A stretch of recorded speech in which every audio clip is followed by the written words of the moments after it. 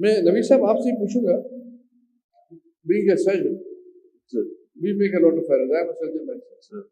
What checklist, team communication strategies, or data tools you will suggest that can avoid those errors that we make during our surgery? Sir, so this is a very important topic, and I think this is all we being clinicians are meant for. The patient safety first, and these all checklists, they are meant for this purpose. There are many checklists, sir. First is a WHO checklist, and the second is surpass checklist. Surgical patients safety factors. But sir, I personally believe before we go to the fancy checklist, we need to educate our healthcare providers. And actually, sir, we start with the top-down approach: consultants, and then senior residents, and then junior residents. And actually, the main stakeholders, in my opinion, they are the nursing staff. You may agree or not that most of the time spent with the patient is by the nursing staff. So checklists are there, sir. Definitely, like WHO checklist. WHO checklist, sir, is basically is meant for mainly in the operating room, before induction and before NCM and before the patient leaves the operating room. It mainly encompasses all that horizon while the patient is inside the operating room. Actually, sir, the safety starts right from the clinic of the clinician.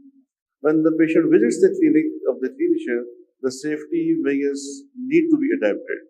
In the case of preoperative care and then followed by intraoperative and then postoperative care. And the whole scenario is encompassed by the one term that is called these days as perioperative care, sir. So in my opinion, in preoperative care, we should emphasize on detailed history. Actually, sir, I would conclude in one line: go back to the basics. Actually, sir, we have left the basic, and we have done like sir said, like electronic medical records and like EMS system and EMR system, everything. It looks very fancy. It fantasizes someone. We are like advancing in every field, but we have no money with us. So we will have to go back to the basics. We will need to take the detailed history and examine the patient and then assess the comorbids and do a detailed and good pre-anesthesia assessment before the patient is subjected to surgery. And likewise, while the patient is in the ward the night before the surgery, I personally believe no doctor goes to the patient to document the things like which side is to be operated upon, whether it is right side or left side, where the stoma is supposed to be formed. This is done by nursing staff. Like, and the consent form is put in front of the patient. Please just sign kar dein. What is written in that consent form? Neither the staff nor the patient and nor the tenders don't know anything. So, sir, in my opinion, these checklists, they are very good. But after once we have done our homework, we have taught our basic stakeholders in the wards, in the hospitals, in the OPDs, and then, sir, in the operating room, mainly WHO checklist. Definitely, if it is emphasized in true letter and spirit, it can avoid so many avoidable medical accidents, right, sir? And then, obviously, post-operatively, in the theater, the main stakeholders are an anesthetist and then followed by the surgeon. And then post-operatively, again, the surgeon operates and he endorses the notes, and the whole night patient spends with the nursing staff. And the nursing staff, the ratio must be 60:1 or maybe 60:2. And I think, sir, basic homework needs to be improved.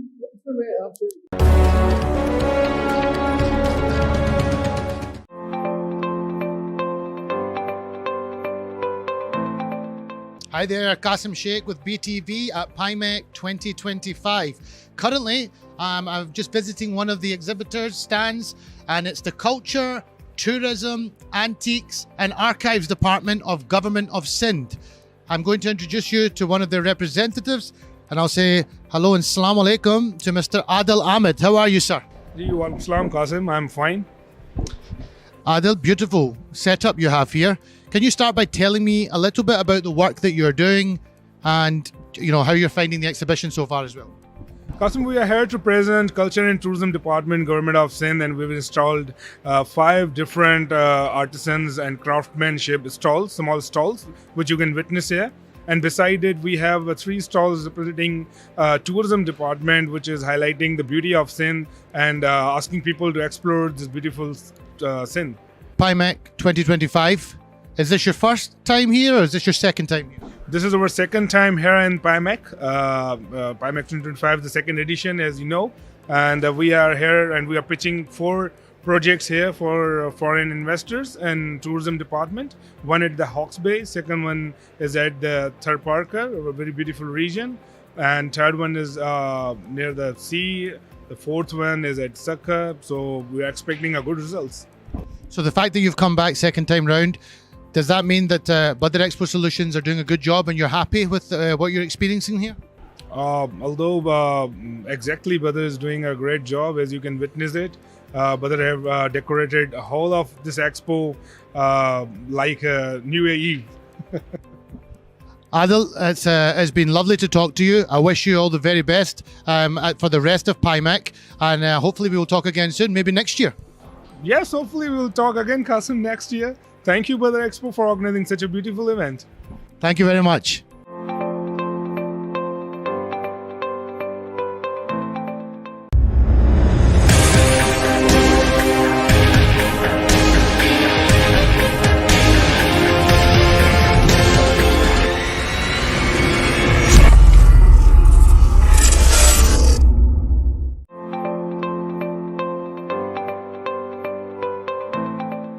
Hi there, Qasim Sheikh here from BTV, currently making my way around the PIMEC exhibition, and I have another product to show you. Alongside me, I have Miss Ikra from Rawa Farms, and I'm going to say Assalamu alaikum to her. How are you? Walaikum assalam, I'm good. Ikra, I've heard a lot about your product. Today I would like you to tell me the backstory and a little bit about your product, please. Sure. So basically, shrimp farming is very new in Pakistan. Shrimp farming is new to Pakistan because shrimp farming has been tried in Pakistan for around 20 years back. But due to the lack of supply chain and due to the lack of native local supply of seed, it was not prospering. So Rawa Farms were the first company who introduced hatchery in Pakistan. We were the first to introduce shrimp hatchery in Pakistan. That's why we deducted the cost of seed, and also the mortality rate is very low in the locally produced seed. So we are the first ever hatchery in Pakistan, shrimp hatchery in Pakistan. We are producing around 10 million shrimp seeds per year, and we are supplying over Pakistan. And the biggest benefit of shrimp farming is that we are utilizing all the useless saline lands in shrimp farming. Wow, sounds impressive. Ikra, day 2 of PIMEC exhibition, Badar Expo Solutions organised, partnership with Pakistan Navy. How are you finding it so far? It's very impressive. It's very good. A lot of industries are getting collaboration through it. We have a lot of meetings since yesterday. So it's a very good initiative, and it should be carry on. And will you be coming then back in future then? Sure, definitely I'll be there. Thank you very much, Ms. Ikra. I wish you all the best with Rawa Farms. Thank you very much.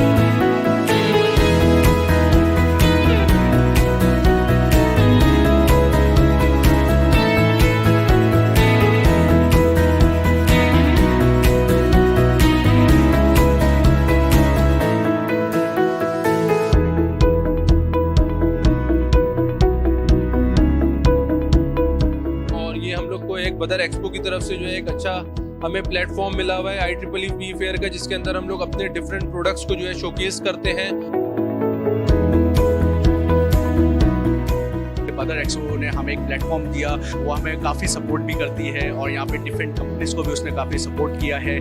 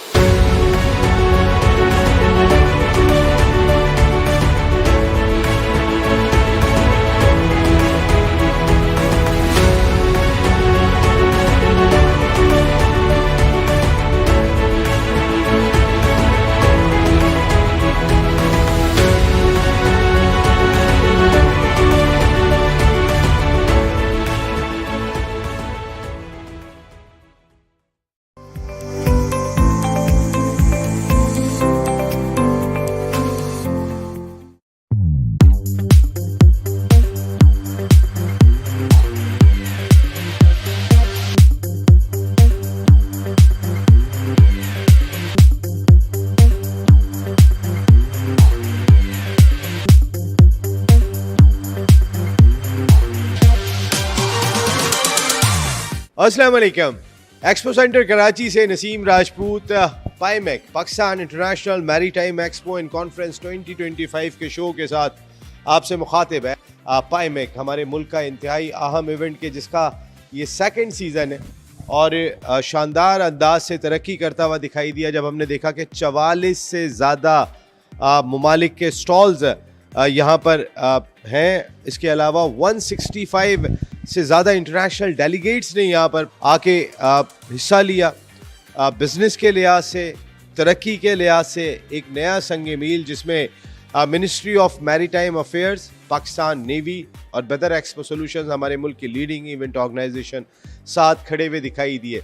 लेकिन जितने शानदार अंदाज से इस event को मुनक्किद किया गया वो हम आपको ज़रूर दिखाएंगे ताकि हमारी सारी दुनिया से जो लोग आ रहे हैं उनको एक ज़बरदस्त पैगाम जाए, एक ऐसा पैगाम जाए कि उन्होंने किसी एक बड़े इवेंट में आके पार्टिसिपेट किया।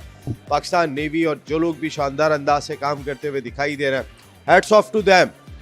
क्या कुछ हुआ इस इवेंट में, आइए आपको दिखाते हैं।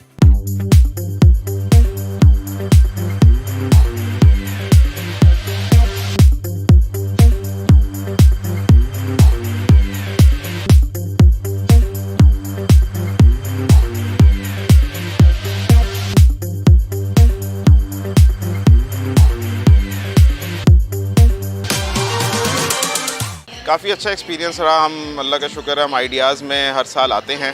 पाईमेक में हमारा फर्स्ट टाइम था। There are many commodities which can be exported, which can be imported. So this is perhaps the first step which will pave the way for larger cooperation and coordination between both the countries.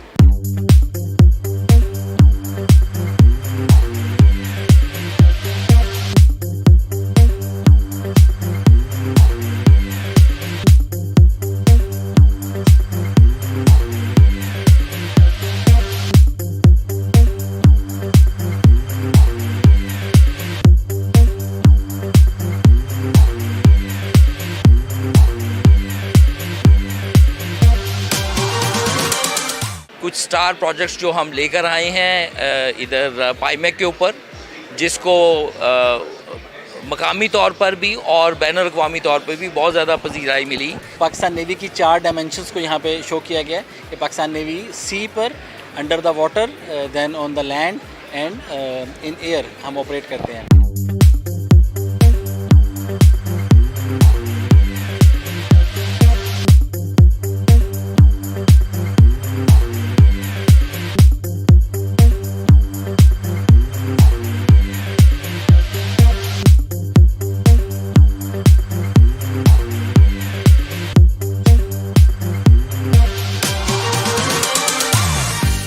Pakistan international maritime expo and conference 2025। Business business business, एक ही मकसद इस वक्त सारी दुनिया का दिखाई देता है, एक अच्छा पॉजिटिव पैगाम, मईशत को बेहतर बनाना। और इस सिलसिले में बड़ा इंपॉर्टेंट रोल दिखाई दिया। आपने देखा होगा एक्सपो सेंटर कराची में हर जगह आपको ब्लू दिखाई दे रहा है, क्योंकि असल चीज़ है ब्लू इकॉनमी, जिसको हमने दरियाफ्त करना है।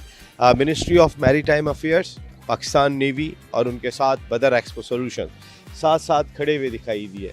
सबका एक ही मकसद था, सबका एक ही मोटिव था, पाकिस्तान की तरक्की में अपना किरदार अदा करना है। क्या कुछ बिजनेस हुआ, क्या कुछ हमारे मुल्क को हासिल हुआ, इसकी डिटेल तो आपको आती रहेगी। लेकिन पाईमैक आज ख़त्म हो गया, इसकी तैयारियां जारी थी। 3rd एडिशन में एक मरतबा फिर नसीम राजपूत अपनी पूरी प्रोडक्शन टीम के साथ आपके साथ मौजूद होगा इंशाअल्लाह।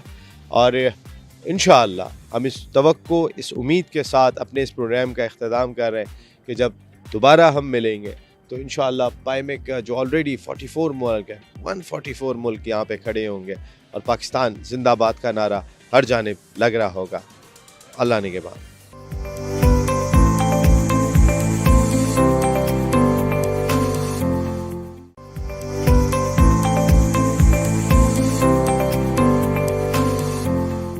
पाईमैक Pakistan international maritime expo and conference 2025 हमारे मुल्क का इंतहाई अहम इवेंट के जिसका ये 2nd सीज़न है। 44 से ज़्यादा ममालिक के स्टॉल्स यहाँ पर हैं। इसके अलावा 165 से ज़्यादा इंटरनेशनल डेलीगेट्स ने यहाँ पर आके हिस्सा लिया। बिजनेस के लिहाज से, तरक्की के लिहाज से एक नया संग मील, जिसमें ministry of maritime affairs, Pakistan navy और बदर एक्सपो सोल्यूशंस, हमारे मुल्क की लीडिंग इवेंट ऑर्गेनाइजेशन, साथ खड़े हुए दिखाई दिए, मईशत को बेहतर बनाना। और इस सिलसिले में बड़ा इंपॉर्टेंट रोल दिखाई दिया। आपने देखा होगा एक्सपो सेंटर कराची में हर जगह आपको ब्लू दिखाई दे रहा है, क्योंकि असल चीज़ है ब्लू इकॉनमी, जिसको हमने दरियाफ्त करना है। सबका एक ही मकसद था, सबका एक ही मोटिव था, पाकिस्तान की तरक्की में अपना किरदार अदा करना है।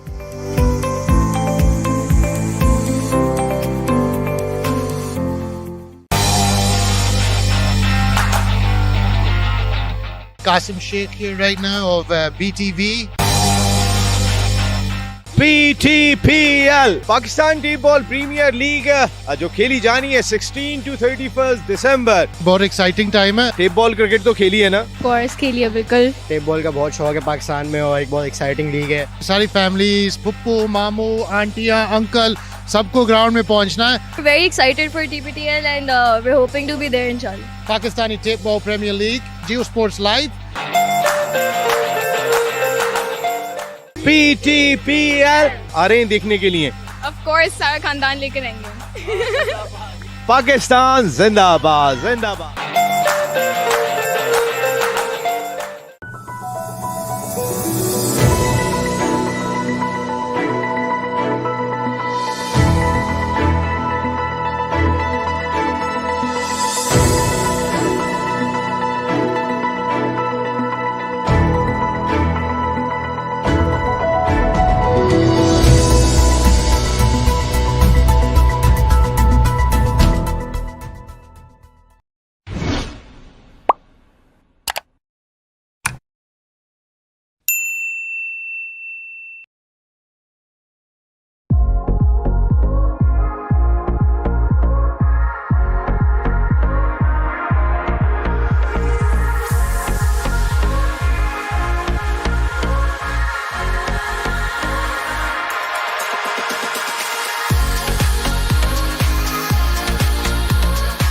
So tonight at the PIMEC Gala dinner, we honor the very heart of Pakistan, its vibrant culture, its timeless traditions, and its progressive spirit.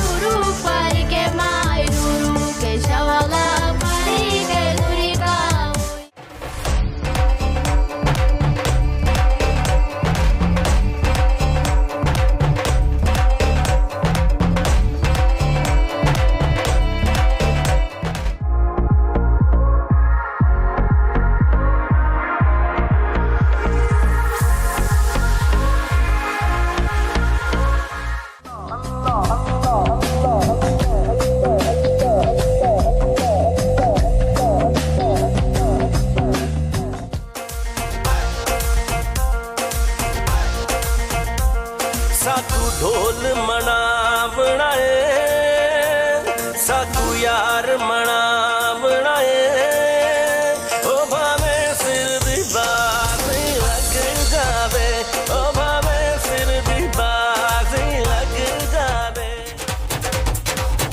ओ लाल मेरी पत रखियो बाला झूले लालन, ओ लाल मेरी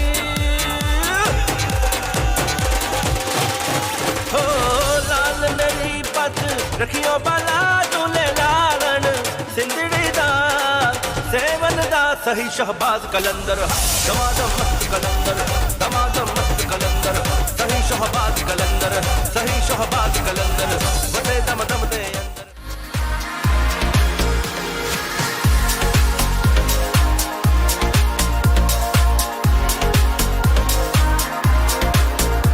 On behalf of Badar Expo Solutions and Pakistan Navy, I thank all of you for being here tonight.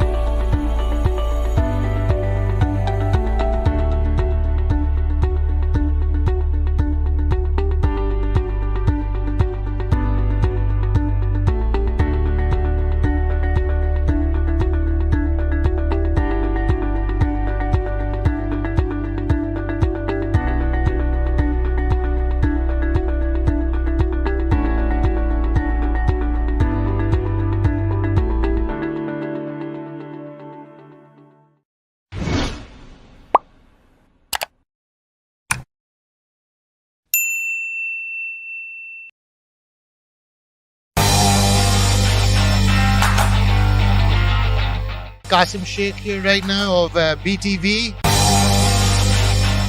PTPL Pakistan T ball premiere league जो खेली जानी है 16 to 31 दिसंबर। बहुत एक्साइटिंग टाइम है। टेप बॉल क्रिकेट तो खेली है ना? कोर्स खेली है बिल्कुल। टेप बॉल का बहुत शौक है पाकिस्तान में और एक बहुत एक्साइटिंग लीग है। सारी फैमिलीज, पप्पू, मामू, आंटियां, अंकल सबको ग्राउंड में पहुंचना है। Very excited for TPTL and we're hoping to be there inshallah. Pakistani tape ball premiere league, Geo sports live. PTPL आ रहे हैं देखने।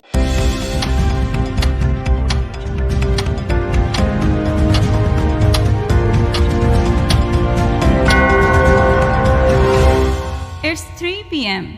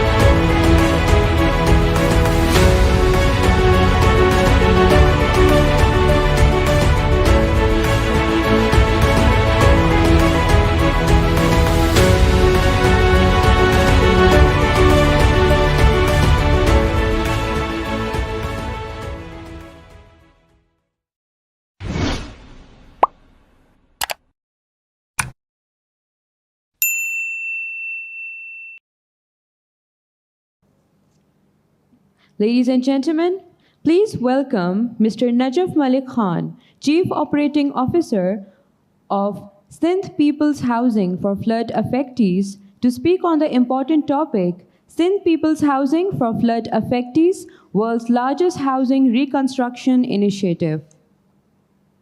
Mr. Najaf Malik Khan. Thank you very much, Ji, and a very good morning.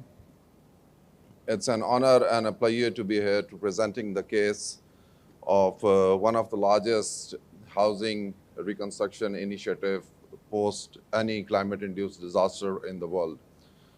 So there were a few terms being taken by the previous colleague or the presenter who was here in terms of resilience, in terms of cybersecurity, in terms of information technology, and coming out of the sea to the land.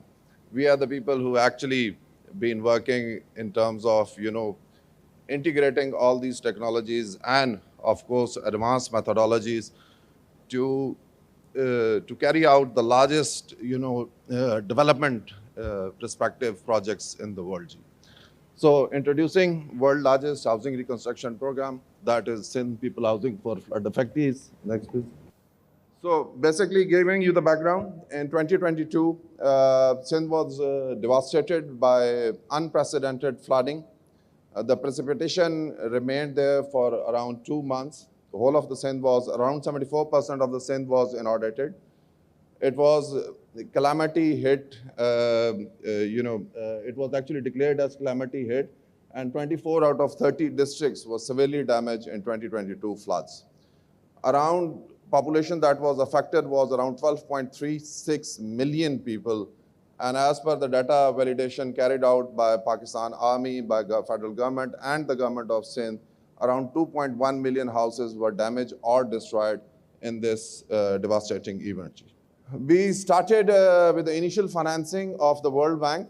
It was initially $500 million with co-financing for the government of Sindh share of around 150 million US dollar. But gradually, we actually have accomplished the total financing of around $2.1 billion as of date, including the support from Islamic Development Bank, from Asian Development Bank, and of course, a huge support from the government of Pakistan and government of Sindh also. In addition to that, we have got grant financing from the UN agencies. In terms of the largest player that has given us the grant financing is UNIDO and EU. And we are currently having discussions with European Investment Bank also for the provision of around 115 million euros. So financially and scalably in both cases, this is one of the largest initiatives which was actually spearheaded by the government of Sindh. Now, actually, what were the factors actually which supported the mobilization of such a huge financing within the time frame of 2.5 years was basically the transparency, the efficacy of the system, and the team that was working behind in actually reconstructing 2.1 million houses in a very short duration of time. Previously, we had these experiences in Pakistan. In 2005 earthquake, probably one of our colleagues, few of our colleagues might have heard about it. Then it was 2015 Nepal earthquake. And these two major initiatives collectively, the housing reconstruction program was around 1.6 million around. But only in Sindh, we are working at around 2.1 million housing. So if you look at the factors which actually supported the program, we have got 3 bigs out of the 4 bigs as of audit firms. PwC is our external auditor. KPMG is internal auditor, and Ernst & Young is basically project implementation and support consultant. So each and every transaction is being accounted by 3 large auditors in addition to the audits that are being carried out by the government of Pakistan also. And for the grant financing, BDO London is our auditor. So this transparency factor actually supported us in mobilizing this huge, enormous amount to support the flood affectees within the span of 2 years. At SPHF, we are a very lean organization. We hardly, 17 to 20 professionals, while, the techno structure and the support structure comprises of another 15 to 20 people. But we heavily relied on the private sector when it comes to technology transfer, when it comes to implementation on ground, and when it comes to assuring sustainability and transparency and innovative future. So if you look at this slide, we are working with the 5 largest RSPs, which are rural support programs and NGOs in Pakistan. And these are also the microfinance institutions.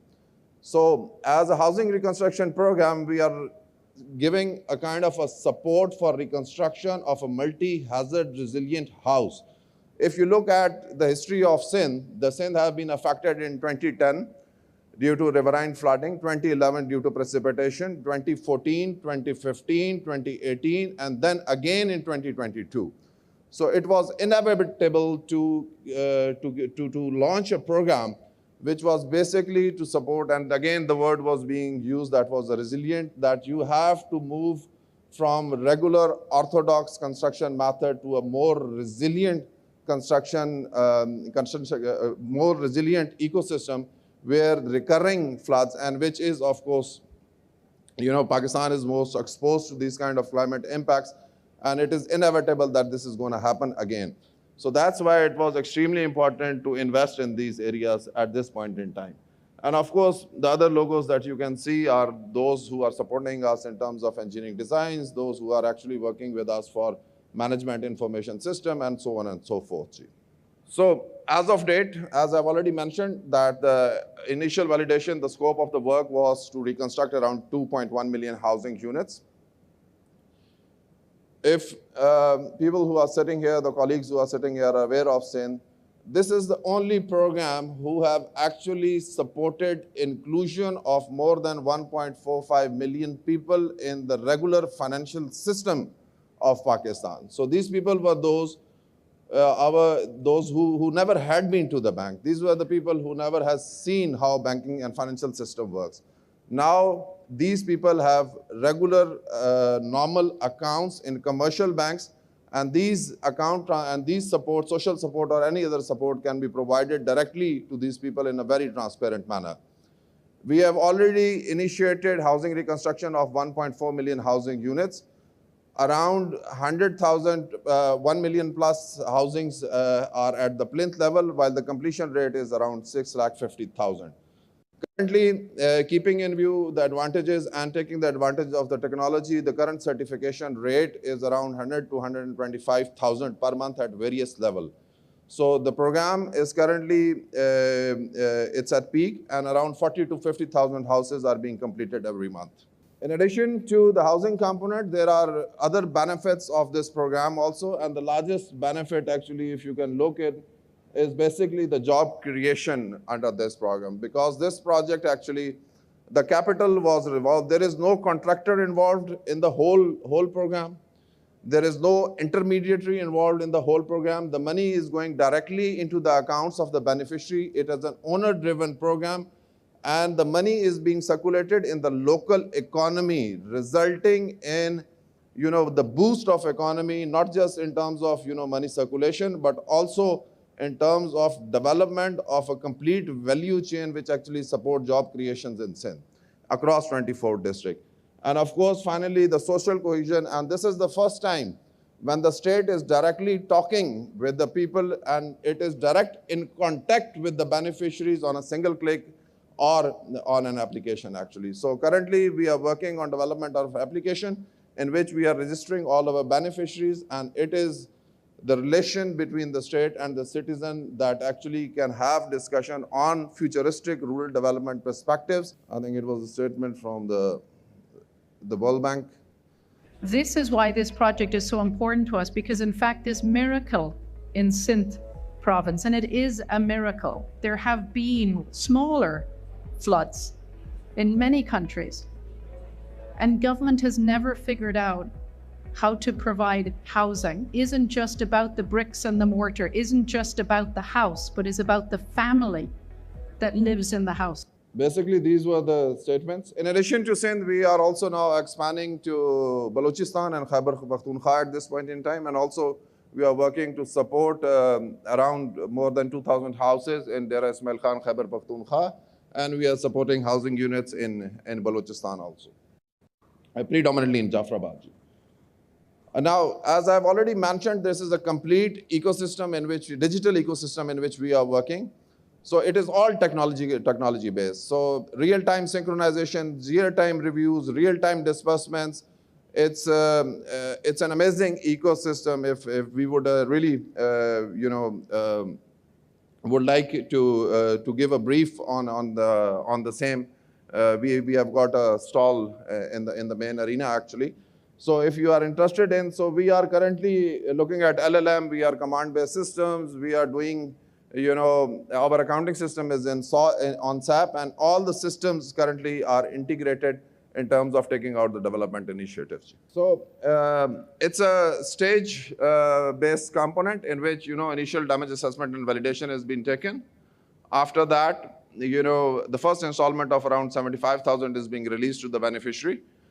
After the release of the first installment, the beneficiaries goes to the bank, activates the account, take the money, they construct their plinth, which is against standards. Second installment of 100,000 and little, third installment at completion of roof. And of course, keeping in view the climate change perspective, we are also supporting social forestry and plantation at the household level.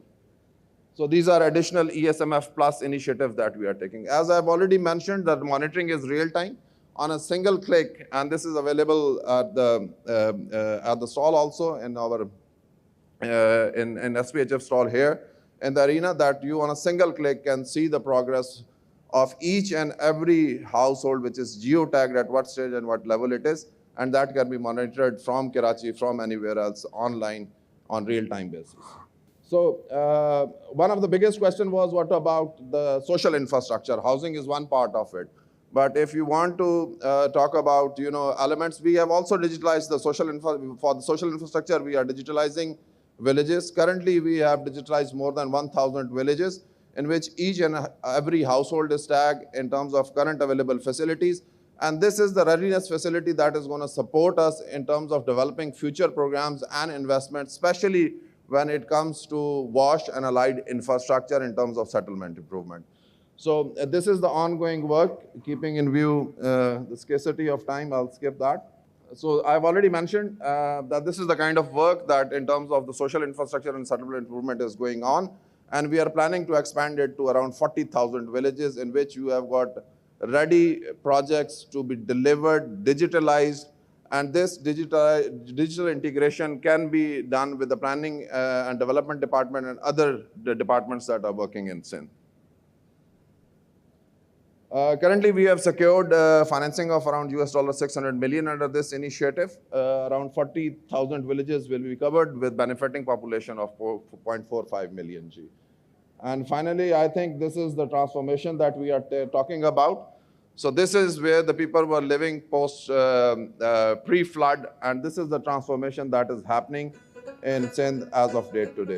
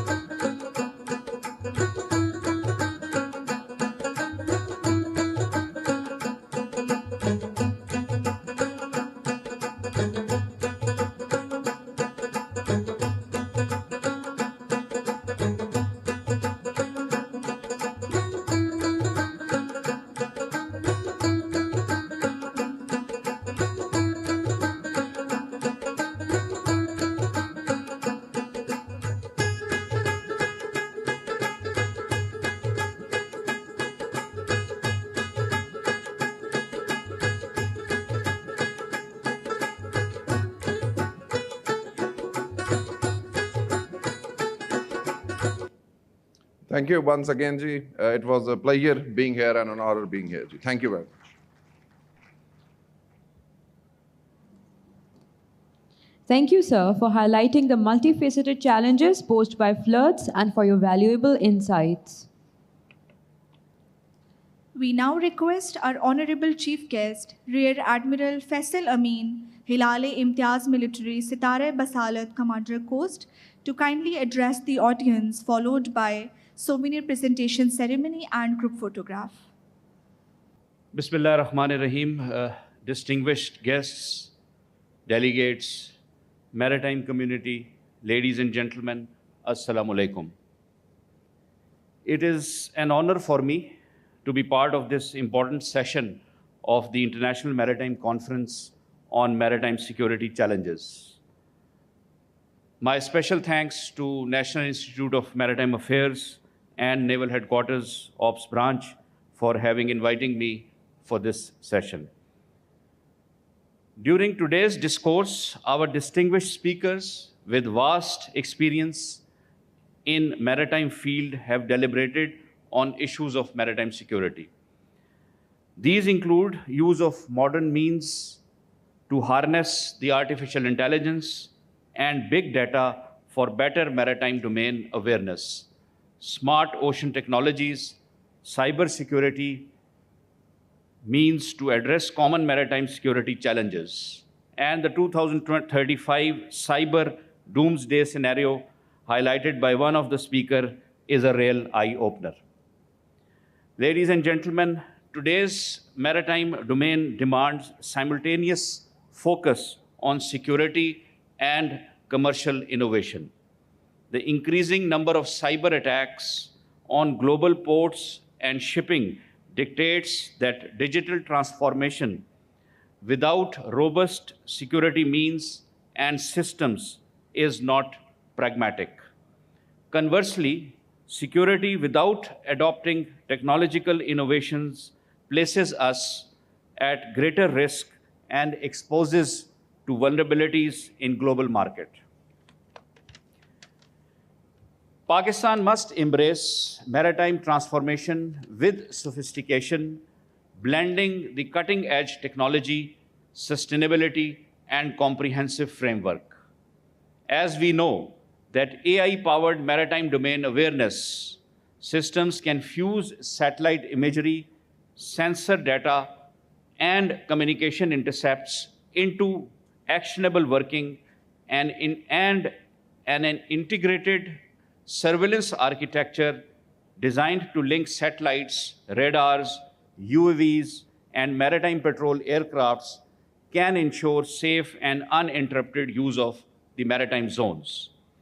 Apart from this, the digital transformation of our ports and maritime infrastructure would save time, add efficiency, and security in the face of complex cybersecurity challenges that demand quick response to the threats. Cybersecurity must extend beyond ports to entire maritime ecosystem, protecting undersea cables, port facilities, shipping networks, and command structures while ensuring seamless operational continuity.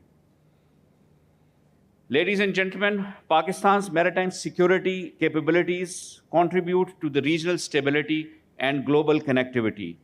Pakistan Navy's contributions in ensuring safety of global commons is evident from its regular participation in the collaborative maritime security frameworks and independent deployments in our area of interest. Distinguished delegates, Pakistan today stands at a maritime crossroads where we can either accept the status quo or transform into the maritime security powerhouse based on our geography and capability. This requires smart ports with integrated security, cybersecurity frameworks, climate-resilient infrastructure, and AI-driven threat detection systems that can drive growth while ensuring comprehensive protection. Together, we must now advance with determination for a stronger, more secure, and prosperous seas that safeguards trade, blue economy, and ensure global connectivity through robust maritime security. In the end, I extend my sincere appreciation to all the distinguished speakers and panelists whose valuable insights have enriched this forum and highlighted issues which concern us all. I must pay tribute to the Ministry of Maritime Affairs, Pakistan Navy, and the National Institute of Maritime Affairs for gathering the maritime community and conduct this conference. I thank you all, and Pakistan Navy, Pakistan Zindabad. Thank you, sir. We request our honorable chief guest to kindly remain on stage so that we can move forward with souvenir distribution ceremony. We request Rear Admiral Javed Iqbal, Hilal-e-Imtiaz Military, to please come on stage and join our honorable chief guest for presentation of souvenirs to our distinguished speakers. I invite Mr. Bilal Khan Kakar.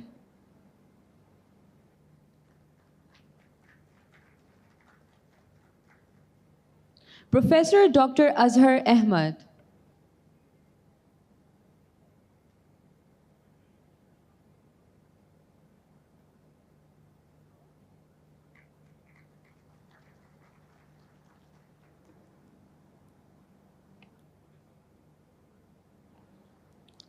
Rear Admiral Dr. Nasser Ikram, Hilal-e-Imtiaz Military, retired.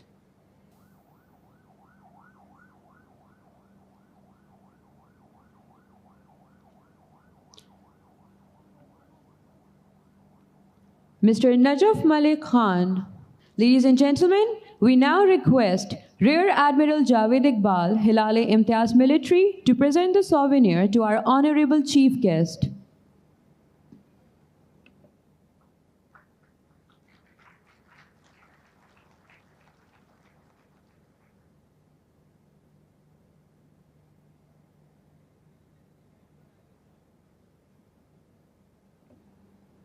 I request all the esteemed speakers to join Honorable Chief Guest for a group photograph.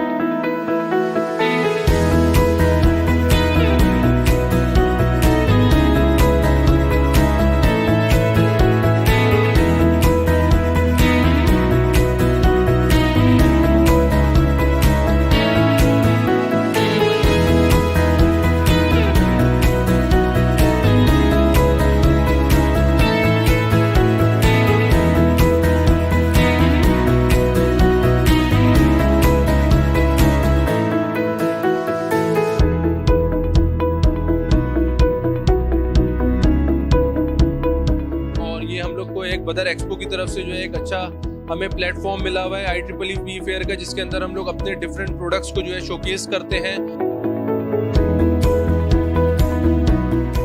बदर expo ने हमें एक platform दिया, वो हमें काफ़ी support भी करती है और यहाँ पे डिफरेंट कंपनीज को भी उसने काफ़ी सपोर्ट किया है।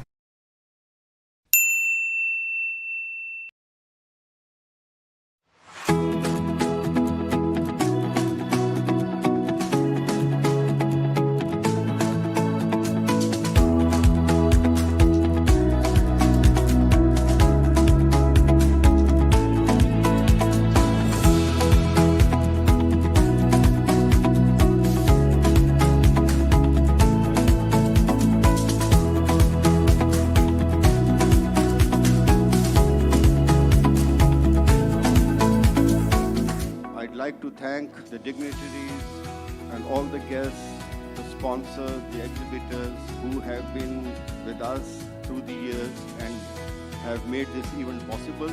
It is a great opportunity for the investors and even the dealers and the distributors to participate and engage in this seminar, and I further request the management of Badar Expo to continue these seminars for the general awareness of the people.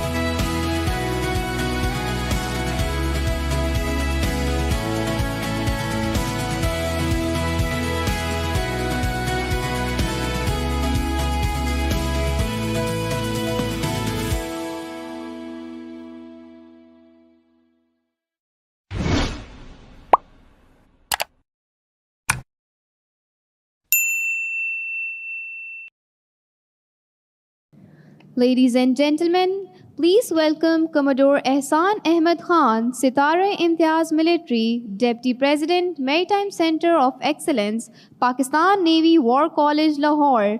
He will present on the subject Integrating Naval Modernization, Indigenous Defense Production and Blue Economy, Building a Self-Reliant Maritime Future for Pakistan. You're welcome to the stage, sir. Vice Admiral Ahmed Saeed, Hilal Imtiaz Military, distinguished delegates, ladies and gentlemen, Assalamu alaikum. It's indeed an honor for me to be on this podium today, and my greatest gratitude to the President Nima, both incoming and outgoing, having given me this opportunity to stand here on a very important forum where the maritime future of our country is being discussed threadbare, and where the convergence of industrial and economic aspiration comes to a place from where we can draw our decisions for future as well.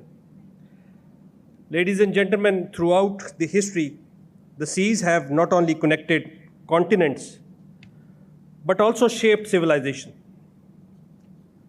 From Phoenician traders to British admirals, the story of global power is, above all, the story of sea power. As an American historian and strategist, Alfred Theron argued in the influence of sea power upon history. And he said, and I quote, "Control of the seas through commerce, naval capacity, maritime industry determines the rise and fall of nations." His English counterpart, Sir Julian Corbett, later expanded this vision and asserted that command of the sea is as much about sustaining trade and logistics as it is about projecting force. Ladies and gentlemen, these insights remain strikingly relevant for Pakistan today. With 1,000+ kilometers coastline, access to the Arabian Sea, and proximity to the world's busiest waterways and choke points, like the Strait of Hormuz and Bab el-Mandeb, maritime strength is not a luxury, but a strategic necessity for Pakistan. To secure this space, Pakistan must modernize its navy, strengthen indigenous defense production, and expand its blue economy, not as an isolated effort, but as interlinked component of one national maritime ecosystem. My central thesis here is simple. Investment in naval modernization and indigenous defense production is not a cost to the state. It is an investment in national economic growth. Every shipyard built for naval production becomes a facility capable of constructing commercial vessels, offshore platforms, and ocean energy structures. Every engineer trained for naval systems integration can later serve the blue economy in ocean research, smart ports, and ship repairs. Every innovation in composites, propulsion, and AI-based logistics multiplies civilian benefits across fisheries, coastal energy, and maritime transport. This approach has been proven by leading maritime powers. Although many models are available to justify this argument, however, given the time constraint, I will be covering only 4 models here. South Korea offers the model of dual-use maritime developments. Hyundai Heavy Industries builds both Aegis destroyers for the Republic of Korean Navy and LNG ship supertank within shared facilities. Hanwha Ocean, formerly called as Daewoo Shipbuilding and Marine Engineering, produces KSS-2 and KSS-3 submarines, while also designs commercial carriers, advanced propulsion, and automation systems. Korea Research Institute of Ships and Ocean Engineering develops autonomous vessels, green propulsion, and underwater robotics for both naval and civilian markets. Turkey's success story is equally enlightening. Its national shipbuilding vision targets both defense and self-sufficiency and maritime export growth. Companies like STM and ASFAT, operating under the hybrid public-private framework, produces frigates, corvettes, submarines, and logistic ships while supporting commercial shipbuilding and port logistics. The same engineers who design naval systems also develop maritime softwares and port management tools. China institutionalized integration through its civil-military fusion strategy. China State Shipbuilding Corporation, now merged with China Shipbuilding Industry Corporation, builds PLA Navy ships alongside LNG carriers and container ships. Subsidiaries like Hudong Zhonghua and Dalian Shipbuilding operates as dual-use facilities serving both PLA Navy and global clients. The China Ocean Engineering Shanghai Company and Sanya Deep Sea Science and Technology Center links ocean energy, deep sea exploration, and naval oceanography. India's dual policy of Atmanirbhar Bharat and Sagarmala links self-reliance and blue economy growth. Mazagan Dock Shipbuilders, Garden Research, and Goa Shipyard produces naval and commercial crafts.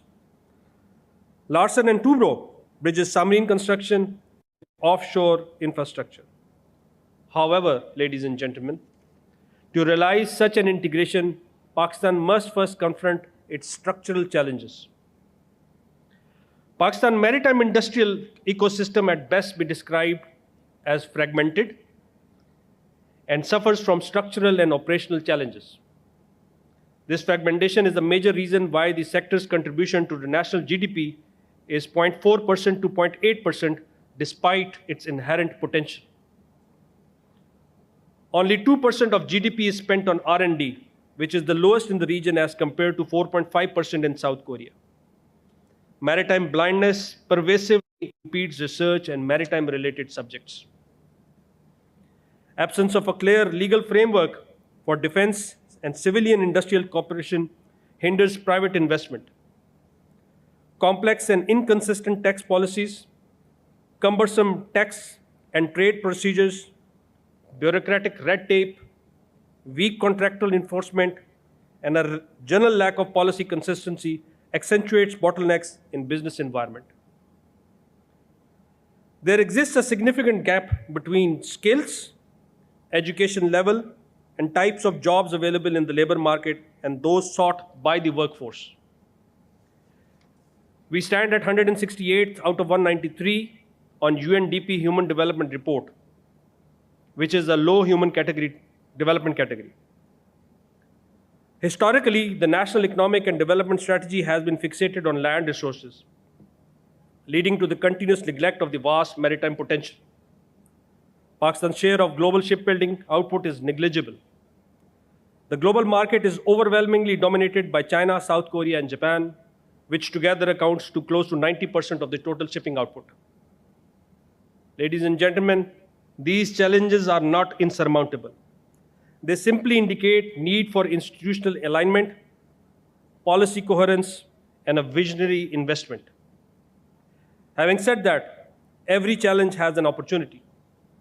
To avail these opportunities and harness the God-given potential in our country, we need to create dual-use maritime industrial complexes in Pakistan that necessitates a strategic approach through an exclusive, long-term national blue growth policy, which clearly defines goals for both commercial exploitation and national security requirements. This would essentially need a regulatory framework that streamlines the rules of business, attracts investment, and adopts international standards apart from incentivizing private sector to take lead in joint ventures.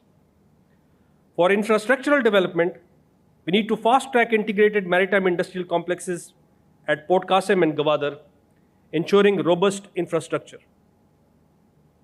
Investment in shipbuilding, whereby Gwadar shipyard and licensing of private shipyards should be assigned a national priority.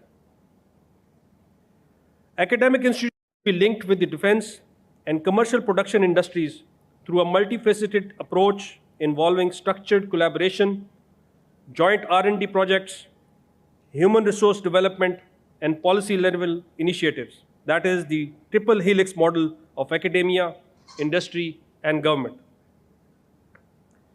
We should support startups in autonomous vehicles, predictive maintenance, robotics, green propulsion, and contemporary technologies through science and technology parks, incentives, PMSTP, creating partnerships and joint ventures with successful models such as STM and Hyundai Heavy Industries to kickstart maritime industrial growth. Ladies and gentlemen, if Pakistan successfully integrates naval modernization, defense production, and blue economy as a synergistic hub industry, this integrated approach would leverage national security needs to drive economic growth, technological innovation, and sustainable use of marine resources. These dividends would draw for shared facility, and supply chains will reduce cost and increase innovation output and generate thousands of direct and indirect jobs. The government of Pakistan has a vision to increase the maritime sector's contribution to national GDP from 0.8% to 4%, with a long-term goal of the blue economy contributing more than 100 billion by year 2047. Defense and commercial shipbuilding exports could collectively and significantly add to this growth. Local production of propulsion systems, composites, and sensors will reduce import dependence. And finally, a robust domestic maritime industrial complex would enhance deterrence, resilience, and sea-based not critical of warships, but national industry systems, but renewable energy solutions. Let our maritime embody both security and sustainable prosperity. If we succeed, we will also have a fishing trawler, a research vessel, and an offshore platform. This is how nations evolve a maritime participant into a maritime power. And in my reckoning, ladies and gentlemen, is how Pakistan will chart its course towards a self-reliant maritime future where the sea becomes and prosperity. Thank you very much. Thank you, sir, for shedding light on a very impactful and thought-provoking topic. Our final speaker for today is Mr. Muhammad Mubashir Hussain, Marketing Manager at Connectic Private Limited. He will address on the topic, Impact of Emerging Technologies in Developing Industries. His presentation time and blue economy sectors. Really essential for Pakistan's industrial growth. Pakistani industries needs to have efficient production facilities. They must adopt localization and be competitive to survive. During my talk, I will highlight some key emerging technologies in the developing industries and how mark-e-haq, to which I belong, is helping Pakistan industry adopt such technologies. I will now list some key emerging technologies. First one is artificial intelligence and machine learning. They are helping analyze large amount of data generated by industrial sensors that can be used for predicting major faults and optimizing processes to avoid expensive shutdowns. And next is the Internet of Things, or IoT, or Industry 4.0. It provides interconnected sensors, devices, and machines that ensure automated industrial processes, real-time monitoring, and smart manufacturing with minimal human intervention. On number 3 is robotics and automation. It is used for automated manufacturing, quality assurance, and operation in harsh or remote environment. Next is the advanced energy system, renewable energy, and storage. With industrial power costs being a key challenge for Pakistan, employing energy-efficient machines and power generation using renewable energy resources like solar and wind are really essential. Storing energy is possible, but is expensive. Next comes cybersecurity. In this era, in which major industrial equipment are interconnected through the internet, for real-time remote controls, cybersecurity is essential to avoid cyber attacks. Next come additive manufacturing, 3D printing, and reverse engineering. They are required for local manufacturing of essential spare parts that Pakistan industries require. And finally, space, geospatial, and remote monitoring, where the satellite is required for smart agriculture. That same data can be used for fleet management and providing call and data connectivity at remote locations throughout Pakistan. Now I will highlight the developing industries in Pakistan. Some of them are in the phase of development or are somewhat transforming. First one is manufacturing. Their share in GDP is declining with time. This shows a challenge and opportunity for upgrades. Next is textile and apparel. They are the largest employers and have 60% share in Pakistan export.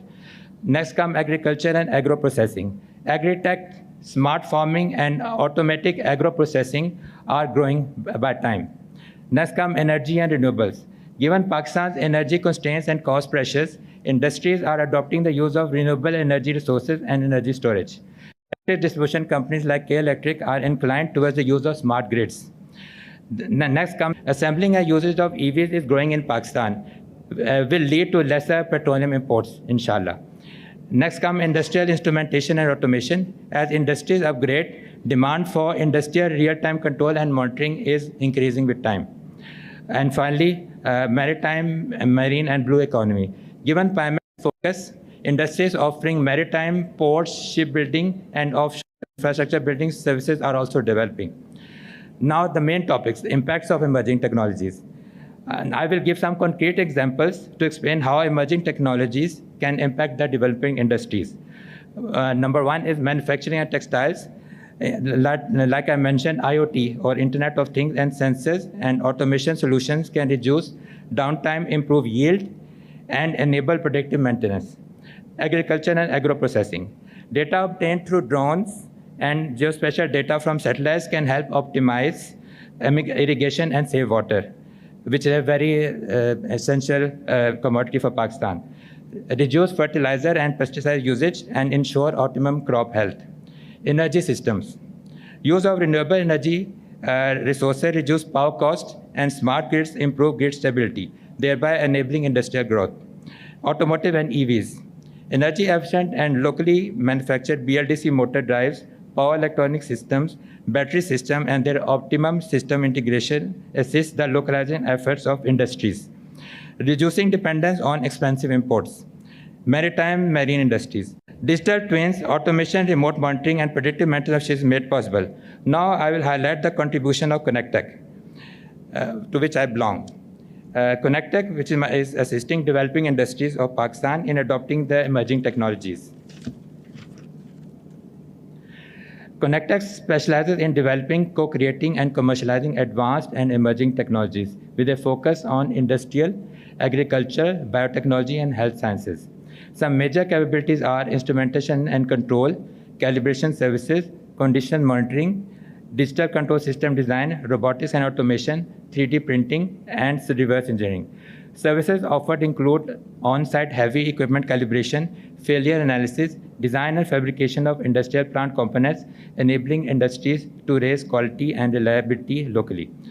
ConnectTech can also have industries move from reactive to predictive maintenance and assist with localizing critical components like motor drives and spare parts. For energy sector, ConnectTech is mainly offering industrial UPS and for EVs, BLDC motors and their controllers. For maritime applications, ConnectTech can offer instrumentation and control, condition monitoring, and automation services relevant to shipbuilding, port maintenance, and offshore installation. And ConnectTech also provides training for welding and non-destructive testing inspections.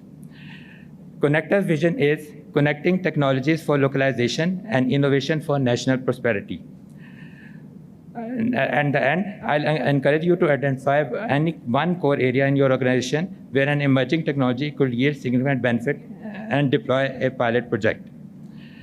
And I will end my presentation. I am confident that by embracing emerging technologies and supporting developing industries, Pakistan can accelerate its industrial growth, create more jobs, and reduce import dependence. Thank you. Thank you, sir, for emphasizing the transformative role of emerging technologies in driving industrial innovation and strengthening maritime economic growth. We now request our Honorable Chief Guest, President NEMA Vice Admiral Dr. Ahmed Saeed, Hilal-e-Imtiaz Military, to kindly address the audience, followed by a souvenir presentation ceremony and a group photograph. Bismillahirrahmanirrahim. May the blessings of Allah be upon you. Excellencies, foreign dignitaries, flag officers, members of the business community, academia, ladies and gentlemen, Assalamu alaikum.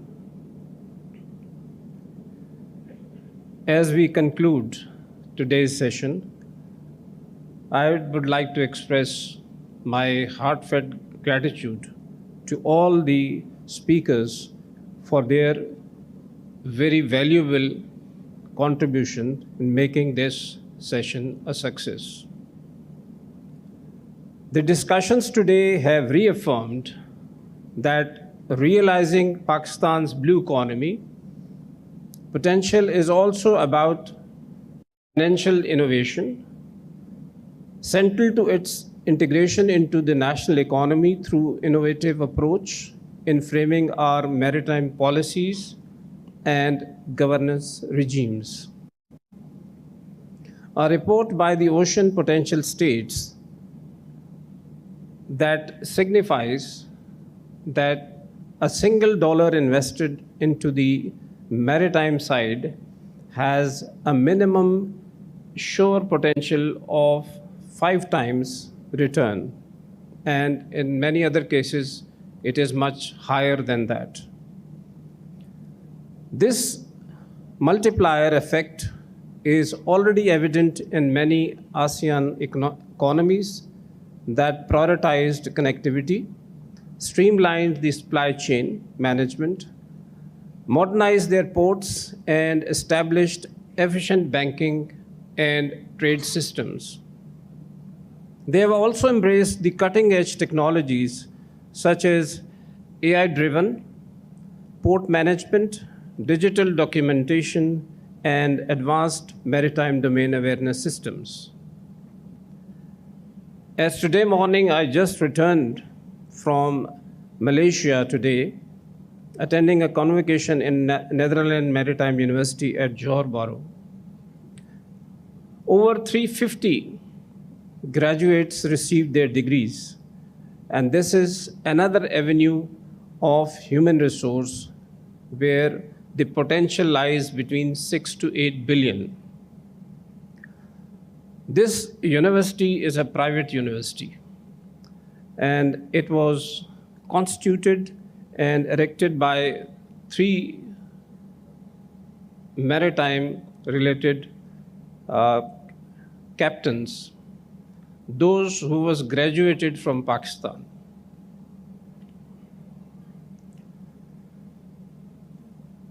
And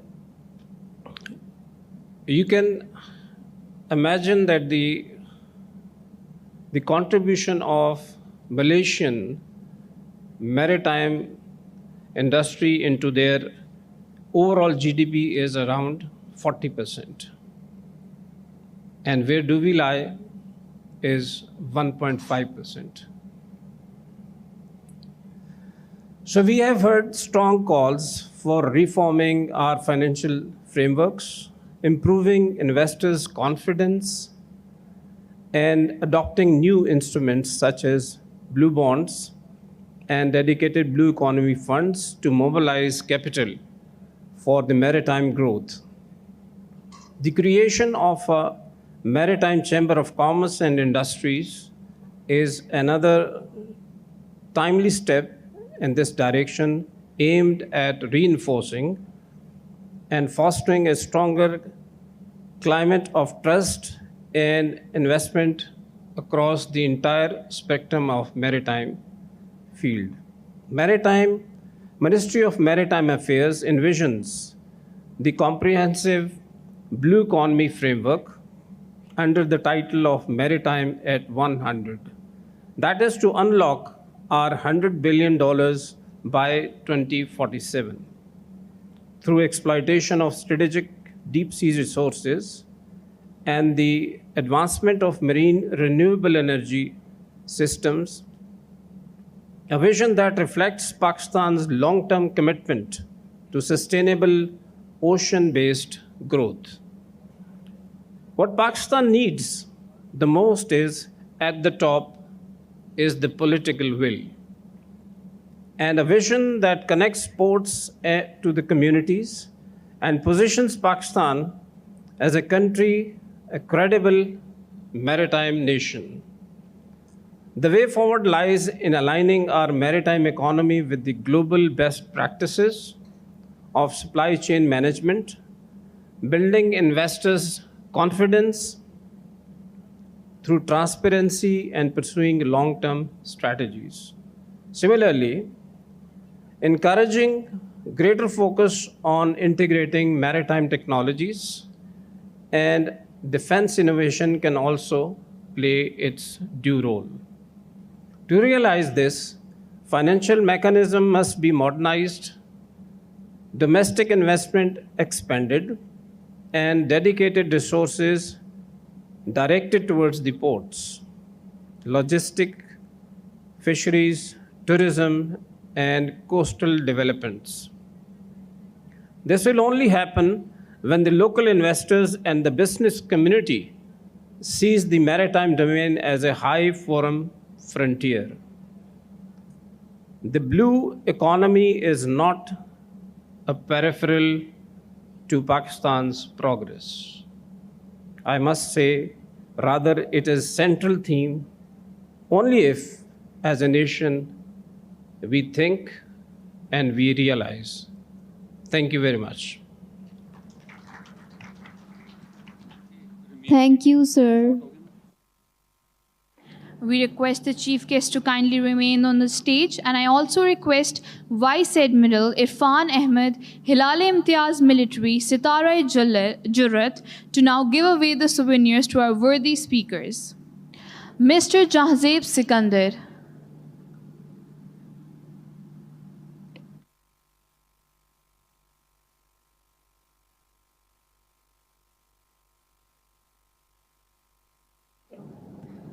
Commodore Ehsan Ahmed Khan, Sitara-e-Imtiaz Military.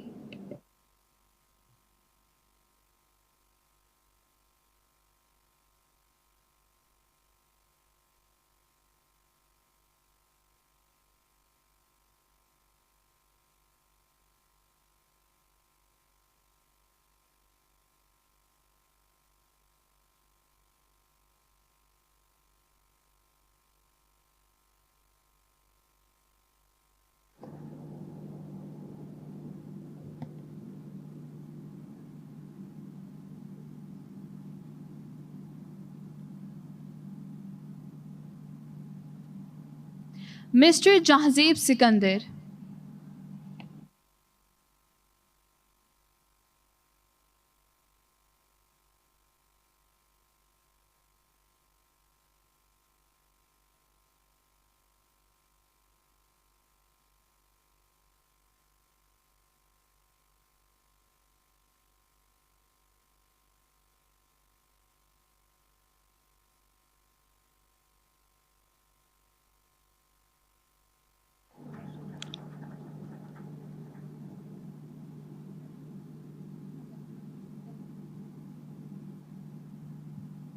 Mr. Muhammad Mubashir Hussain.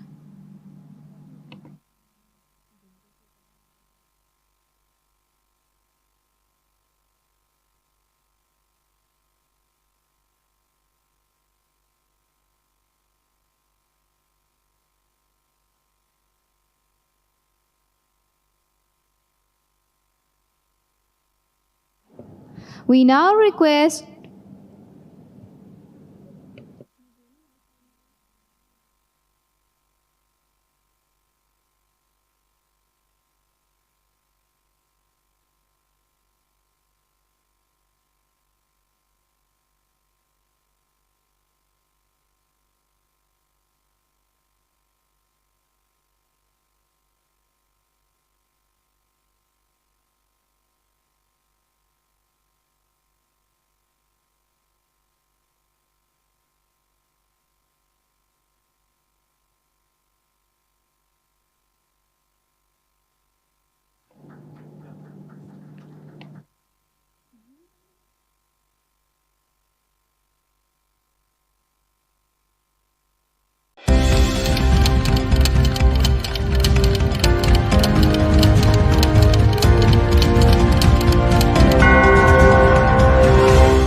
It's 4 p.m.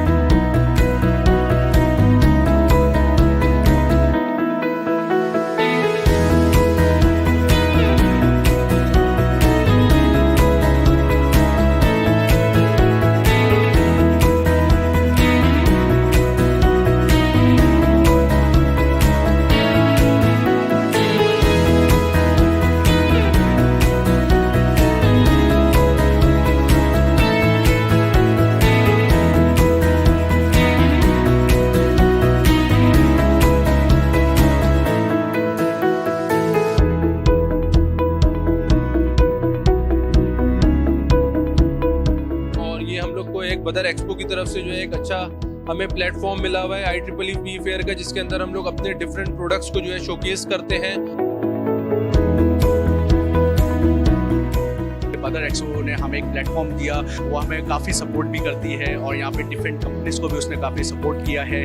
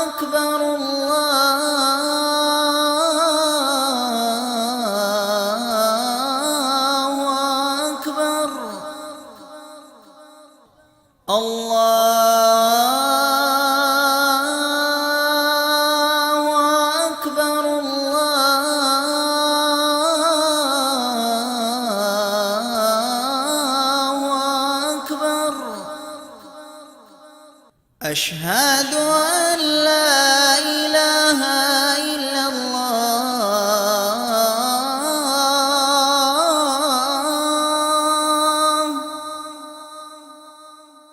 أشهد أن لا إله إلا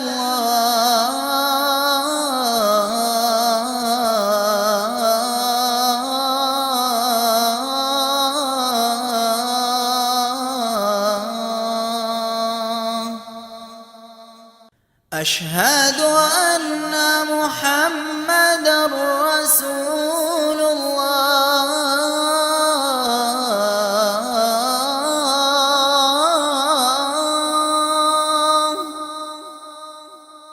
أشهد أن محمدًا رسول الله.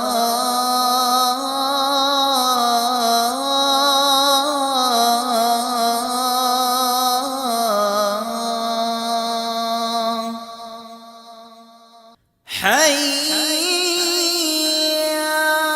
على الصلاة.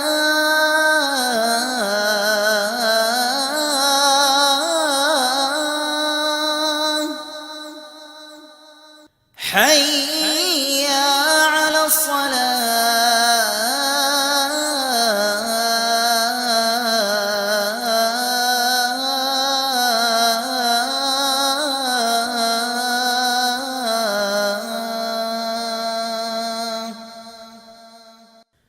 حي على الفلاح.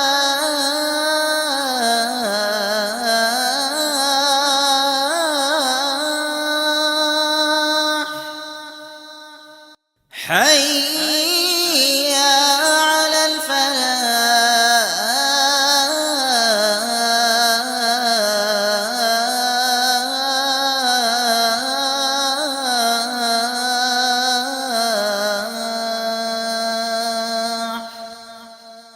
الله أكبر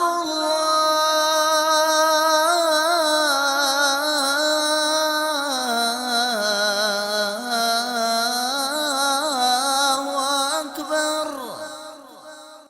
لا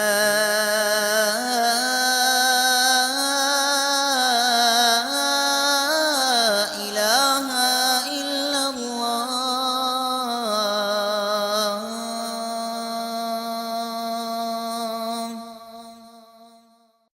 اللهم رب هذه الدعوة التامة والصلاة القائمة آت سيدنا محمدا الوسيلة والفضيلة والدرجة الرفيعة وابعثه مقاما محمودا الذي وعدته وارزقنا شفاعته يوم القيامة إنك لا تخلف الميعاد. ऐ अल्लाह, इस दावत कामिल और ता क़यामत कायम होने वाली नमाज के रब, तू मोहम्मद सल्लल्लाहु अलैहि वसल्लम को जन्नत में नुमाया मकाम, फजीलत और बुलंद दर्जा अता फरमा और उन्हें उस मकाम महमूद पर फाइज फरमा जिसका तूने उनसे वादा फरमाया है, और क़यामत के दिन हमें उनकी शिफात नसीब फरमा। बेशक तू वादे के खिलाफ नहीं फरमाता।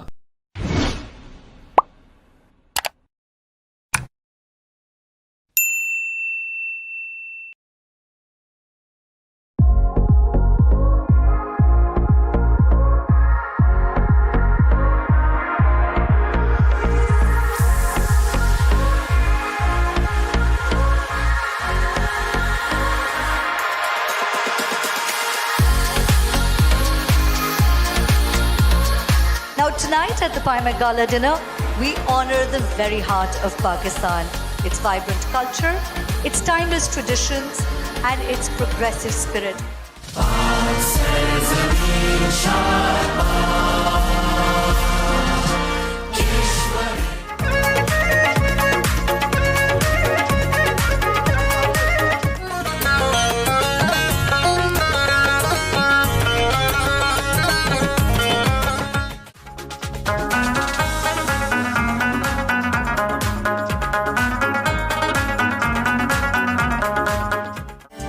Mai mai ruru pari ke mai ruru ke shawala pari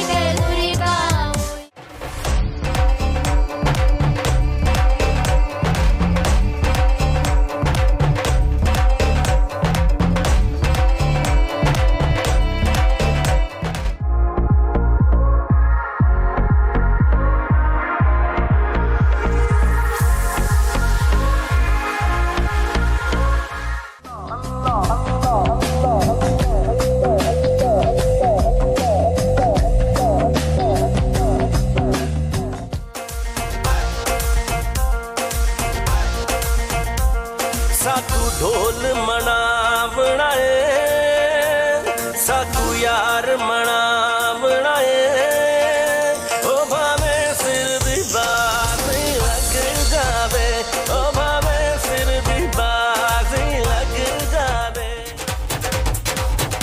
ओ लाल मेरी पत रखियो बाला झूले लालन ओ लाल मेरी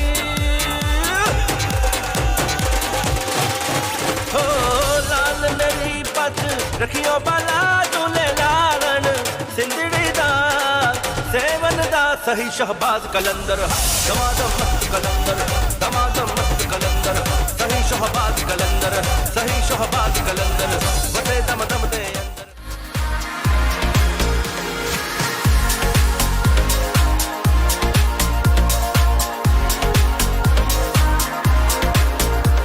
On behalf of Badar Expo Solutions and Pakistan Navy, I thank all of you for being here tonight.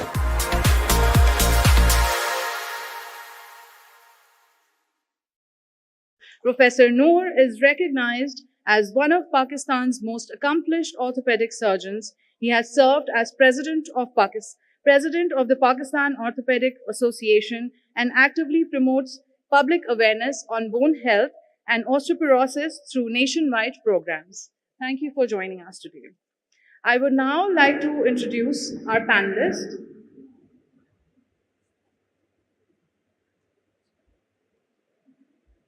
Dr. Abid Abbas Sheikh is a medical graduate from DUHS with an MBA in marketing from Newport University.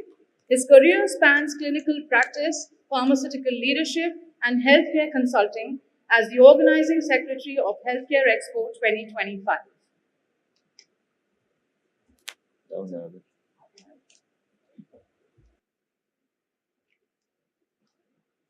Next up, I would like to invite Professor Dr. Syed Hussain Askari, Chief Executive Officer of Fatma Jinnah Dental College and Head of the Department of Community Dentistry with an MSc in Dental Public Health from London and a DDD-PH from the Royal College of Surgeons, England. Dr. Askari has played a pivotal role in shaping dental education and public health initiatives in Pakistan. As President of PAMI Sindh and founder of the Academy of Clinical Excellence, he continues to drive innovation in healthcare leadership and education. Up next, I would like to invite Mr. Bilal Amjad, founder and CEO of Instacare. Instacare is a Lahore-based health tech company revolutionizing healthcare delivery in Pakistan. His expertise in telemedicine, AI, and cloud computing has transformed over 3,500 clinics into smart clinics and enabled nationwide remote consultations. His exceptional contributions have earned him 2 presidential awards and the Commonwealth Award and recognition as Microsoft's most valuable professional since 2016. I would now like to invite Dr. Abdul Salam from Shifa International Hospital, Islamabad, who brings invaluable expertise in remote critical care through telemedicine, helping bridge the gap between patients and advanced medical facilities through technology-driven solutions. And last but not the least, Mr. Akbar Raza, a seasoned health tech and IT professional with over 8 years of experience as head of marketing at DigiTrends. He leads business development, product innovation, and market research across multiple geographies, including Saudi Arabia, Norway, Dubai, and the USA. With a deep focus on digital transformation in healthcare, Mr. Raza is driving impactful solutions that bridge technology and patient-centric innovation across emerging and advanced markets. Thank you all for being here. Thank you very much. This is the second Healthcare Expo, and I'm sure the participants of this conference and the organizers have done a wonderful job. After the first Healthcare Expo, this is the second important, and I can see the enthusiastic participation. Starting this session, which is a very important session, and the host has kindly introduced all the moderator. I'm going to ask few questions, and I will give opportunity to the participant. You can raise your hand and you can actually ask a question to one of the panelists. So, just a brief introduction. Healthcare delivery is a responsibility of government.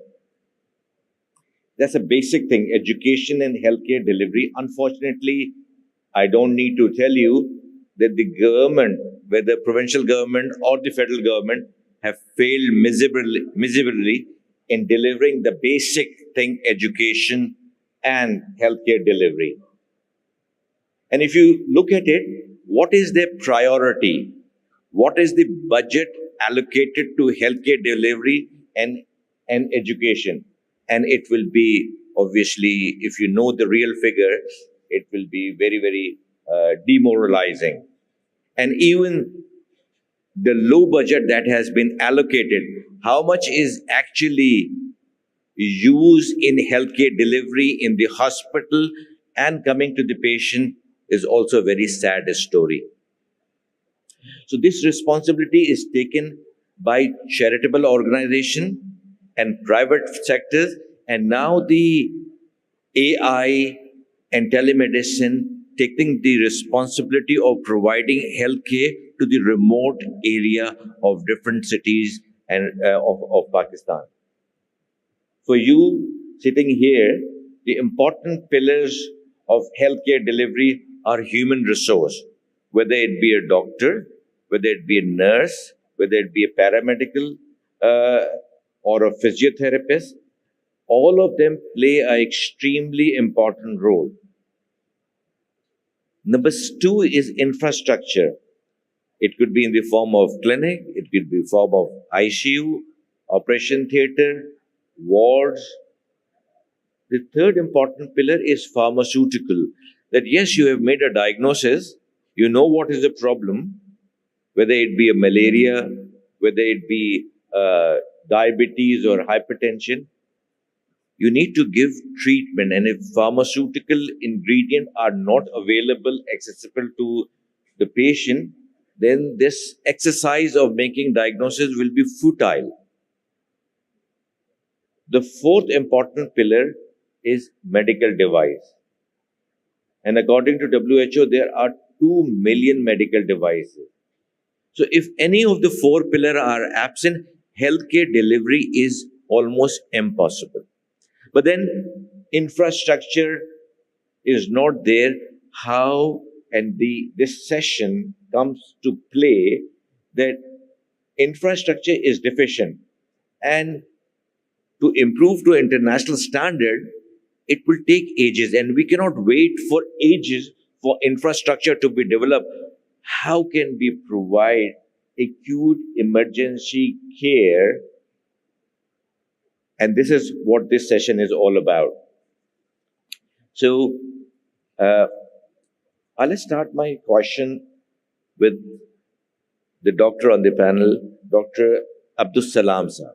Dr. Abdul Salam, you've graduated from Dow Medical College. You've had the privilege of doing internal medicine from USA and then a board for emergency medicine. And he decided to come back to Pakistan. And the skill that he has learned there, he's implemented it by joining Shifa International Hospital, developing the Accident and Emergency Department, getting it recognized by the College of Physician and Surgeon, and then promoting this concept across Pakistan, whether it be in Trauma Center or Aga Khan University Hospital, Liaquat National Hospital. We were just talking to you that chest pain, when a patient have a chest pain, it is very important that he comes to a center and a diagnosis is made, whether it is a heart attack or it's gastritis, because the prognosis of both of them are entirely different. Another aspect, Dr. Abdul Salam, is stroke, जो फालिज कहते हैं. And early diagnosis is very important. And there are many reasons for strokes, and the treatment is entirely different. Dr. Abdul Salam, tell us about the management and diagnosis and what role you have played in this. Okay, Assalamu alaikum everyone. And I'm very glad to be here and talking about telemedicine, which is one of the areas that is developing in Pakistan. And when in the COVID era, we realized the real importance of telemedicine. And I will give you a couple of messages that are very, very important. As Dr. Shahid Noor is one of my senior from Dow and a very revered physician. So plenty of people are inspired by his work. But let me tell you more about telemedicine in just a few minutes. I'll give you a couple of scenarios. One of them is explained by him. A chest pain patient comes to the emergency department. It could be any time of the day, maybe 2 o'clock at night. And one of the junior doctors is working over there, and probably he has never seen a chest pain patient like that before. This is the usual story of Pakistan, and that was the reason that we have asked the CPSP to have emergency medicine as a discipline for training. So this physician at 2 o'clock in the morning, what kind of resources he can gather at that point in time? So the telemedicine helps at that point in time. He can call his senior who may be like sleeping at his home comfortably, and all he has to do is open up his device, look at the ECG and tell him what is next to be done. And if this patient needs to go to the cath lab, at least those 15, 20, 30 minutes that this physician will take coming from home to the hospital will be saved. This patient will be prepared for the cath lab, and the doctor will arrive on time. This is one of the aspects of telemedicine. So the distance should not be the deciding factor of the fate for that particular patient. The same thing goes for the stroke patients. If the patient is having a paralysis or a stroke, and if he happens to come to the hospital where maybe it's in the middle of the night, or maybe the neurologist has just gone home. Now, how are they going to make the decision about the TPA or things like that that can save this patient's life? That will again, telemedicine will come. So these two instances that I just gave to you would show that the telemedicine has a greater role. And I'm talking about the cities. I'm talking about the cities. And that's the second message. Telemedicine will make the healthcare cost effective. Although it may seem contrary that you're spending too much money on equipments and on other things, but I'm saying it will make the things cost effective. And the reason for that is that the decisions that would be made by the telemedicine physician somewhere in the distance will save the patient's life. And so it's not going to cost a lot of money through disability or other things, or maybe the patient's dying because of the decision not made in time. So that time saved will be the financial gain for the patient, for the institution, for the country. So this is why I think telemedicine would be a real money saver, patient's life saver, and a lot of other things. I would stop over here. I have a lot of other things to do, but to answer your question, that's the thing that we have to work with. Thank you, thank you. There are audience. You know what are early symptom of stroke? Anybody who knows can give me one symptom. Raise your hand. आप खड़ी हो जाएं please और जोर से बोलें. Where?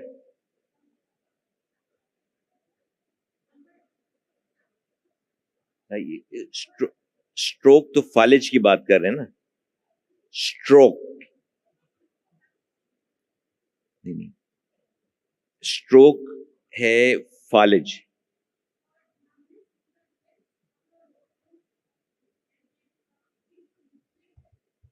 ठीक है.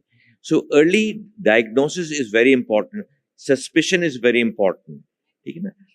Let's move to another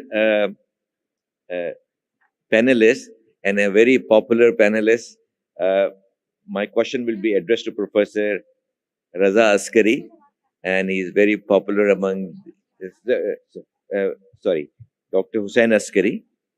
Dr. Hussain, please let us know how can AI ethically integrate into clinical decision making without undermining the clinical autonomy of patient and trust. So how can AI be used ethically, integrating into clinical practice, decision making, without undermining clinical autonomy or patient trust? Patient trust, right. Thank you very much. This is a very interesting question, and this is a burning issue across the globe. As you know, that AI has taken over the world with a big bang, and it's the buzzword for any industry. However, with this kind of surgence of any technology, especially AI, which is $1 trillion industry, there is a lot of questions, a lot of skeptical people who are asking some difficult question, and this is one of those difficult questions, that when we are implementing AI, will the ethical practices be maintained, the trust of the patient and the doctor relationship, how will that be ensured?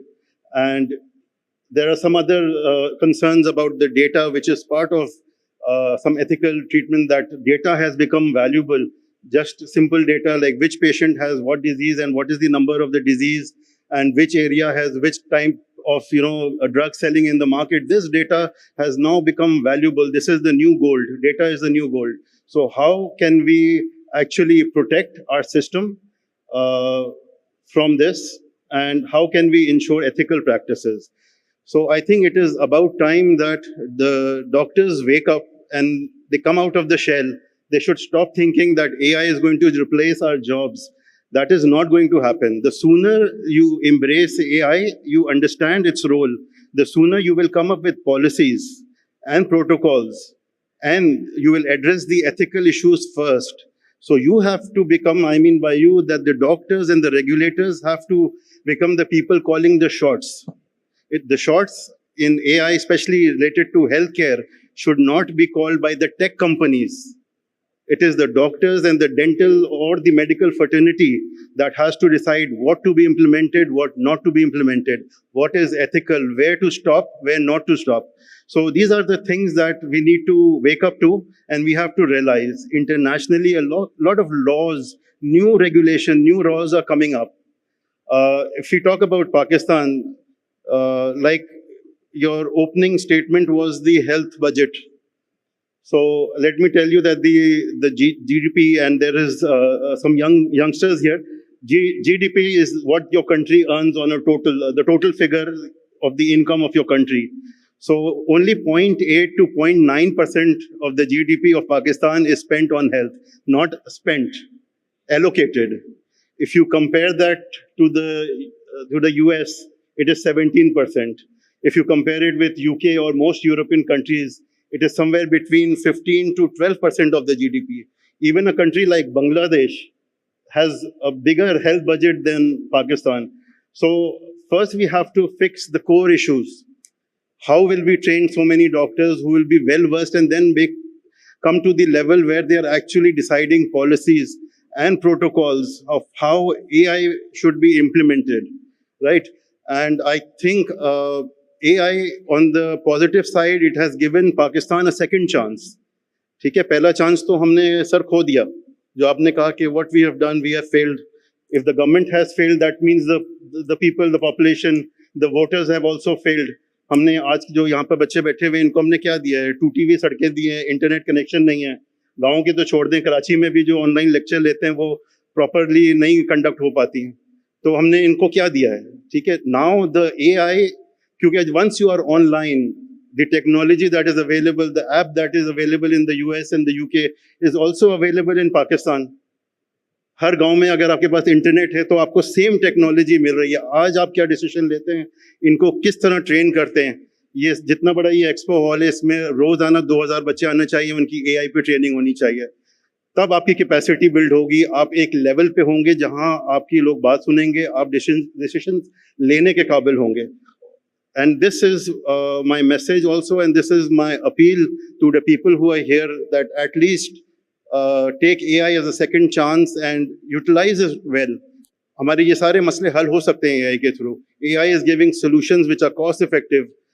So this is my message, and sir, ethical issues can be addressed, but we have to become, first of all, educated, and we have to take the actions, and these problems can be addressed in time. Thank you, Dr. Hussain Askari. So AI is going to stay, and maybe robotic are going to take over as well. But without human support and guidance, healthcare delivery is not possible. So I will move on forward, and I'll now communicate with Bilal. Bilal Amjad, you have been instrumental. You are a CEO of Instacare, and you have transformed 3,500 clinic into smart clinic. So tell us that these are established clinic. How can your service and be telemedicine platform be adapted for severe rural and underserved communities without compromising clinical standard and patient safety? Yeah, so thank you so much, and Assalamu alaikum everyone. I'm Bilal Amjad, founder and CEO of Instacare. So before answering your question, I would like to elaborate what Instacare does. So हम लोगों ने health care information systems का एक पूरा ecosystem develop किया हुआ है, जो कि फार्मेसीज में भी चलते हैं हमारे सॉल्यूशंस, लैब्स में भी, उसके अलावा हॉस्पिटल्स, डॉक्टर्स, और जो हेल्थ केयर इकोसिस्टम के प्लेयर्स बनते हैं, हमारा विजन है कि हम इंफॉर्मेशन मैनेजमेंट में उनको सपोर्ट प्रोवाइड कर सकें. And sir I would say कि पाकिस्तान बहुत इंटरेस्टिंग कंट्री है. सो हमेशा हर टफ टाइम में इस कंट्री ने रेजिलियंस शो की है, चाहे वो क्रिकेट मैचेस हों, चाहे वो इकोनॉमी हो, चाहे वो हमारे किसी भी किस्म के क्राइसिस हों, ये प्राइवेट सेक्टर उसको कभी नीचे नहीं आने देता. And same goes for today now कि अगर हमें पब्लिक सेक्टर्स में, मैं I totally understand and feel your pain कि जो हमारे बजट्स कट डाउन हो रहे हैं हेल्थ केयर सेक्टर के, वो इन्वेस्ट करने के अब काबिल नहीं हैं कि वो टेक्नोलॉजी में इन्वेस्ट कर सकें, टेक्नोलॉजी इंफ्रास्ट्रक्चर्स में इन्वेस्ट करें. ऐसे में भी प्राइवेट सेक्टर ने ऐसे ज़बरदस्त कमाल अफोर्डेबल सोल्यूशंस निकाल दी हैं कि देख के प्राउड फील करते हैं हम लोग. एंड हमेशा मेरी दुआ है कि मैं हमेशा अपनी टॉक्स में कहता हूँ कि खुदा करे मेरी अर्ज़ पाक पे वो उतरे वो फसले गुल जिसे अंदेशा ज़वाल ना हो, यहाँ जो फूल खिले वो खिला रहे सदियों, यहाँ खज़ां को गुजरने की मजाल ना हो. एंड इंशाल्लाह this young generation will definitely do wonders in the coming time. Doctor Hassan साहब बिल्कुल ठीक कह रहे थे कि AI के पास बहुत से सोल्यूशन हैं. सर जिस तरह टेलीमेडिसिन की बात कर रहे थे, और यही वो चीज़ है जो मुझे और भी ज़्यादा इस कैटेगरी में काम करने में इंस्पायर करती है कि मैं I am a technical CEO, graduated as a software engineer like 15 years ago, और I jumped into a health care industry जो कि डॉक्टर्स की इंडस्ट्री कंसीडर की जाती थी. वहाँ पर एक इंजीनियर एंटर हो रहा है. ऐसी एक आर्टिफिशियल इंटेलिजेंस की इंडस्ट्री है जहाँ पर ये टेक के लोग समझते हैं हमारी इंडस्ट्री है, बट इसमें डॉक्टर्स एंटर हो रहे हैं. सो सी द ब्लेंड कि अब जिन्होंने टेक्नोलॉजी इंप्लीमेंट करनी है, technology is in the right hand. उसके अलावा जिन्होंने एग्जीक्यूट करनी है, अब वो ब्रिज भी बन चुका है क्योंकि engineers want to understand this industry and develop the solutions. So जो मेरी जर्नी थी, जो सर आपके पास स्टैट्स आ रहे हैं 3,500 क्लिनिक्स को डिजिटलाइज करने में. As of now we have digitalize more than 5,000 health care setups across Pakistan and beyond. Telemedicine का रोल बहुत इंपॉर्टेंट रहा है. आई स्टिल रिमेंबर 2017 के अंदर आई वॉज द वन जो टेलीमेडिसिन को पिच करता था, और मेडिकल प्रोफेशनल्स मुझे समझाने की कोशिश करते थे कि this is not possible because हम लोगों को फिजिकल एग्जामिनेशंस की ज़रूरत होती है, और वो टेलीमेडिसिन के थ्रू पॉसिबल नहीं था. कोविड ने हमें बहुत सारे ऐसे लेसन्स दिए जिसने इम्पॉसिबल को भी पॉसिबल कर दिया. सो अब टेलीमेडिसिन एक टॉक ऑफ द टाउन नहीं है सिर्फ, बट उसको इम्प्लीमेंटेशन के केस में भी हम देख सकते हैं. शिफा इंटरनेशनल ने आई थिंक ई-शिफा लॉन्च किया था. It was a part of that telemedicine initiative. हमने कोविड के दौरान फार्मा कंपनीज, हॉस्पिटल्स, लैब्स के लिए टेलीमेडिसिन एनेबल की थी, जिन्होंने जो हेल्थ केयर डिलीवरी थी उसको कंटिन्यूटी प्रोवाइड की.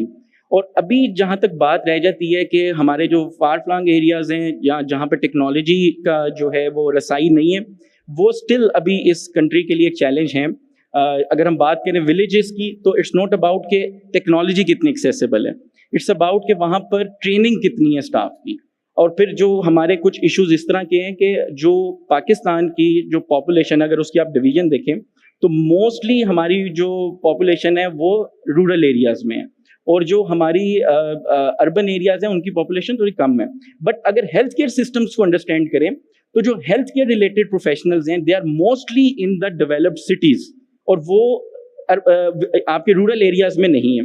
सो दिस मेक्स एक थोड़ा सा मुझे लगता है कि इसमें डिवीजन में, डिस्ट्रीब्यूशन में थोड़ी मुश्किल इस वजह से भी आती है कि उन एरियाज में टेक्नोलॉजी को इम्प्लीमेंट करने वाले लोग अभी कम हैं।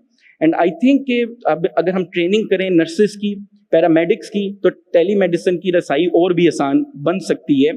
आर्टिफिशियल इंटेलिजेंस हो या आपकी telemedicine, health care accessibility related technologies हो, तब तक अपना पूरा पोटेंशियल नहीं शो कर सकती जब तक उसकी एक्सेप्टेंस जो है वो अक्रॉस द कंट्री नहीं होगी। एंड आई थिंक इसमें एक बहुत इंपॉर्टेंट की स्टेप्स आ जाते हैं जो कि मुझे लगता है गवर्नमेंट कुछ ना कुछ करना चाह रही है, जिसमें फेडरल आईटी मिनिस्टर ने कुछ अर्सा पहले वन नेशन वन आईडी का एक कॉन्सेप्ट लेकर आए। आई रियली अप्रिशिएट दैट कि इस्लामाबाद की हद तक दे वांट के हर CNIC का मेडिकल रिकॉर्ड बन जाए। Good step, this should be implemented across Pakistan, जो कि अभी थोड़ा दूर लग रहा है। सिमिलरली अभी कुछ दिन पहले लाइक वेरी रिसेंटली जो डिजिटल डिवाइसेस रजिस्ट्रेशन पोर्टल बनाया गया। Now the thing that we all need to understand is कि ये पोर्टल्स या ये वन नेशन वन आईडी आपके इकोसिस्टम में किस तरह इंटीग्रेट होते हैं। इंटीग्रेशन के बाद ये जो हर डॉक्टर के हाथ में एक कंप्यूटर, एक इलेक्ट्रॉनिक मेडिकल रिकॉर्ड किस तरह पहुंचाया जाता है और वो पेशेंट के लिए कितना एक्सेसिबल होते हैं। सो आई थिंक कि हम लोगों को ओवरऑल हेल्थ केयर इकोसिस्टम को एक्सेसिबल बनाने की जरूरत है through telemedicine, through leveraging AI।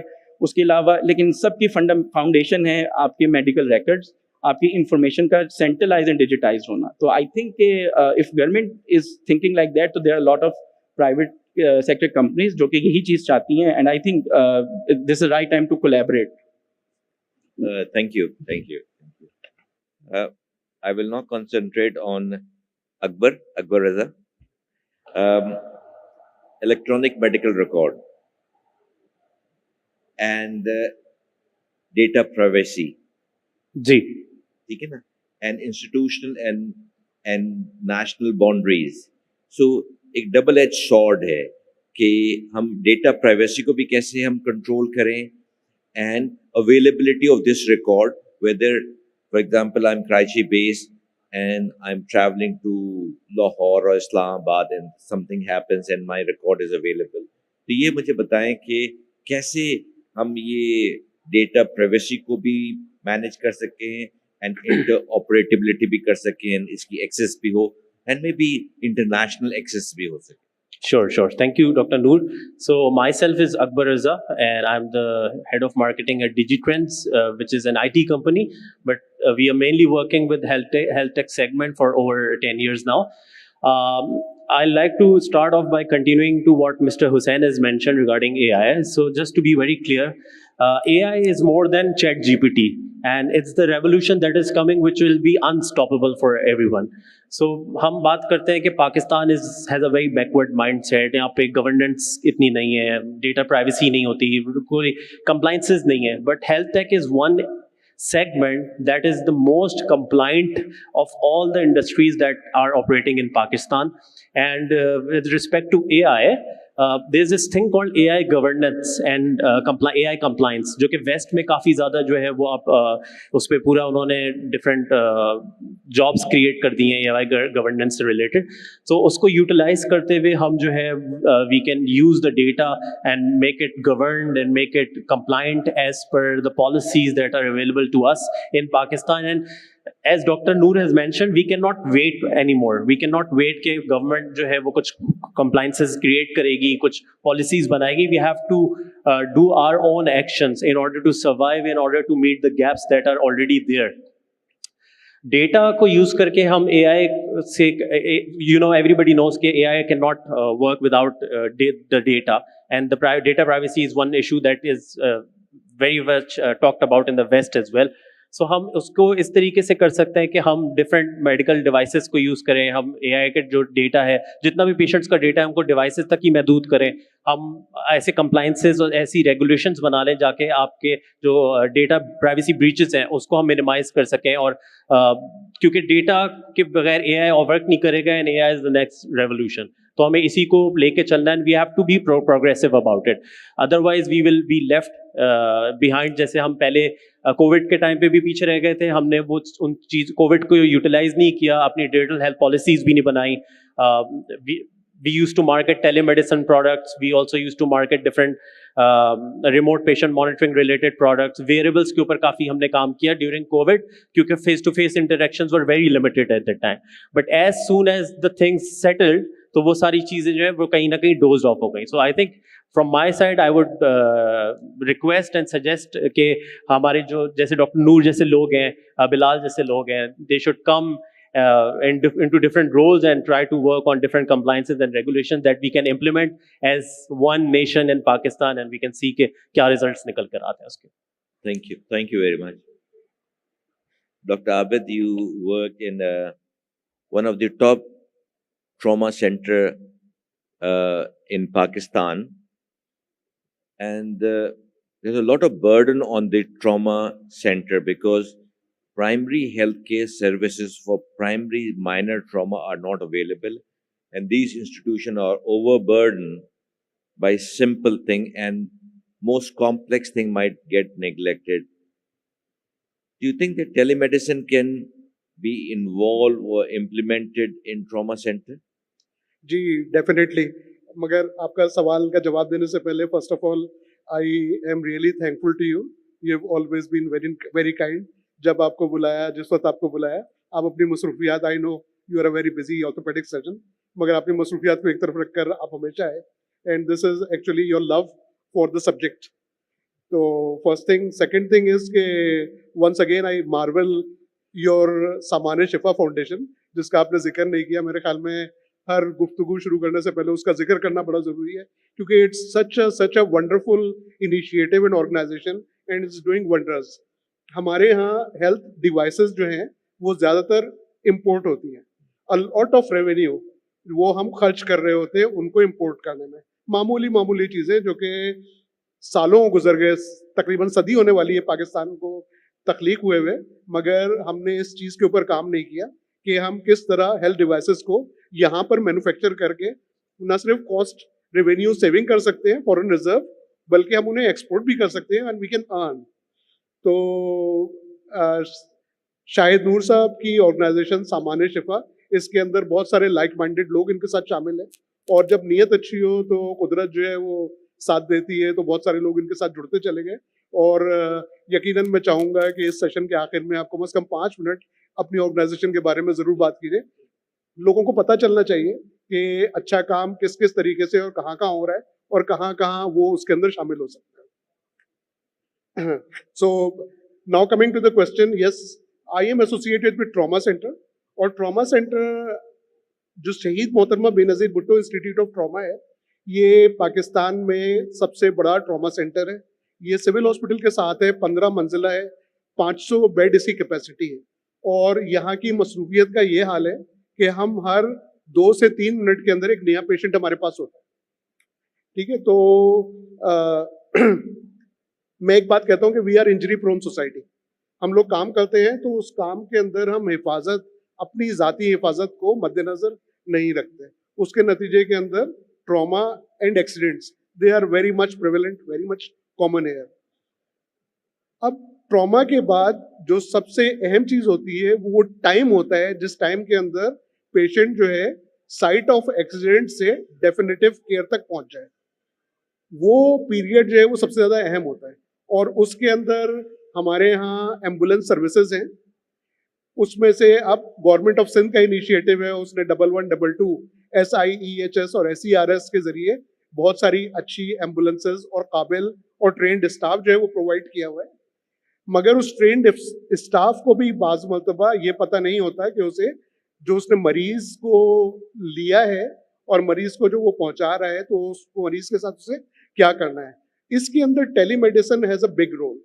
I think every ambulance service should be connected with trauma center through telemedicine, so that the patient just that they have taken up, who was unlucky enough to be part of an accident and trauma, तो उसके बारे में जो doctors मौजूद हैं वो through telemedicine, जो ambulance के अंदर ऑपरेटर्स हैं, एम्बुलेंस के अंदर जो पैरामेडिकल स्टाफ है, उसे गाइड कर दें कि उसे क्या क्या फौरी तौर पर करना है।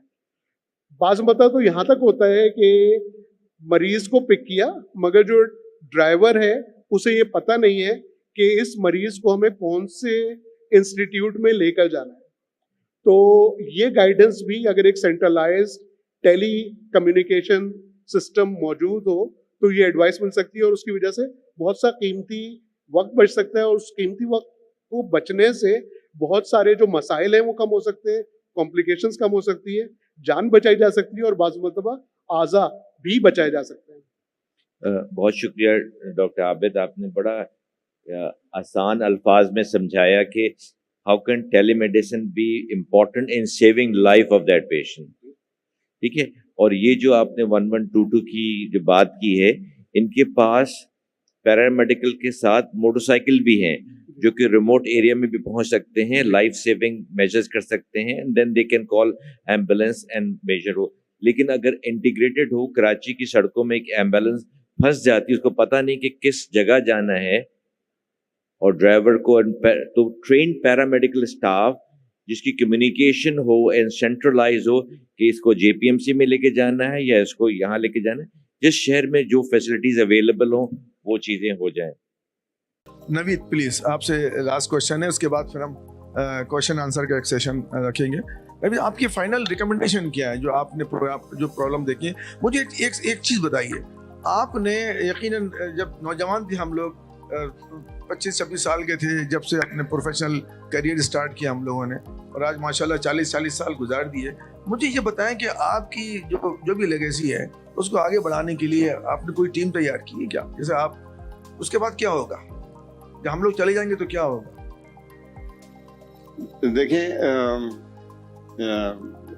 ये सवाल ऐसा है कि अगर हकीकतन जो है मेरे ख्याल में हम आखिरी शायद वो जनरेशन है कि जो इतनी मेहनत और जान फरोशी से अपने जो एरिया है हमारा इलेक्ट्रॉनिक्स का, जो पावर प्रोटेक्शन डिवाइसेस का, उस पर हम काम कर रहे हैं। इसके बाद मुझे मैं नहीं कह सकता कि इसके बाद इस परचम को कोई आगे लेके चल सकेगा, नहीं चल सकेगा। दुश्वारियाँ इतनी सारी हैं, और जो तवील सफ़र है उसके अंदर हमने ये देखा है कि हम तनहा एक किस्म की जिहाद कर रहे होते हैं और लगे होते हैं, समझा रहे होते हैं, बता रहे होते हैं, लेकिन किसी किस्म का वो माहौल नहीं बन रहा जिसमें कि हम ये समझें कि नहीं, हमें वाकई बहुत ज़्यादा कामयाबी। कुछ चीज़ें हमारे एंड पर भी मसाइल होंगे यकीनन। मिसलन मैं समझता हूँ कि शुरू के जो साल थे उन दिनों हमने जिस तेज़ी से प्रोडक्ट डेवलपमेंट और मुख्तलिफ़ किस्म के मॉडल्स बनाने की कोशिश की, शायद हमें उससे ज़्यादा फोकस करना चाहिए था एक पर्टिकुलर रेंज के अंदर, और हम उसी के अंदर जिद्दत पैदा करते हैं बजाय इसके कि उसकी जो प्रोडक्ट जो ब्रेड्थ है ना वो बढ़ाने के बजाय प्रोडक्ट डेप्थ जो है उस पर हम काम करते हैं। वो एक लेसन टू लर्न था कि बजाय इसके कि हम मुख्तलिफ प्रोडक्ट्स बनाएं और आपके पास इतने R&D रिसोर्सेज ना हों कि आप उसमें फ्लो बैक कर सकें, कि हर को उस लेवल पे लेकर आएँ कि या तो वो इम्पोर्ट सब्स्टिट्यूशन करे या एक्सपोर्ट करे। इम्पोर्ट सब्स्टिट्यूशन के हवाले से तो खैर मेरे ख्याल में हम काफ़ी हद तक कामयाब रहे कि हमने जो प्रोडक्ट इम्पोर्ट होती थी उनको सब्स्टिट्यूट कर दिया, लेकिन शायद हम उस लेवल पे उनको नहीं ले जा सके बिकॉज जो हमारी प्रोडक्ट ब्रेड थी वो इतनी थी कि हर को हम उस मेयार पर ले जाते कि हम एक्सपोर्ट कर लेते। तो ये तो हमारे अपने एंड की चीज़ें थी, लेकिन मैंने साथ ये कहा कि जो हमारी हुकूमत वक्त होती है या जो उसके मिनिस्ट्रीज और इदारे होते हैं उनको ये इल्म ही नहीं होता कि हमारे मुल्क में क्या बनता है। पहली बात तो उनके इल्म में ही नहीं है, उनके इदराक में ही नहीं है। मिसाल के तौर पे अगर मैंने सोलर चार्ज कंट्रोलर बनाया और इम्पोर्ट हो रहा है कि सोलर चार्ज कंट्रोलर, पता चला उसके ऊपर ड्यूटीज और टैक्सेस नहीं है, लेकिन मैं जब बेचने जाता हूँ लोकली प्रोड्यूस और उनसे मैं पता करूँ तो मुझ पर ये लाजिम होता है कि मैं सेल्स टैक्स भी चार्ज करूँ, जबकि इंपोर्ट पे नहीं है। अगर पूछा जाए FBR से, और जो हमने पूछा कि भाई ये आप हमसे क्यों तवक्को रखते हैं कि हम सेल्स टैक्स चार्ज करें, इस पे तो इम्पोर्टेड प्रोडक्ट पे तो कोई सेल्स टैक्स तो ड्यूटी नहीं है। हमें उनका जवाब ये आता है कि जी हमें इल्म ही नहीं कि हमारे मुल्क में ये बन रहा है। और बताने वाला कौन है? Engineering development board. Engineering development board की जिम्मेदारी कि उनको पता होना चाहिए कि मुल्क में इंजीनियरिंग गुड्स बनती क्या है, उनके इल्म में ही नहीं है। फिर उसके बाद जब वो आगे FBR को जाके बताएंगे कि भाई ये बनती है, इस पे आप टैक्सेस और ड्यूटीज मत लगाइए या इस पे इतने % लगाइए, ये एक किस्म का डिस्कनेक्ट है। जो हुकूमती इदारे हैं ना और एंटिटीज, उनमें भी डिस्कनेक्ट है। उनको एक तो इंटरेस्ट नहीं है, उनको कोई दिलचस्पी नहीं है क्या बनता है हमारे मुल्क में। बता भी दिया जाए तो वो फिर आगे जो रेलिवेंट इदारे हैं उनको नहीं बताते, तो जो पॉलिसी जो बनती है जिस किस्म की भी, वो सही तरह से इम्प्लीमेंट नहीं हो पाती। तो वो दिलचस्पी नहीं है। दिलचस्पी जो है ना, जब तक नहीं होगी हम अपने लेवल पर करते रहेंगे काम, लेकिन जो इस सारे मुमलिकत को चलाने वाले इदारे हैं उनको इल्म ही नहीं होगा हो क्या रहा है, और उस हवाले से वो कुछ करेंगे नहीं, तो हम कब तक ये जंग लड़ते रहेंगे। हाँ, कभी कामयाबी होगी, कभी नाकामी होगी, तो ये सिलसिला ऐसे ही रहेगा। तो नवीद, इसका मतलब ये हुआ दो बातें, दो ऑप्शन है आज की जो गुफ्तगू है। अभी मैं खालिद साहब से भी बात करूंगा, मुझे सिर्फ ये बताएंगे दो ऑप्शन है। या तो हम ये जो बातें कर रहे हैं, ये नशिस्तम, गुफ्तम, बर्खास्तम, इसके बाद कोई उसका एंड रिजल्ट कोई भी नहीं होगा किसी किस्म का। या एटलीस्ट देखें, मैं आपको एग्जाम्पल दूँ कि मैंने देखा कुछ एक इलाके में गया तो वहाँ की सड़कें टूटी थी चारों तरफ की, लेकिन कुछ अंदर की गलियां बड़ी साफ सुथरी, वेल मेंटेन्ड, और पता नहीं क्या कर लिया था। तो एटलीस्ट हम इतना तो कर सकते हैं कि जितने भी यहाँ कंसल्टेंट बैठे हुए हैं वो कम से कम कुछ कमिट करें। हम अब सेल्फ कमिटमेंट करें। इस वक्त 4-5 कंसल्टेंट में नजर आ रहे हैं यहाँ बैठे हुए हैं। तो हम लोगों को चाहिए कि अगर कोई प्रोडक्ट, पाकिस्तानी प्रोडक्ट लेके आता है तो हम उनको हेल्प करें। अगर उसमें कुछ कमी है तो ऐसी चीज़ें सजेस्ट करें।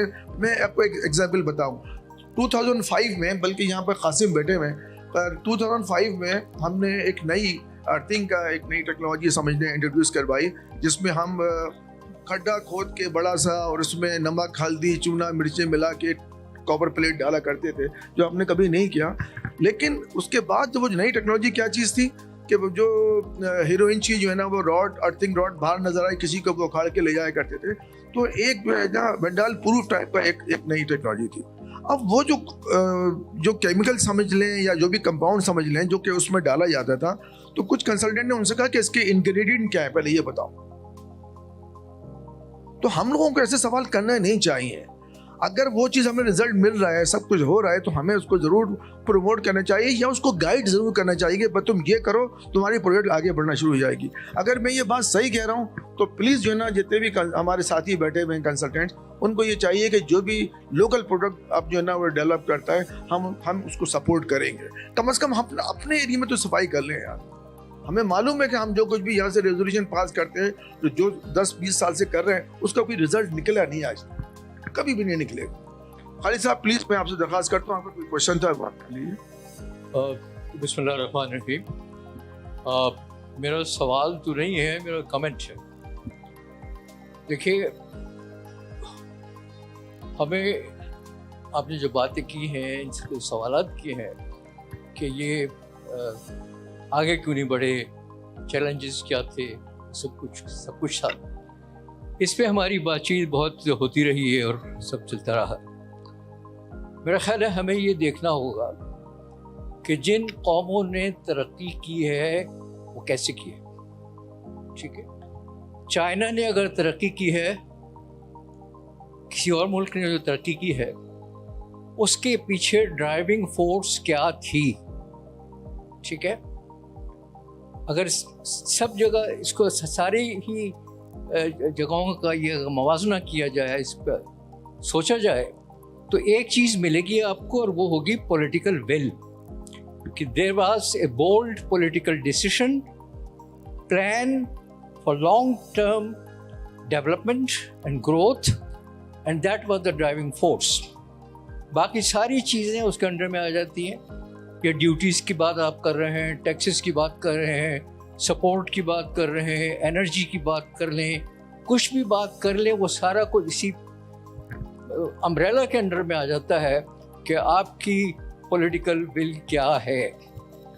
मैं आपको इस वक्त कम से कम 5 मिसालें दे सकता हूँ जिनसे ये साबित होगा कि पाकिस्तान सन 60 में जिस लेवल के ऊपर था इंडस्ट्रियलाइजेशन के लिहाज से और इंडिजिनस डेवलपमेंट के लिहाज से, वो मेरा ख्याल है सन 70 तक पहुँचते पहुँचते ख़त्म हो चुका था। बहुत सारी मिसालें, कम से कम 5 मिसालें मैं आपके सामने दे सकता हूँ, बड़ी मिसालें। और अगर वो उसी नहज पे पाकिस्तान चलता रहता तो हम यकीनन बहुत आगे होते आज। उसके पीछे क्या था, हम यहाँ थे अर्ली 60s में कह लीजिए, या लेट 50s में, अर्ली 60s ज़्यादा बेहतर है। उसके पीछे एक पॉलिटिकल विल थी। फिर अनफॉर्चुनेटली हमारे पास जो लीडरशिप आ गई, मैं बड़े खुल के कह सकता हूँ, जनरल ज़ियाउल हक और उसके बाद नवाज शरीफ। इन्होंने कहा कि हमें लोकल डेवलपमेंट की ज़रूरत नहीं है, हमें इंपोर्ट करना है। पाकिस्तान में, लाहौर में माइक्रो इलेक्ट्रॉनिक्स के कंपोनेंट्स बनते थे। उन्होंने कहा ये क्या मसला है, क्या ज़रूरत है इसकी, बाहर से इंपोर्ट करो। बाहर से इंपोर्टेशन शुरू हो गई, ठीक है। और इसी तरीके की मैं बहुत सारी मिसालें आपको, कम से कम 5 मिसालें और मैं दे सकता। तो it was the political will which was behind our growth, and it is the political will which has been responsible for our this decline. And हमारी जो कोशिश होनी चाहिए इस प्लेटफॉर्म से, IEEE के प्लेटफॉर्म से, वो वही होनी चाहिए कि हम अपने पार्लियामेंटेरियंस को जगाएं। अगर कोशिश हो सकती है सिर्फ इसलिए कि हमें पता है कि हमारे पार्लियामेंटेरियंस क्या हैं, उनको कौन ड्राइव कर रहा है और क्या हैसियत है उनकी, ये सब कुछ मालूम है। लेकिन जिसको कहते हैं कि अपने हिस्से की कोई शमा जलाते जाना, तो ये एक कोशिश हो सकती है और इसी तरफ हमारी कोशिश होनी चाहिए। कोशिश।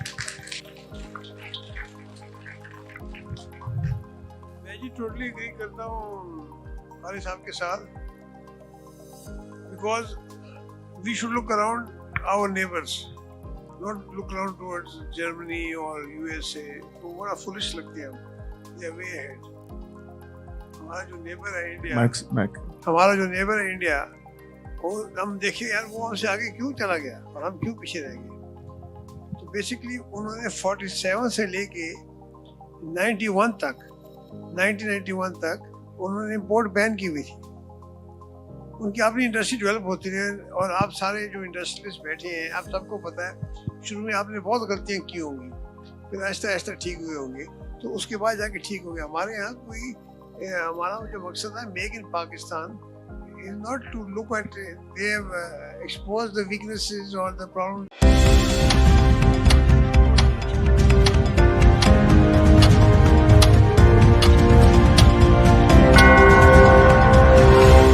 It's 5 p.m.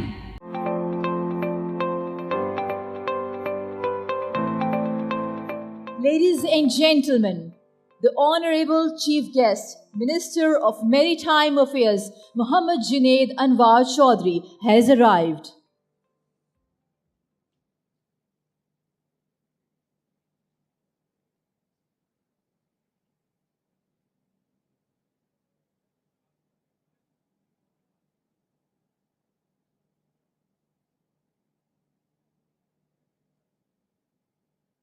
Ladies and gentlemen, can I please request all of you to please rise for the national anthem of Islamic Republic of Pakistan.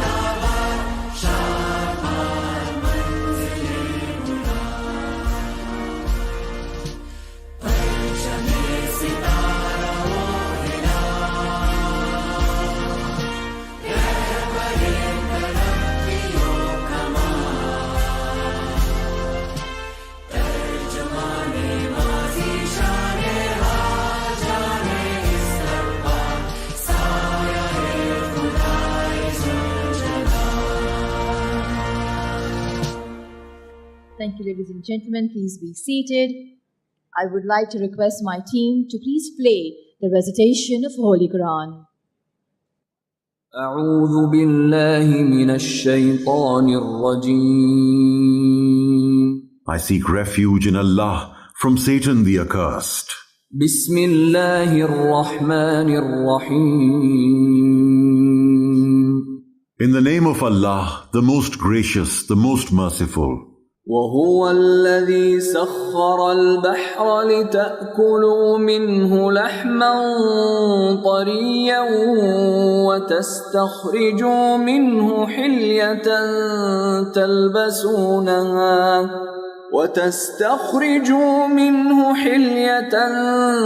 تلبسونها وترى الفلك مواخر فيه ولتبتغوا من فضله ولعلكم تشكرون. And it is He who subjected the sea, for you to eat from it tender meat, and to extract from it ornaments which you wear. And you see the ships billowing through it, and He subjected it, that you may seek His bounty, and perhaps you will be grateful. صدق الله العظيم. اللهم صل على محمد وعلى آل محمد كما صليت على إبراهيم وعلى آل إبراهيم إنك حميد مجيد. اللهم بارك على محمد وعلى آل محمد كما باركت على إبراهيم وعلى آل إبراهيم إنك حميد مجيد. Subhanallah. Honorable Chief Guest, Minister of Maritime Affairs Mohammad Junaid Anwar Chaudhry, Vice Admiral Raja Rab Nawaz, Hilal-e-Imtiaz Military, Sitare Bisalat, Chief of Staff, Vice Admiral Muhammad Faisal Abbasi, Hilal-e-Imtiaz Military Commander Karachi, Mr. Zuhair Nasir, the CEO of Badar Expo, respected delegates, exhibitors, excellencies, distinguished guests, ladies and gentlemen, Assalamu alaikum and a very good morning to all of you. I, Sara Baloch, on behalf of the PIMEC 2025, would like to welcome you all to the closing ceremony of second edition of Pakistan International Maritime Expo and Conference 2025. What a wonderfully organized event it has been. Truly indeed a matter of great pleasure to see the PIMEC gaining prominence among the global maritime exhibitions. It is indeed heartening to have witnessed overwhelming participation from all the maritime sectors during PIMEC 2025. We're extremely thankful to our local and foreign guests, exhibitors, worthy speakers, and delegates for their heartfelt participation and making this event a great success. PIMEC 2025 has been an ideal platform for maritime sectors to access the best knowledge, products, and technology available to cater for respective requirements. Ladies and gentlemen, I would like to invite Vice Admiral Muhammad Faisal Abbasi, Hilal-e-Imtiaz Military Commander Karachi, for summing up of the PIMEC 2025 exhibition.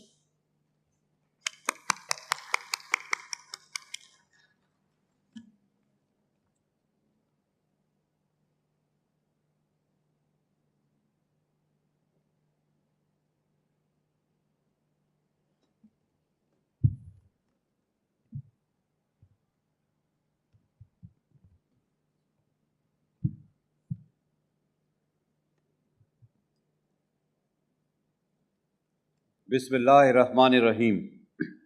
Mr. Muhammad Junaid Anwar Chaudhry, Honorable Federal Minister for Maritime Affairs, Vice Admiral Raja Rab Nawaz, Hilal-e-Imtiaz Military, Satare Basalat, Chief of Staff, Excellencies from Diplomatic Corps, international delegates, senior military officers from friendly countries, industry partners, representatives of the media, ladies and gentlemen, Assalamu alaikum wa rahmatullahi wa barakatuh, and a very good morning. It is my honor and great pleasure to welcome you all at the closing ceremony of Pakistan International Maritime Exhibition and Conference 2025 and present a brief conclusion on outcomes of the second edition of PIMEC. This flagship initiative of Pakistan Navy, held under the patronage of Ministry of Maritime Affairs, was envisioned to accelerate the growth of Pakistan maritime sector and to unlock the immense potential of our blue economy for national prosperity. Over the past 4 days, PIMEC 2025 has brought together policymakers, industry leaders, researchers and maritime professionals from across the globe, united by shared commitment of cooperation, innovation and sustainable development. Before proceeding, I record my profound gratitude to the Ministry of Maritime Affairs, other federal departments, Government of Sindh, Pakistan Navy, military and civil law enforcement agencies, National Institute of Maritime Affairs, Badar Expo Solutions for their tireless efforts and seamless support for making this exhibition a great success. We take immense pride in leading this national effort, an event that reflects the resilience and forward-looking spirit of Pakistan's maritime community. More than an exhibition, PIMEC 2025 has provided a platform for economic progress, testament to how our vision, technological advancements, and collaboration opportunities can define a sustainable maritime future for all of us. Distinguished guests, PIMEC 2025 has served as a milestone in Pakistan's maritime journey. The exhibition featured 4 key clusters: shipbuilding, repair and marine engineering, port infrastructure, logistics and green port solutions, offshore and marine energy exploration, fisheries, aquaculture, marine biotechnology and digitalization, maritime defense security technologies, and human resource development in maritime domain. These clusters transform an engagement from display into genuine business collaboration, generating opportunities for joint ventures, contracts, and MOUs.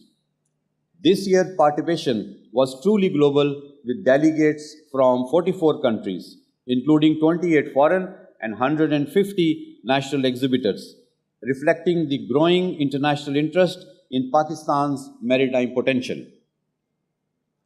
We witnessed strategic partnerships, including conclusion of 83 MOUs worth 76 billion Pak rupees, which includes 268 million US dollars and 6.6 billion Pak rupees, and 363 B2B, B2G and G2D engagements in fisheries, shipbuilding, logistics and port services. Academic and research institutions demonstrated strong research industry linkages in marine biotechnology, desalination and renewable energy. Capacity building remained a key focus. Training institutions and maritime education programs showcased during PIMEC complement the policy dialogue, ensuring that our youth and professionals are equipped to lead Pakistan's maritime transformation. We are deeply grateful to our international partners for their active participation, technological contributions, and commitment to sustainable maritime development, raising PIMEC to a new international standard of excellence. Ladies and gentlemen, alongside the exhibition, International Maritime Conference, jointly organized by Pakistan Navy and NEMA, convened experts and policymakers under the theme Harnessing Blue Economy Potential for Sustainable Development. The inaugural session set a strong policy direction, emphasizing the need to mainstream the blue economy into Pakistan's national development agenda. Speakers during subsequent sessions underscored the importance of technological modernization, eco-friendly practices, and public-private partnerships to enhance competitiveness and sustainability. Discussions reaffirm that security at sea remains the foundation of maritime prosperity, calling for greater regional cooperation, digital integration, and climate resilience. The conference concluded with actionable recommendations reaffirming Pakistan's commitment to a sustainable, secure, and inclusive maritime future. Distinguished delegates, the success of PIMEC 2025 lies in its outcomes. To sustain this momentum, Pakistan Navy, in collaboration with Ministry of Maritime Affairs, will compile an outcome dossier detailing all MOUs, commercial leads, and proposed projects. This will be shared with government and industry partners to translate these outcomes into tangible progress.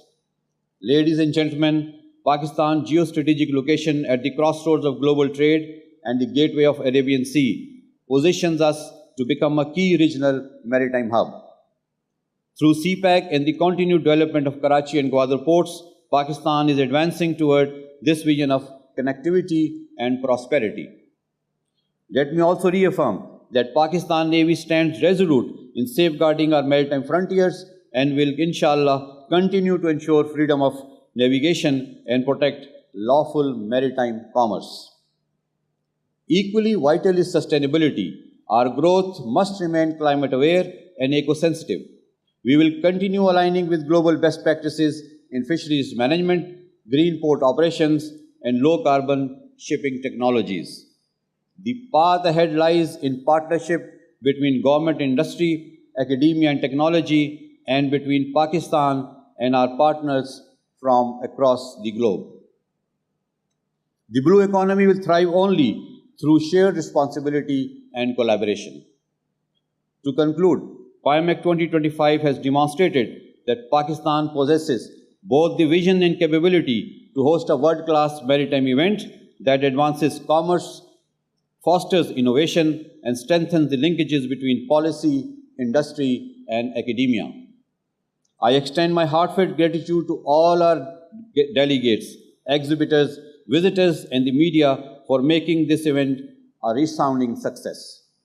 I wish all our international guests safe travels back home and keenly look forward welcoming you all again, inshallah, in 2027. As we close this chapter, let us reaffirm our commitment to a secure, sustainable, and prosperous maritime future. Pakistan Navy remains steadfast in safeguarding our seas and supporting national development. I also look forward to seeing the legacy of PIMEC manifest in projects, policy incentives, and growth with shared prosperity and responsibility. I thank you all. Pakistan Navy Zindabad, Pakistan Paindabad.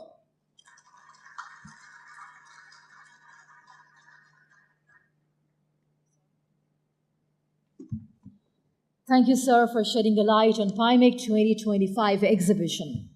Moving on, I would now like to invite our chief guest, Honorable Minister of Maritime Affairs, Muhammad Junaid Anwar Chaudhry, for his address.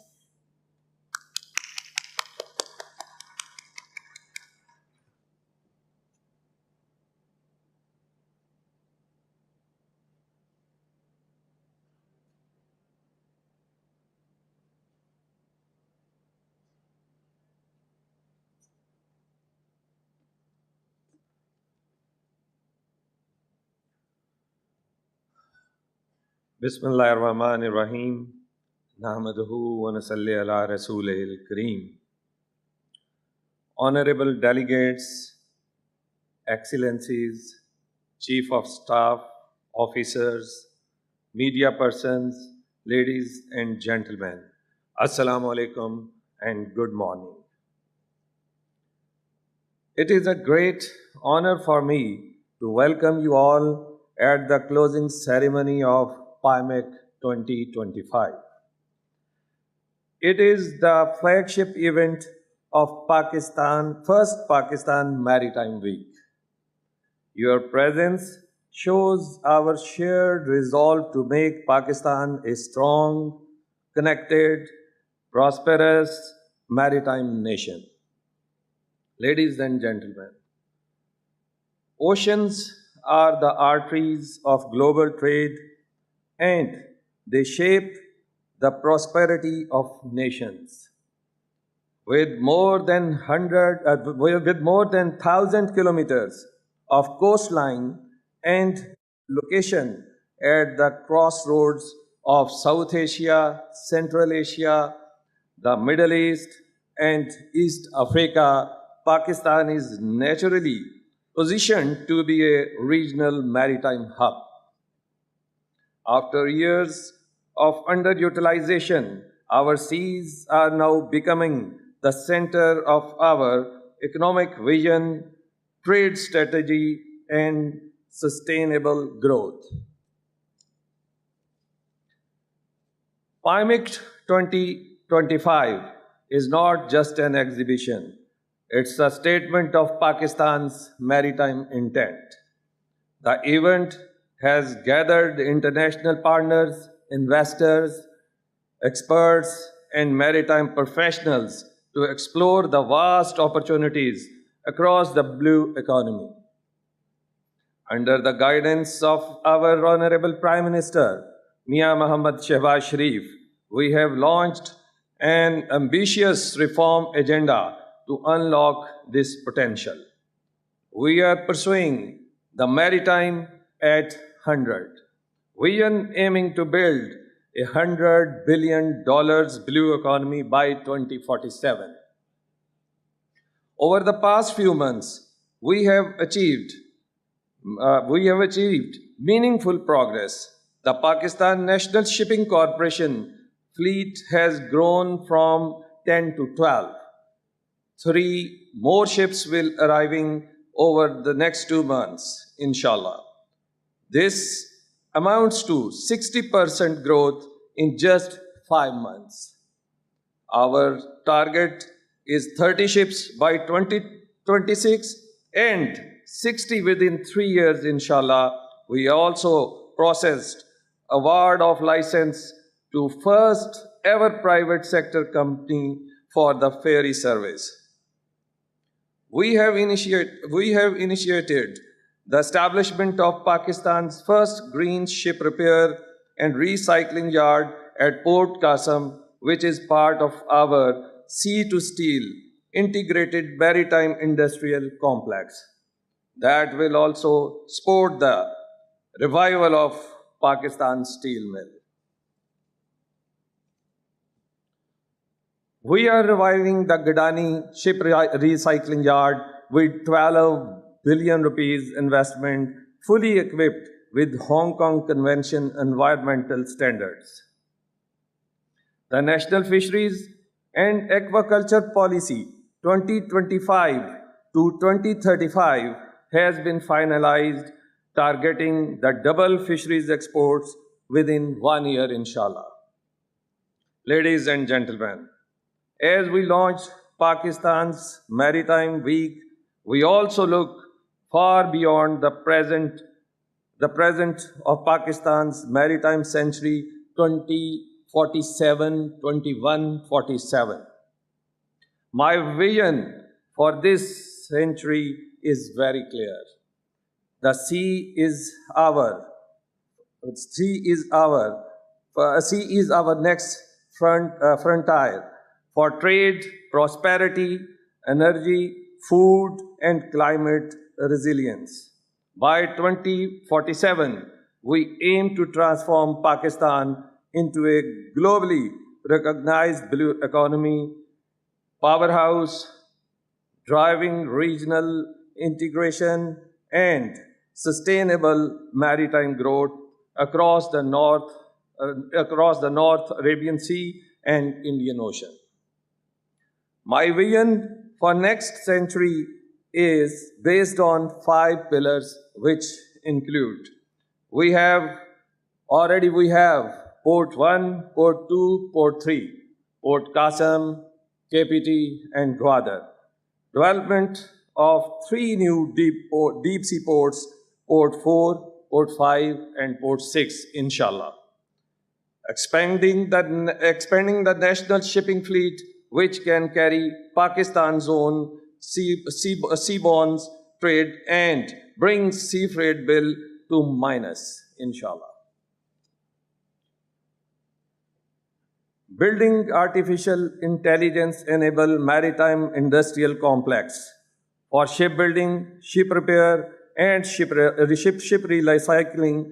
I envision made in Pakistan ship in future, inshallah, achieving 100% digital and green ports with multimodal connectivity through road, rail, and air. Leading regional maritime cooperation, promote peace, sustainability, and shared prosperity across our sea. I state with conviction that Pakistan's second century belongs to the blue economy, inshallah. Together, let's make Pakistan not only a maritime nation, but a maritime leader be. Thank you very much. अब मैं थोड़ी सी बात अपनी ज़बान में भी करना चाहूँगा, जो पाकिस्तानी लोग यहाँ पे बैठे हैं। मैंने जब से इस मिनिस्ट्री का चार्ज लिया और इस मिनिस्ट्री को देखा, तो यकीन जानिए बहुत कुछ है इसमें। ये हम 100 अरब रुपए का टारगेट जो लेके चल रहे हैं, ये कोई टारगेट नहीं, लेकिन हमारा अज़म मजबूत होना चाहिए और इस पाकिस्तान को मजबूत करने के लिए नीयत होनी चाहिए। तो हम ये 100 अरब नहीं, हम कई 100 अरब यहाँ से निकाल सकते हैं और अपने मुल्क की मईशत को हम और मजबूत कर सकते हैं। हमें मेड इन पाकिस्तान का सोचना चाहिए। इट्स वेरी अनफॉर्चुनेट कि हम इस पाकिस्तान को थोड़ा सा पीछे कर लेते हैं जब हमारे मफादात, हमारी अर्निंग्स, इसमें कोई थोड़ी बहुत कमी आती है। हमें मेड इन पाकिस्तान का सोचना चाहिए। मैं अपनी मिनिस्ट्री का आज इस प्लेटफॉर्म पे खड़े होके या आपके साथ वादा करता हूं कि आप आइए, हम जो फॉरेनर्स को भी वेलकम कहेंगे, ये आएँ, यहाँ पे इन्वेस्टमेंट्स करें, बिल्कुल उनका भी हक है, लेकिन आपका भी उतना हक है। आप आइए और मैरीटाइम सेक्टर में जो आज मैं यकीन के साथ कहता हूँ, पूरी दुनिया ये बात कहती है कि हमारी ब्लू इकॉनमी जो है ये हमारा फ्यूचर है। तो मैं आपको ये आज दावत देता हूँ कि आप आइए, मेरे अदारे, मेरी पोर्ट्स, मेरी पोर्ट कासम, मेरी केपीटी, हमारा ग्वादर, हमारे फिशरीज डिपार्टमेंट आपके लिए दिन रात सर्विस देने के लिए तैयार हैं। और आपको कोई मसला हो तो आप इन अदारों में जाइए, आप मिनिस्ट्री से रब्ता कीजिए। हम हर तरह की आपको फैसिलिटी देने के लिए तैयार हैं, क्योंकि मैं चाहता हूँ और ये मेरा अज़्म भी है, जिस तरह अभी फैसल अब्बासी साहब ने भी कहा कि हम लैंड ऑफ अपॉर्चुनिटीज़ हैं। हमारी नीला पानी, हमारे साहल आज आपकी राह देख रहे हैं। ये आज इंशाल्लाह मेरा एक और अज़्म भी है कि हम इंशाल्लाह ताला अपने पाकिस्तानी दोस्तों के साथ, जो आज मेरे साथ उन्होंने मिलना भी है, कि हम इंशाल्लाह अपना एक पाकिस्तान टर्मिनल बाय पाकिस्तानीज़ भी बनाएंगे, जो स्टेट ऑफ द आर्ट होगा इंशाल्लाह ताला। तो मेरी आपसे सिर्फ ये गुजारिश है कि आप आइए, इसमें हिस्सा लीजिए। फॉरेनर्स तो हमारी मईशत में हिस्सा डालने के लिए तैयार हैं, लेकिन हम भी एक जज्बे के तहत आएँ और इन हवाओं को बदलें और पाकिस्तान को एक मजबूत और मुस्तहकम मुल्क बनाएं। पाकिस्तान जिंदाबाद।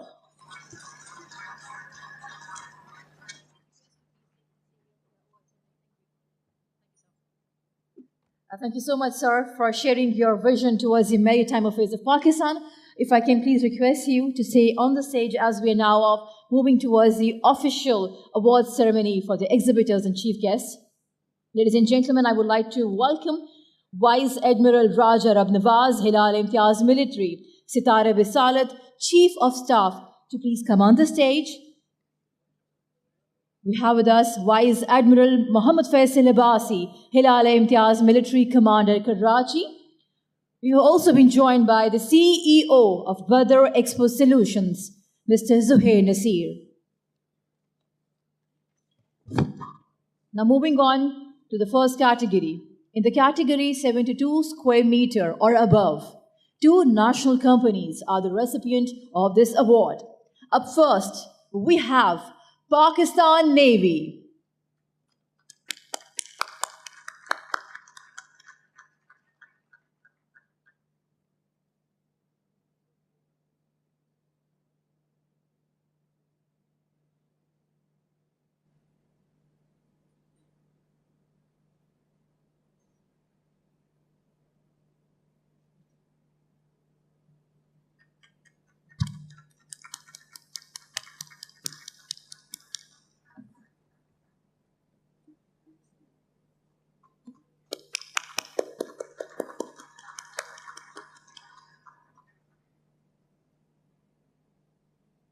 Up next, we have livestock and fisheries.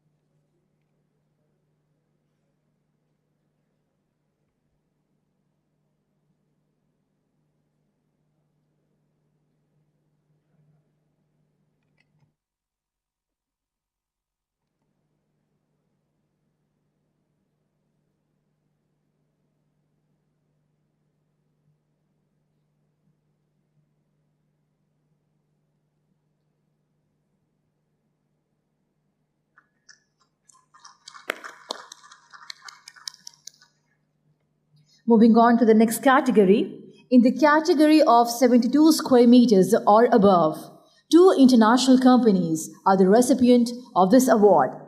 Up first, we have Ministry of Defense, Iran.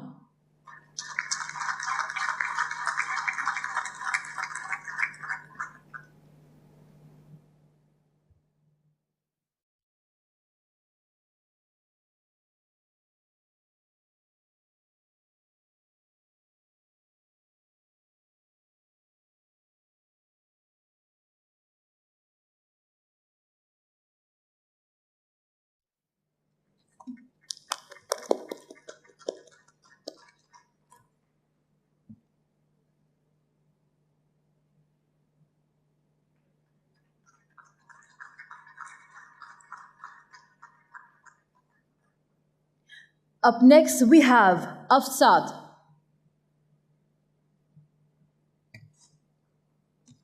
We have Asfat with us.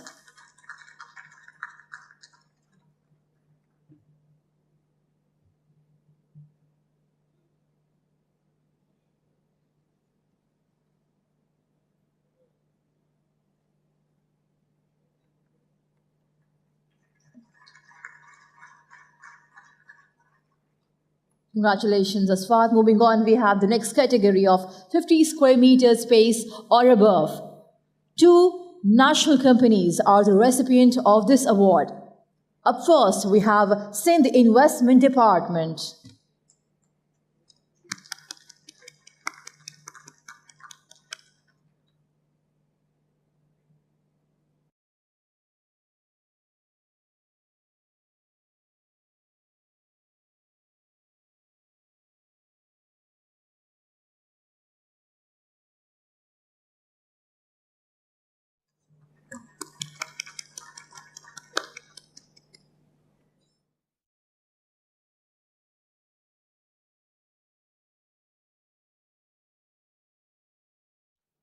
Up next, we have Pakistan National Shipping Corporation.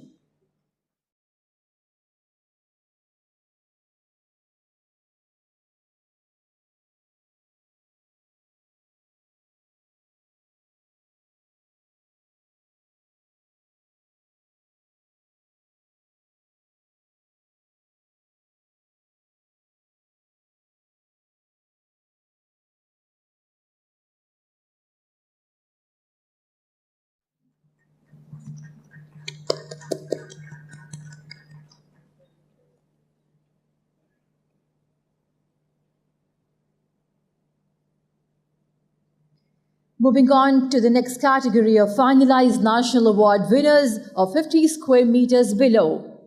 2 national companies are the recipient of this award. We have with us Aerospace Bakey Pakistan Private Limited.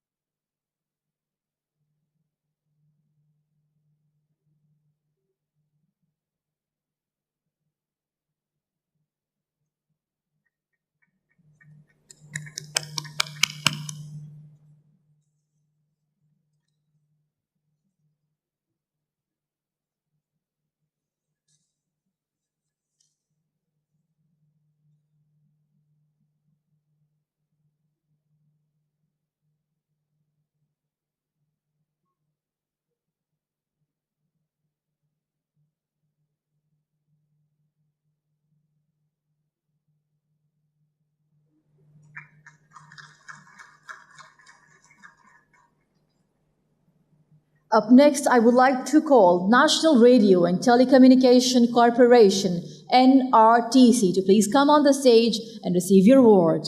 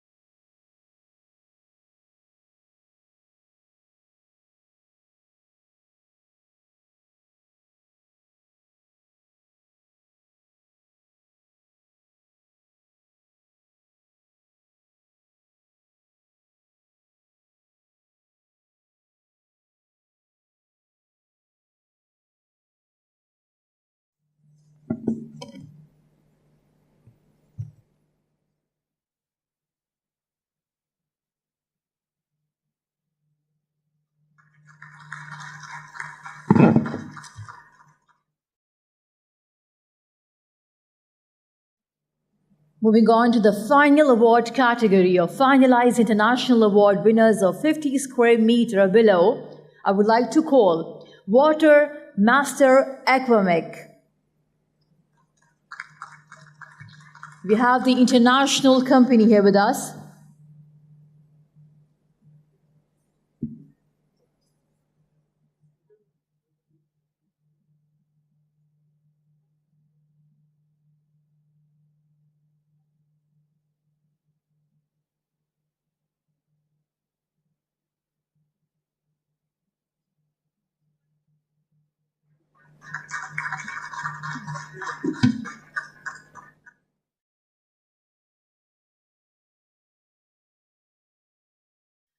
Congratulations to all the awardees of PIMEC 2025. Now, I would like to request Vice Admiral Raja Rab Nawaz Hilal Imtiaz Military Sitare Visalat, Chief of the Staff, to please present the memento to our Chief Guest, Minister of Maritime Affairs, Muhammad Junaid Anwar Chaudhry.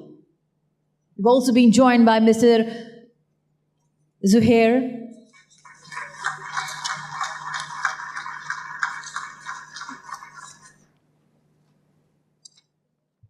Now, I would like to request all the guests to please move forward for the digital kiosk as we are about to unveil the date of the PIMEC 2027.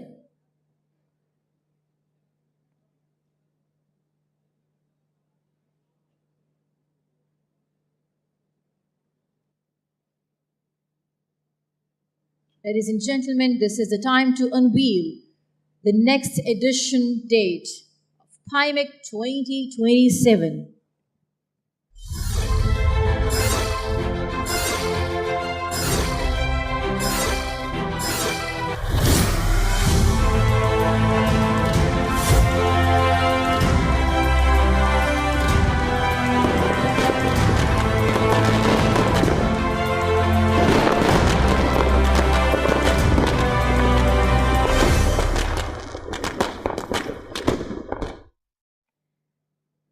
Thank you, ladies and gentlemen. Thank you to our chief guest. Well, this ceremony concludes, and we're hopeful for your participation in our next PIMEC edition 2027 as well, which is going to be bigger, inshallah. Pakistan, Zindabad.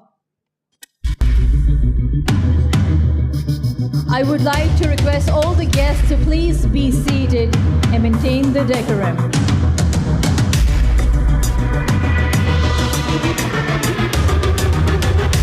Please be seated.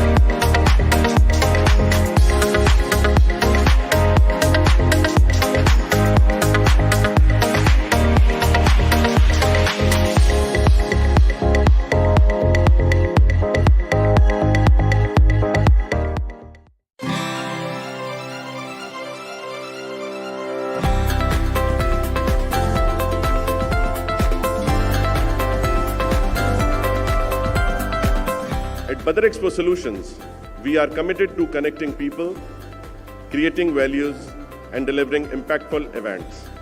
Our mission is to make emerging healthcare trends and innovations accessible globally, while fostering meaningful B2B matchmaking opportunities between local and international stakeholders. Healthcare Expo and Conference last year हमने शुरू की, इस साल इसका second edition है. Again इसे एक बहुत बड़ी मैं सक्सेस समझता हूँ कि पहले सेशन के बाद हम दूसरे एडिशन के ऊपर आए.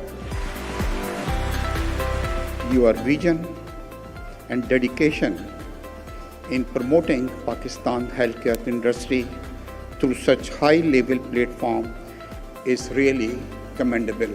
Let me start by congratulating Mr. Zuhair from Badar Expos and the spirit behind Abid Abbas Sheikh Saab for arranging such a beautiful conference. ये सिर्फ एक नुमाइश या एग्जीबिशन नहीं है, ये एक सोच है, ये एक सफ़र है जिसकी बुनियाद डाली जा रही है. और हेल्थ केयर एक ऐसा सब्जेक्ट है कि इसको समझने की और इस पर अमल करने की ज़रूरत है. तो मैं ज़ुहैर नसीर साहब आपको और आपकी टीम को बदर सोल्यूशन को खराज तहसीन पेश करता हूँ.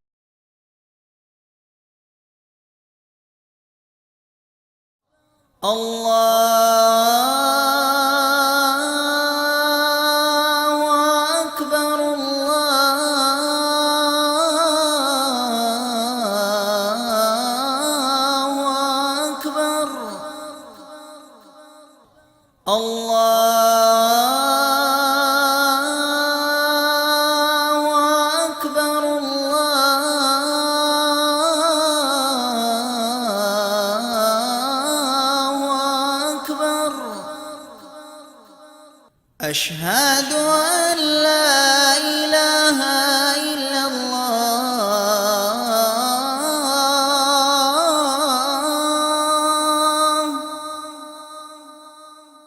أشهد أن لا إله إلا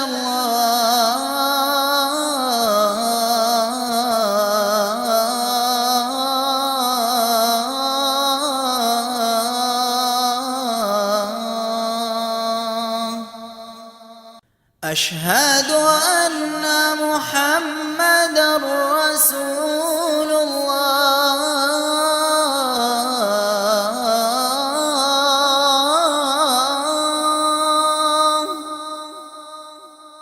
أشهد أن محمدًا رسول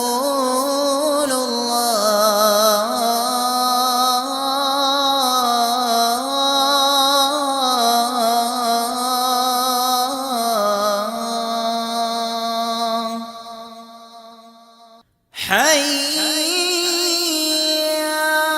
على الصلاة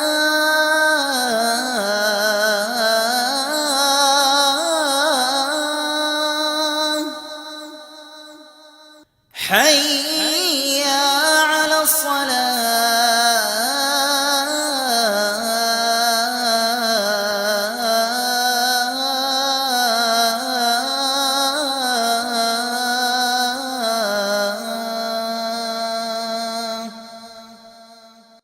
حي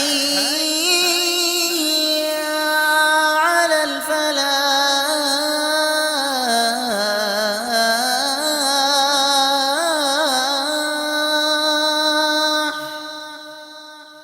حي على الفلاح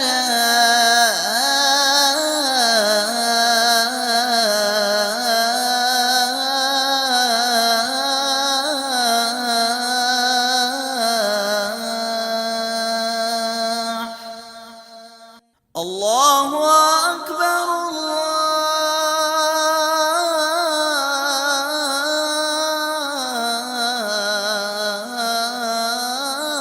الله أكبر لا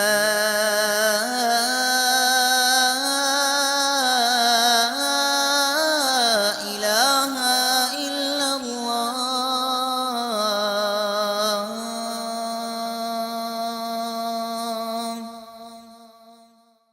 اللهم رب هذه الدعوة التامة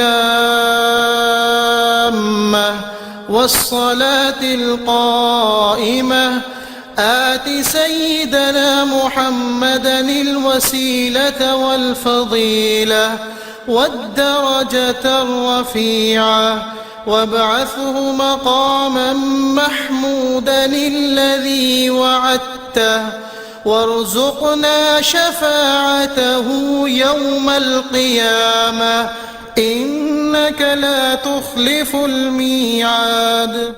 ऐ अल्लाह, इस दावत कामिल और ता क़यामत कायम होने वाली नमाज के रब, तू मोहम्मद सल्लल्लाहु अलैहि वसल्लम को जन्नत में नुमाया मकाम, फजीलत और बुलंद दर्जा अता फरमा और उन्हें उस मकाम महमूद पर फाइज फरमा जिसका तूने उनसे वादा फरमाया है, और क़यामत के दिन हमें उनकी शिफात नसीब फरमा। बेशक तू वादे के खिलाफ नहीं फरमाता।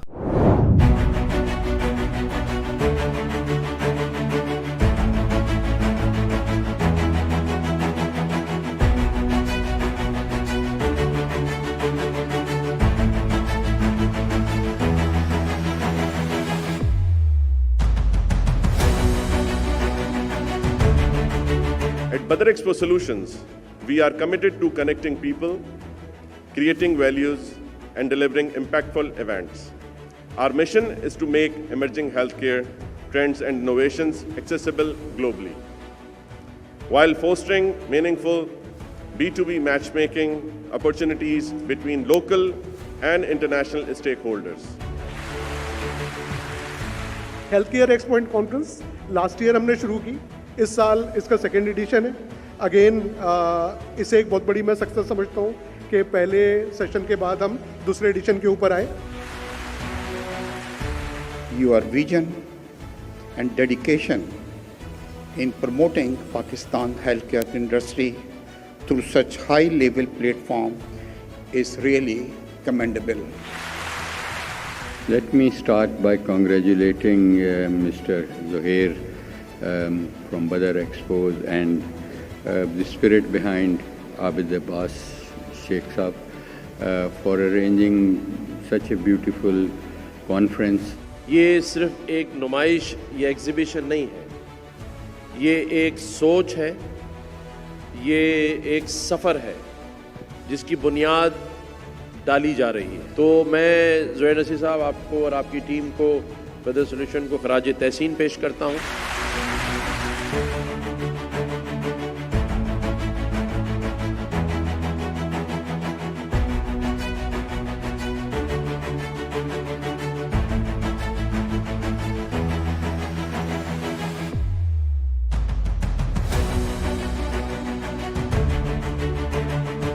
हमने पिछली मरतबा एक टॉपिक के ऊपर पैनल डिस्कशन किया था.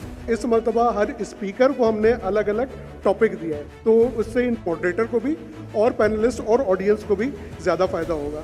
आई am thankful to all the collaborators, specially Badar expo solutions. उसका हर डिपार्टमेंट, आप जो ये पूरा सेटअप देख रहे हैं, ये सेटअप जो है ये मुमकिन नहीं था अगर बदर एक्सपो सॉल्यूशंस की मुझे पूरी सपोर्ट मौजूद नहीं होती.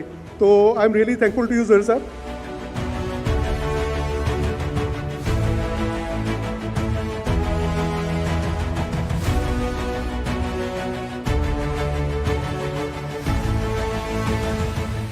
बहुत सारे पैनलिस्ट्स और एक्सपर्ट्स के साथ नेटवर्किंग का मौका मिला. एक बहुत ही wonderful interactive academic learning experience था जिसमें हमने हेल्थ केयर सॉल्यूशंस की बात की. और बदर एक्सपो हेल्थ केयर सॉल्यूशंस एक ऐसा प्लेटफॉर्म है जहां पे जो लीडिंग एक्सपर्ट्स हैं वो नेशनल लेवल की पॉलिसी की रिकमेंडेशंस दे सकते हैं.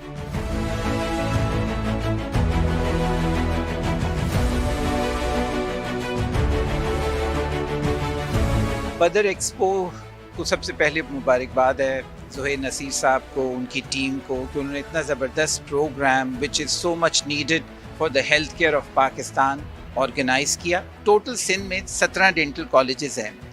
तो अमेजिंग बात यह है कि 17 की 17 डेंटल कॉलेजेस ने पार्टिसिपेट किया, उनके बच्चों ने पार्टिसिपेट किया, उनकी फैकल्टी ने पार्टिसिपेट किया. In addition lots of senior dentist came to for this event.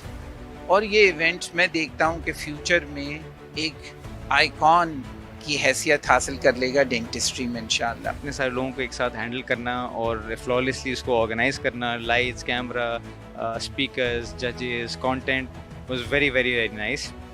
Apart from that I think ये इस किस्म के इवेंट्स होने चाहिए. It's not just good for the overall dental community and also for the medical community and the country at large. ये इस तरह के इवेंट स्टूडेंट्स के लिए एक बहुत लैंडमार्क समझें एक इवेंट की हैसियत रखते हैं. बिकॉज ऐसे मौक़ों के ऊपर स्टूडेंट को न सिर्फ ये कि अपनी नॉलेज बल्कि अपना टैलेंट जो कि उनकी तालीम के अलावा भी होता है उसको डिस्प्ले या शोकेस करने का मौका मिलता है. तो मैं एक दफ़ा फिर तमाम ऑर्गेनाइजर्स, तमाम स्पॉन्सर्स को बहुत मुबारकबाद देता हूँ कि एक बेहतरीन इवेंट ऑर्गेनाइज़ किया और इंशाल्लाह अगले साल पर इससे बेहतर इसी तरह के एक इवेंट में हम दोबारा मुलाकात करेंगे. Thank you. अस्सलाम वालेकुम.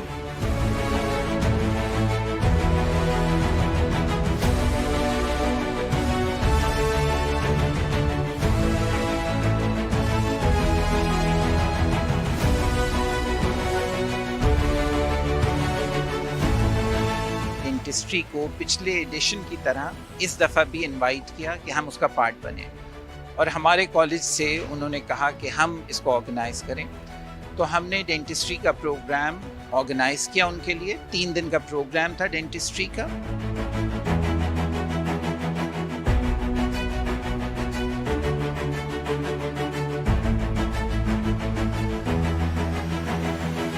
हेल्थ केयर एक्सपो का सेकेंड एडिशन जो कि एक्सपो सेंटर कराची में मुनक़िद हुआ और 3 डेज़ की ये कॉन्फ्रेंस थी। इसमें तीनों दिन हमारे साइंटिफिक सेशंस रहे, इंडस्ट्री एक्सपर्ट्स से आए, प्रोफेशनल एक्सपर्ट्स आए और एजुकेशनल सीरीज़ थी एक लेक्चर्स की जो कि तीनों दिन रही। Alhamdulillah, we had a great turnout and it was more than what we expected. So Alhamdulillah for everything and thank you everyone who attended our program. Inshallah for next time इसे बेहतर करेंगे और उम्मीद है कि आप सब हमें join करेंगे. Thank you so much. Thank you very much Badar Expo for having me or giving me a chance and my team to bring a change into this aesthetical industry. Expo जो हो रहा है जी वो बदर expo ने करवाया है और बहुत सारी उनको मुबारकबाद क्योंकि बड़ा अच्छा इवेंट है और बड़ा अच्छा फुटफॉल है, लोग आके यहाँ पर अपने हेल्थ सॉल्यूशंस ले रहे हैं।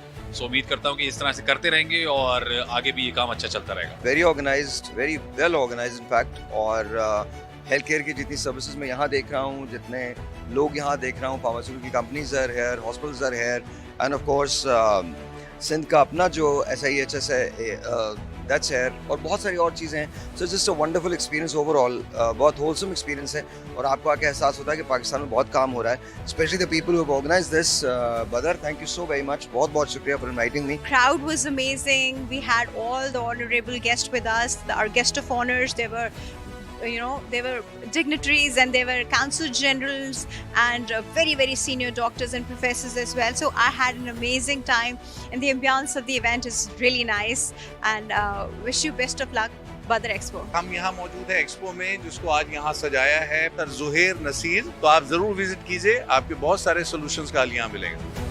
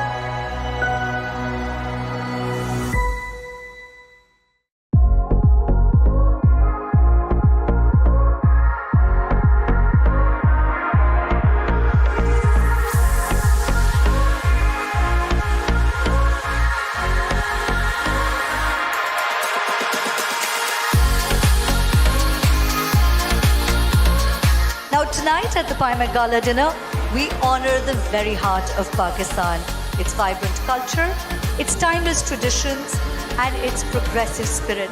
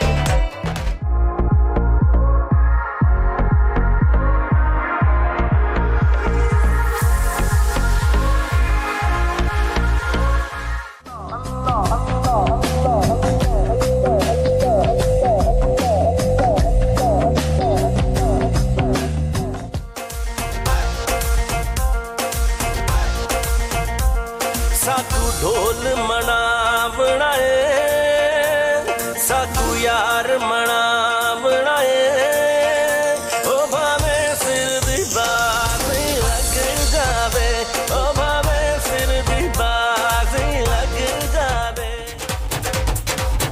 ओ लाल मेरी पत रखियो बाला झूले लालन, ओ लाल मेरी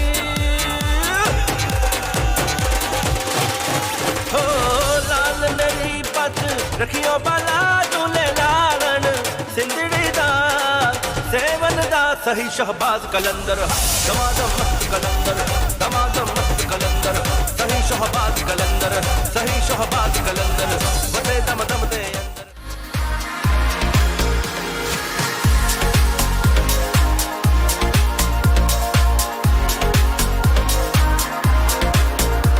On behalf of Badar Expo Solutions and Pakistan Navy, I thank all of you for being here tonight.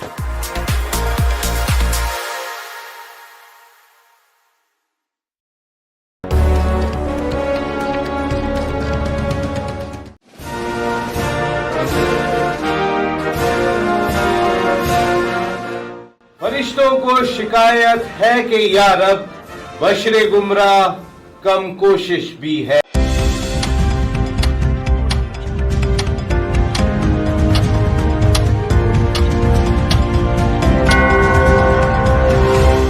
It's 6 p.m.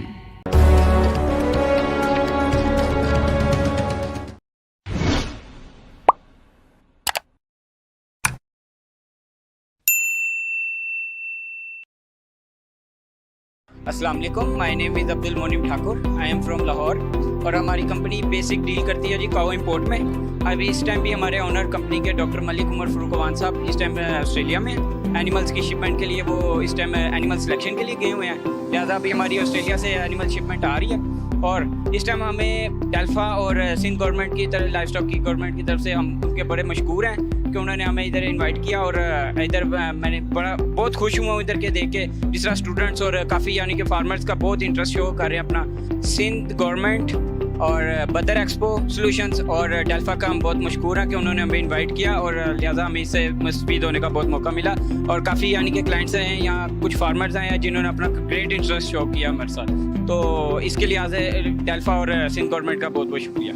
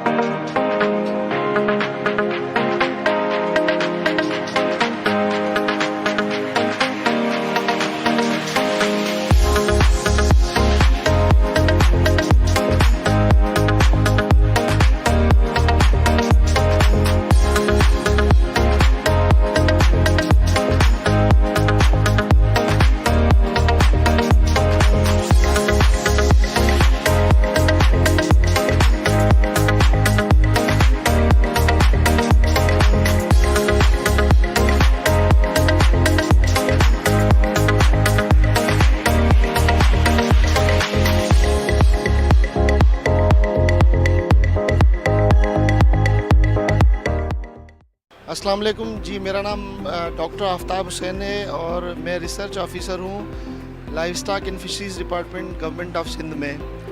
तो बेसिकली ये जो एक्सपो 2025 यहाँ पे जिसकी एग्जीबिशन यहाँ की गई है बदर एक्सपो में, तो ये कोलेबोरेशन है गवर्नमेंट ऑफ सिंध यानी लाइफ स्टॉक और fisheries department government of Sindh का और उसके अलावा डेल्फा वालों का एक कोलेबोरेशन है। बेसिकली यहाँ पे ये करना है कि जो एनिमल लवर्स हैं या जो animal entrepreneurship life stock entrepreneurship में आना चाह रहे हैं लोग, उनके लिए ये बहुत अच्छा मौका है नेटवर्किंग का, टेक्नोलॉजी को सीखने का, या जितनी भी जदीद तरीन टेक्नोलॉजीज इस फील्ड में आ रही हैं। ये लाइव स्टॉक बेसिकली क्या है, ये बहुत बड़ा सेक्टर है। हमारा जो एग्रीकल्चर कंपोनेंट है वो 60% पाकिस्तान का है और उस 60% में जो है वो 43% लाइव स्टॉक का कंट्रीब्यूशन है। तो मैं अपने बारे में बात करूंगा कि मैं लाइव स्टॉक के जिस कंपोनेंट से मेरा ताल्लुक़ है वो है एनिमल ब्रीडिंग। हम क्या करते हैं, हमारी जितनी भी इंडाइजीनस यानी लोकल ब्रीड्स हैं और उसके अलावा जो एक्सोजीनस ब्रीड्स हैं, हम उनकी जो है अफजाइश नस्ल, अगर उर्दू में बात करें तो अफजाइश नस्ल पे काम करते हैं। हम लोग क्या करते हैं कि हम अच्छी नस्ल की सीमिन की प्रोडक्शन करते हैं और एग्जोटिक सीमिन को जो है वो बाहर दुनिया से पाकिस्तान में लाते हैं। तो हम पहला काम ये करते हैं कि हम अपनी जो है इंडाइजीनस ब्रीड्स जितनी भी हैं उनको प्रिजर्व करें और उनकी मिल्क और मीट की क्वालिटी को बेहतर बनाएं और बढ़ाएं। उसके अलावा जितनी भी एक्जोटिक ब्रीड्स हैं जैसे ब्राह्मण है, जर्सी है या फ्रीजियन है, वो भी हम यहाँ पे नॉन डिस्क्रिप्टिव ब्रीड्स के साथ मिक्स करके मीट और मिल्क की जो क्वांटिटी और क्वालिटी है उसको बेहतर करें। उसके अलावा जो हम लोग करते हैं, हम ट्रेनिंग्स करवाते हैं, मतलब पब्लिक प्राइवेट पार्टनरशिप के साथ ट्रेनिंग करवाते हैं। तो बेसिक कंपोनेंट हमारा जो ये है कि हम मिल्क और मीट की प्रोडक्शन को बढ़ा के जितनी भी हमारी पॉपुलेशन की ज़रूरियात हैं उनको जो है वो हम पूरा कर सकें। और मैं बहुत ज़्यादा शुक्रगुजार हूँ गवर्नमेंट ऑफ सिंध का और उसके अलावा डेल्फा का और बदर एक्सपो वालों का कि यहाँ ये आज दूसरा दिन है और यहाँ कोई भी नाखुशगवार वाक़या नहीं हुआ है और बड़ा स्मूथली जो है वो यहाँ बहुत ज़्यादा जो है वो आवाम इंगेज्ड है यहाँ पे। और बाकी लोग जो देख रहे हैं, आज आधा दिन पड़ा हुआ है और कल का दिन बाकी है, तो लोगों से मैं गुजारिश करूँगा यहाँ आएँ। यहाँ पेट शो है, यहाँ मुख्तलिफ बर्ड्स हैं, यहाँ लार्ज एनिमल्स हैं, यहाँ आपको जो है वो स्मॉल एनिमल्स हैं, बहुत ज़्यादा वैरायटी आपको देखने के मिलेंगी। उसके अलावा इंडोर्स में अगर देखेंगे तो यहाँ बहुत सारे लोगों के एग्जीबिशंस लगे हुए हैं। आपको जो ख़ास तौर पे नौजवान कराची के हैं, एंटरप्रेन्योरशिप, लाइफ स्टॉक एंटरप्रेन्योरशिप में आना चाहते हैं, वो यहाँ पे आके अपनी नेटवर्किंग को बढ़ा सकते हैं। और यहाँ पे एक्सपर्ट्स ओपिनियन और रिसर्च के जो है वो सेमिनार भी चल रहे हैं। यहाँ बहुत ज़्यादा जो है वो नॉलेज का ख़जाना है। यहाँ आके आप अपनी फैमिली के साथ इंजॉय भी कर सकते हैं और आपके लिए बिज़नेस के बहुत सारे मौके भी हैं। Thank you very much.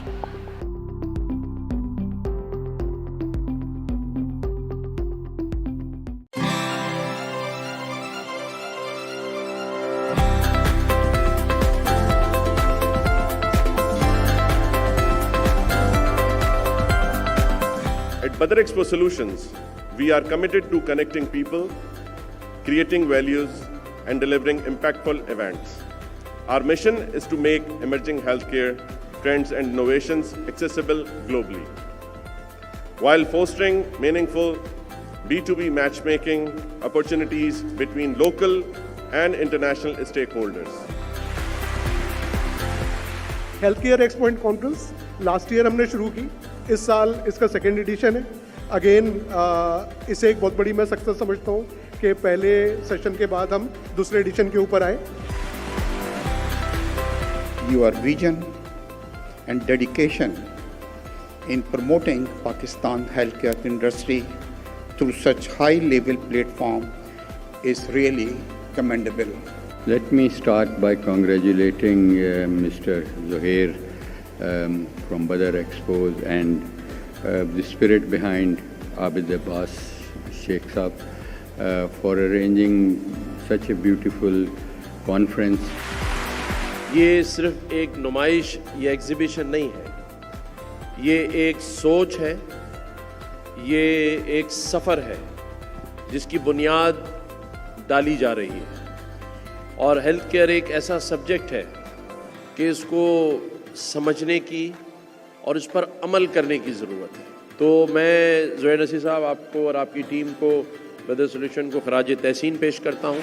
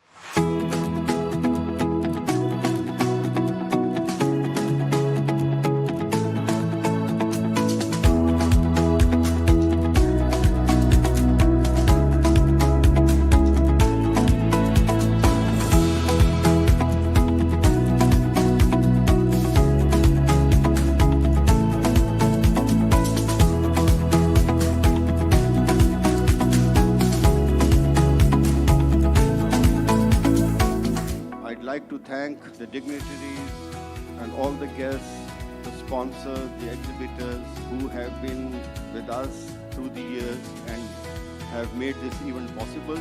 It is a great opportunity for the investors and even the dealers and the distributors to participate and engage in this seminar, and I further request the management of Badar Expo to continue these seminars for the general awareness of the people.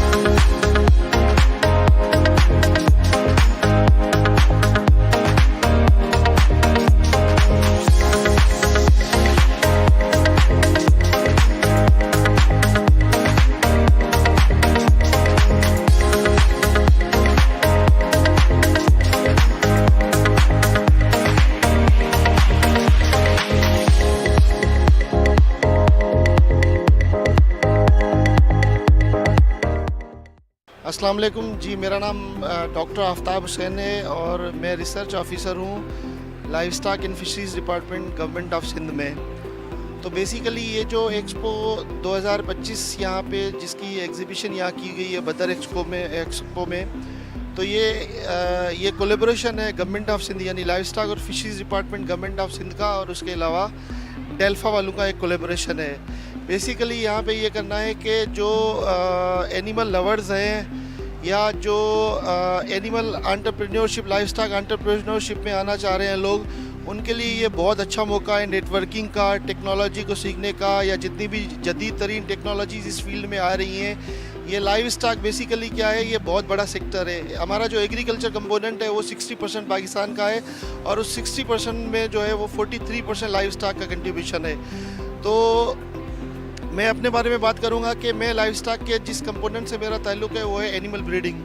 हम क्या करते हैं, हमारी जितनी भी इंडाइजीनस यानी local breeds हैं और उसके अलावा जो एक्सोजीनस ब्रीड्स हैं, हम उनकी जो है अफजाइश नस्ल, अगर उर्दू में बात करें तो अफजाइश नस्ल पे काम करते हैं। हम लोग क्या करते हैं कि हम अच्छी नस्ल की सीमिन की प्रोडक्शन करते हैं और एग्जोटिक सीमिन को जो है वो बाहर दुनिया से पाकिस्तान में लाते हैं। तो हम पहला काम ये करते हैं कि हम अपनी जो है इंडाइजीनस ब्रीड्स जितनी भी हैं उनको प्रिजर्व करें और उनकी मिल्क और मीट की क्वालिटी को बेहतर बनाएं और बढ़ाएं। उसके अलावा जितनी भी एक्जोटिक ब्रीड्स हैं जैसे ब्राह्मण है, जर्सी है या फ्रीजियन है, वो भी हम यहाँ पे नॉन डिस्क्रिप्टिव ब्रीड्स के साथ मिक्स करके मीट और मिल्क की जो क्वांटिटी और क्वालिटी है उसको बेहतर करें। उसके अलावा जो हम लोग करते हैं, हम ट्रेनिंग्स करवाते हैं, मतलब पब्लिक प्राइवेट पार्टनरशिप के साथ ट्रेनिंग करवाते हैं। तो बेसिक कंपोनेंट हमारा जो ये है कि हम मिल्क और मीट की प्रोडक्शन को बढ़ा के जितनी भी हमारी पॉपुलेशन की ज़रूरियात हैं उनको जो है वो हम पूरा कर सकें। और मैं बहुत ज़्यादा शुक्रगुजार हूँ गवर्नमेंट ऑफ सिंध का और उसके अलावा डेल्फा का और बदर एक्सपो वालों का कि यहाँ ये आज दूसरा दिन है और यहाँ कोई भी नाखुशगवार वाक़या नहीं हुआ है और बड़ा स्मूथली जो है वो यहाँ बहुत ज़्यादा जो है वो आवाम इंगेज्ड है यहाँ पे। और बाकी लोग जो देख रहे हैं, आज आधा दिन पड़ा हुआ है और कल का दिन बाकी है, तो लोगों से मैं गुजारिश करूँगा यहाँ आएँ। यहाँ पेट शो है, यहाँ मुख्तलिफ बर्ड्स हैं, यहाँ लार्ज एनिमल्स हैं, यहाँ आपको जो है वो स्मॉल एनिमल्स हैं, बहुत ज़्यादा वैरायटी आपको देखने के मिलेंगी। उसके अलावा इंडोर्स में अगर देखेंगे तो यहाँ बहुत सारे लोगों के एग्जीबिशंस लगे हुए हैं। आपको जो ख़ास तौर पे नौजवान कराची के हैं, एंटरप्रेन्योरशिप लाइव स्टॉक एंटरप्रेन्योरशिप में आना चाहते हैं, वो यहाँ पे आके अपनी नेटवर्किंग को बढ़ा सकते हैं। और यहाँ पे एक्सपर्ट्स ओपिनियन और रिसर्च के जो है वो सेमिनार भी चल रहे हैं। यहाँ बहुत ज़्यादा जो है वो नॉलेज का ख़जाना है। यहाँ आके आप अपनी फैमिली के साथ इंजॉय भी कर सकते हैं और आपके लिए बिजनेस के बहुत सारे मौके भी हैं। Thank you very much.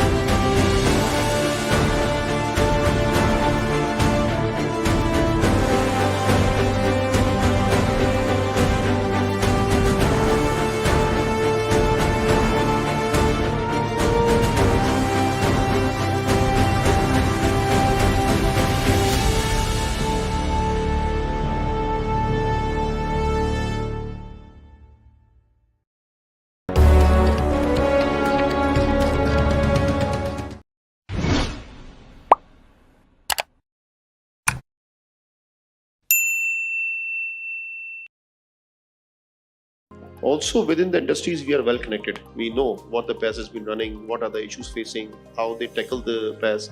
So our technical teams are well connected into the industry. So we know, and the practice been done. People have an hands-on experience on that.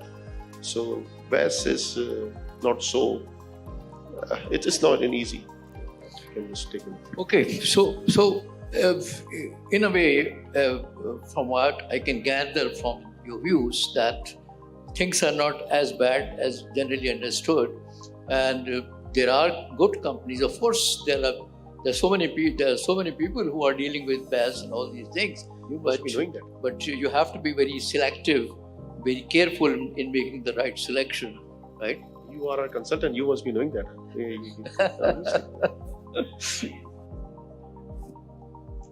आप कुछ कह रहे? No. Okay.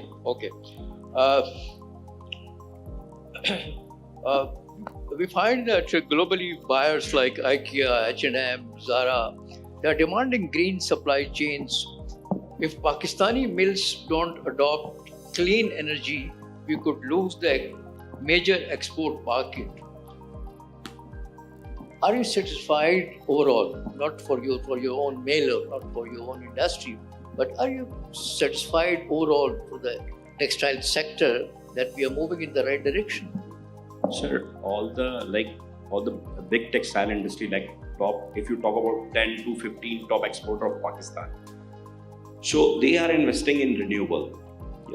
And overall that we have discussed, we only discuss about one thing, which is power. And Fahad mentioned one thing, that was net zero. In net zero, basically there are three parameters.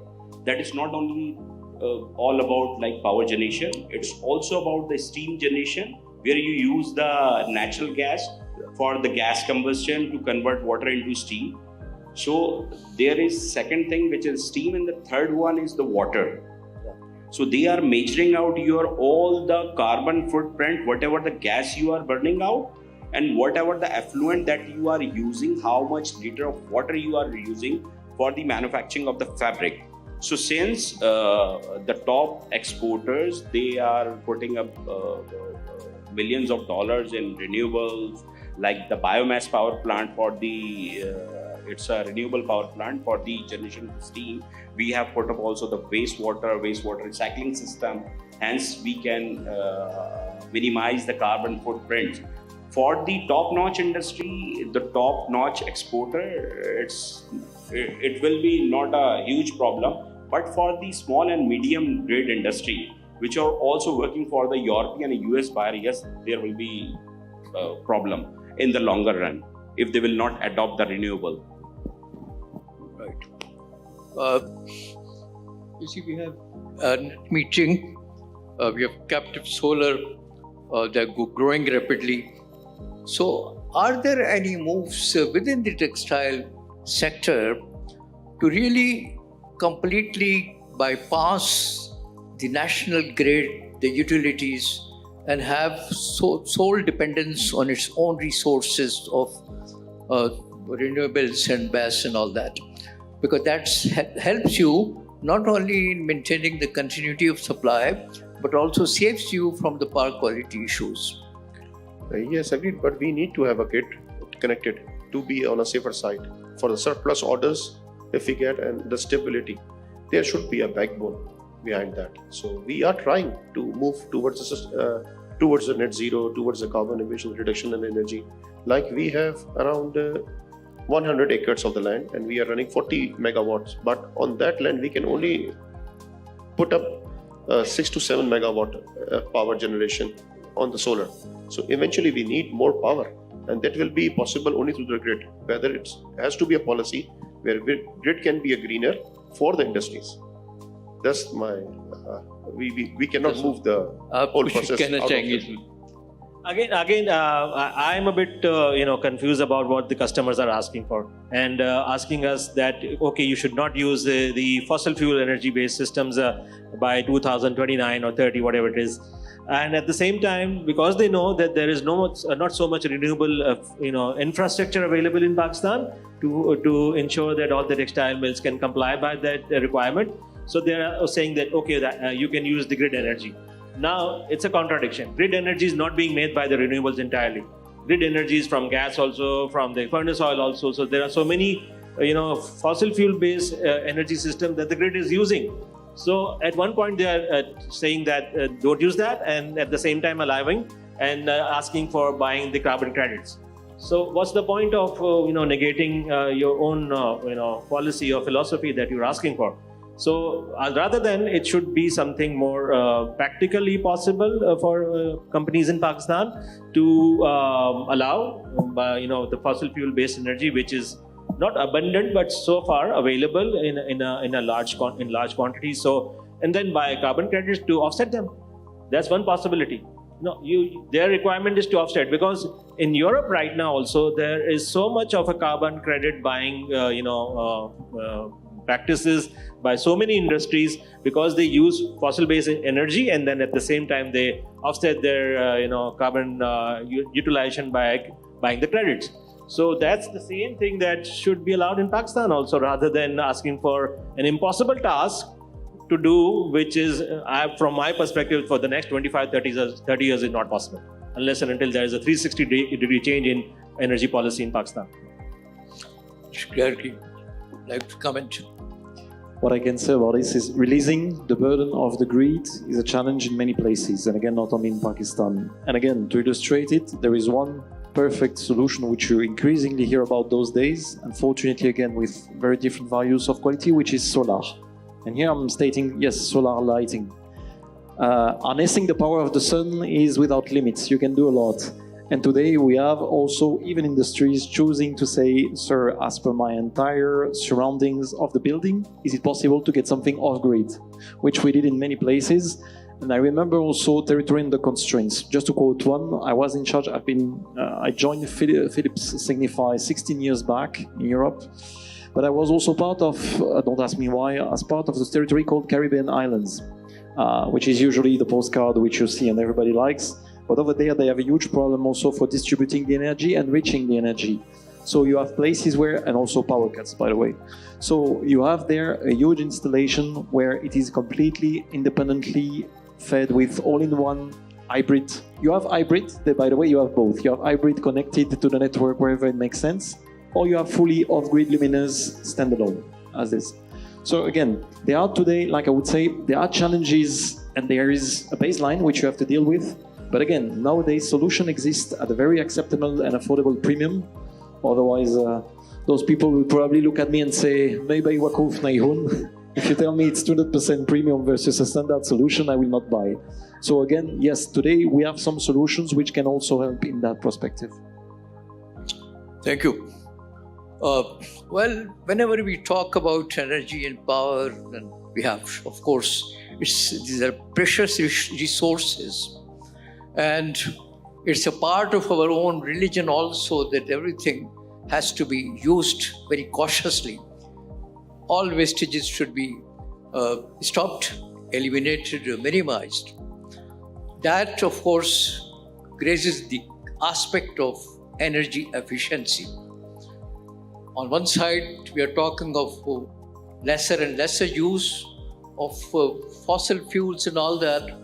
We are trying to have maximum utilization of renewable energies, and at the same time, we must also focus and pay greater attention to the energy efficiency. So looking at that perspective really from the efficiency point of view, do you think that the textile sector is in a good status of energy efficiency overall, or there are places where really more work, more attention is required? Please. Sorry, I forgot. Gregory said that there is always a possibility to use so much LED lights and replacing the incandescent or the other technology that we had previously. So yeah, textile, as far as I know, and in our group also, this conversion from the old technology to the LED technology has been done and dusted for so many years now, and we keep on adding up LED lights based on the need, and obviously that path has been achieved. The other one, the machines are obviously VFD based technology, so there is a lot of improvement already achieved when either we had old machines also which did not have the technology of VFDs, or by buying new machines, we ensure that those have the VFD technologies. But there is another opportunity recently that, not recently, but 3 years back, we started changing our, the ceiling fans also, because the inverter-based technology used half of the energy as compared to what the older technology was using. So that change and transformation is still going on. We had around 15,000 fans in our facility. So gradually every year we are doing that thing. But these are small steps, and small steps also means a lot when we combine all these steps together and see your efficiencies going in that direction. So yes, we firmly believe in that part. We at textile companies which I know in the group also, and some other companies also, they have been believing in this changeover and transformation from normal systems or non-efficient systems to efficient systems. So it is helping though, but at the same time we are adding up capacities, so we need more energy. So it's a never-ending bubble that is going on. Thank you. Yes, we are changing it. He's very right. It's been done 3 years back. We have replaced our inefficient engines, inefficient boilers, and now the consumer itself, like the weaving operator, spinning operator, they are monitoring their own energy benchmarks. They are also now focusing to replace their own energy equipments. Now, without that, you cannot sustain. Inefficient things cannot be run on this cost of energy. So eventually we have to replace that, and we are replacing. Gradually also we are working on the water treatment plant as well. Next step is after the energy is the water as well. There is a shortage of water. So we are also working on the water, how to recycle it. We are already recycling 50%. So we are moving more fast towards that as well. So that's a challenge. We are working on the biomass. We installed the biomass boiler. Now we are running for after the biomass, how to get it, how to secure it for the long-term delivery. So there's lots of challenges. Not only the power, not only the sustainable. It's all about to run the mills. It's a huge challenges. So the brand that we are working on, like H&M, Gap, American Eagle, Zara, these brands have the benchmark, and yes, the benchmark has been given to us. If I'm washing that garment, rinse garment, that should be the water consumption percentage. So it cannot deviate from 50 liters per pant piece. And they have also given us the energy benchmark, the water, steam and everything. And that benchmark all the way is from to denim, like processing, and the garment.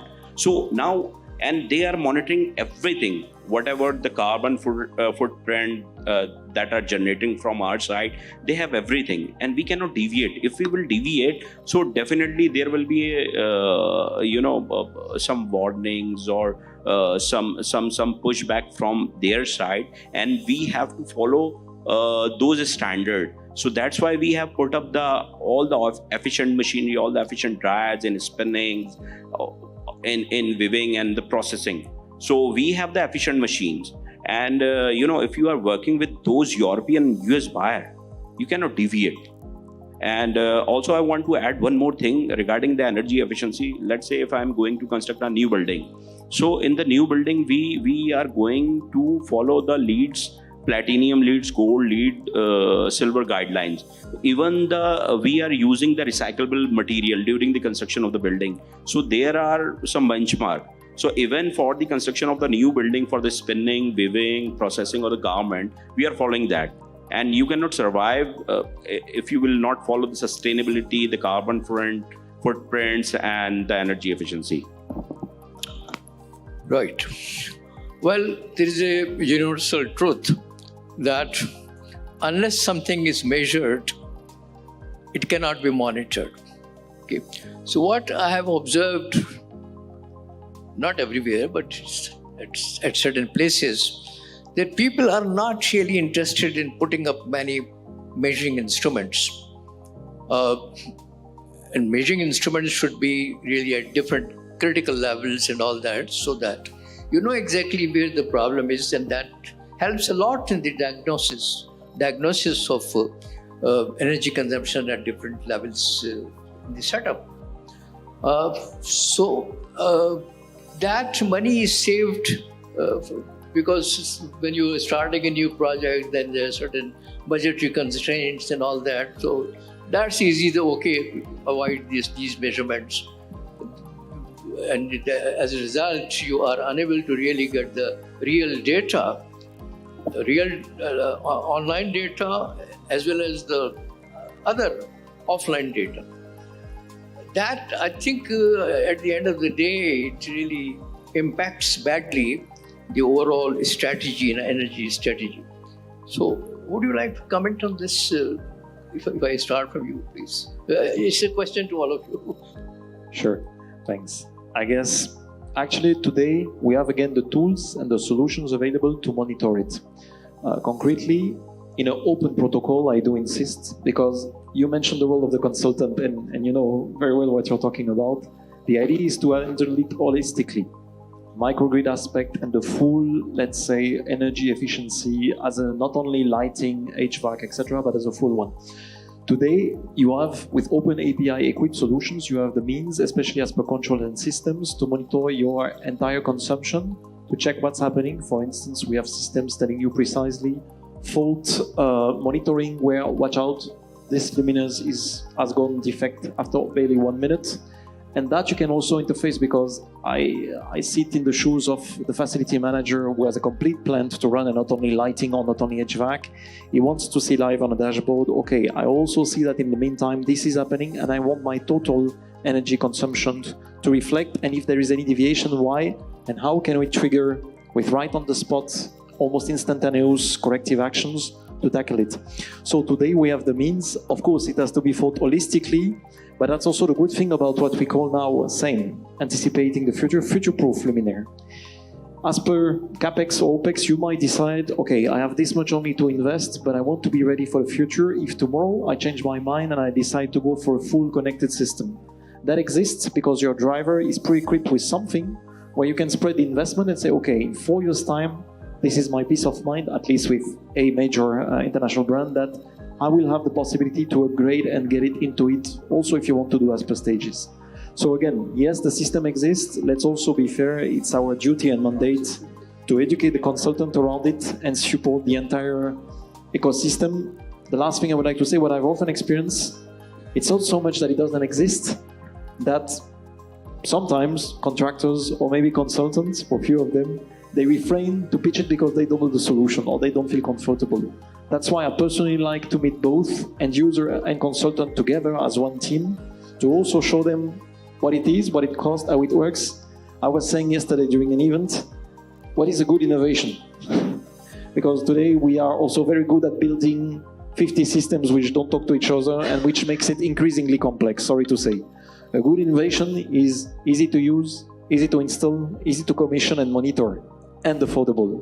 So this is how we should think. And again, today, with open API, not closed protocol, you have the possibility to gather those. But you need to embark the right people and ensure the right expertise and capabilities behind.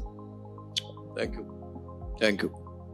So from my perspective and my groups and companies' perspective, measurement obviously is not at all avoided. There is no compromise on that. So all the systems that were previously bought some years back, or the new being bought very recently, all are ensured that the measuring systems are there and they are connected with SCADA systems across the organization that we have. So and then finally the next phase, what we are almost there in the next 6 months, we're going to be up and running, is to be able to see all the SCADA output on the ERP system.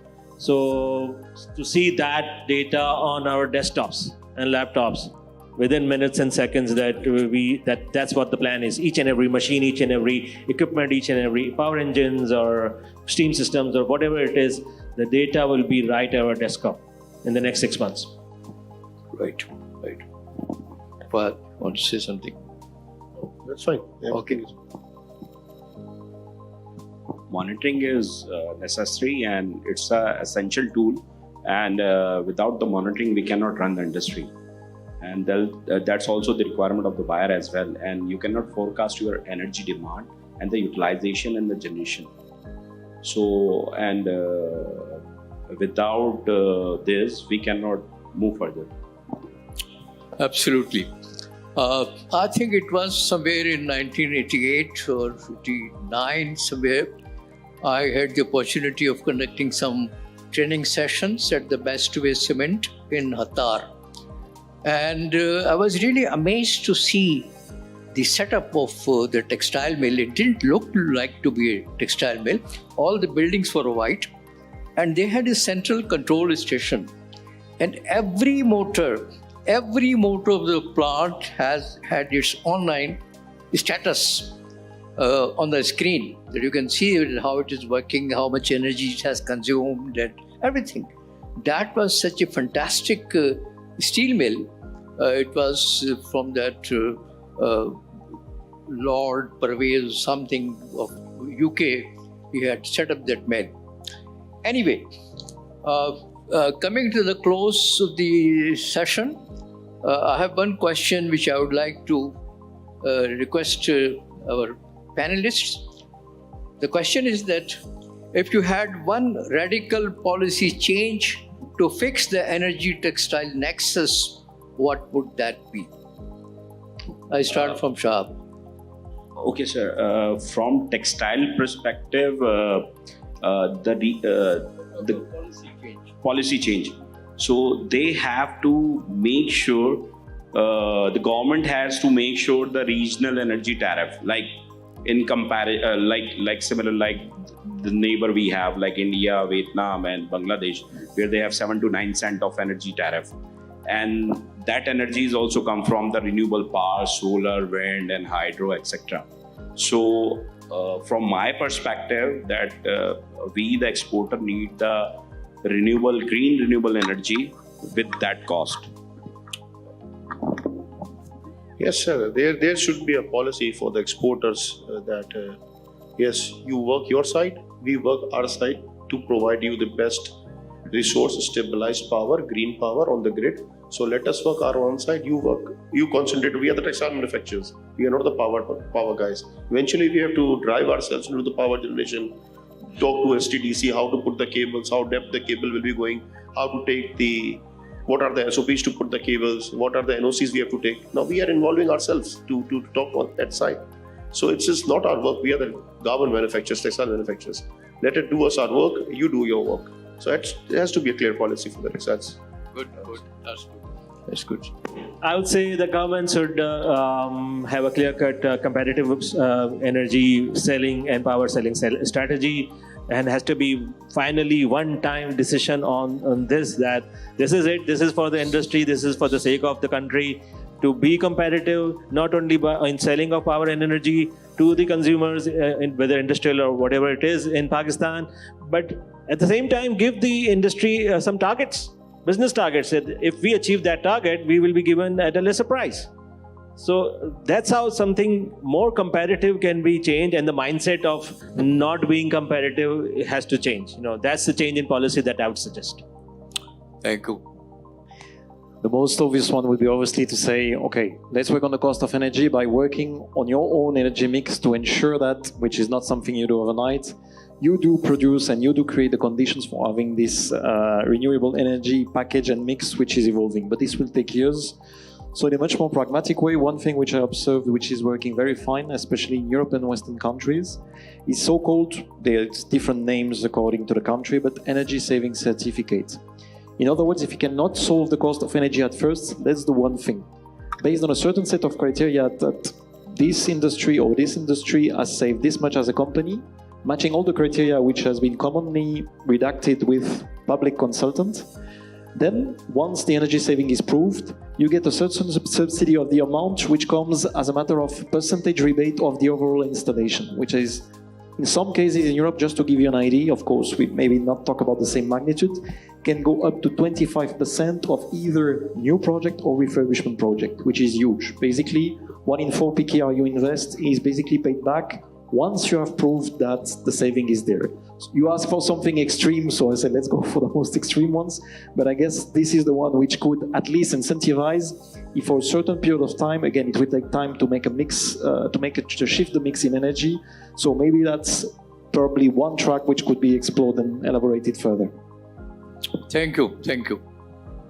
With this, we practically come to the end of this session.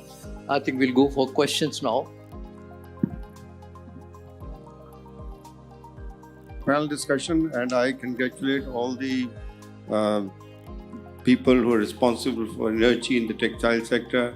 Curious about a few things. One is that when you say that people have installed microgrids, I presume that you're talking about the grid, the electrical grid we have, the solar and the BESS.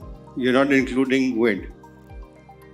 Or have you included wind? You have installed a wind plant? Okay, one thing. The other is, have you computed with this? You have obtained energy optimization and availability, that is great. But have you computed with taking care of the OPEX and the CAPEX? How much energy cost have you reduced from the K Electric, which is around 16-17 cents? Have you been able to bring it down, and to what level? Definitely, that was an objective.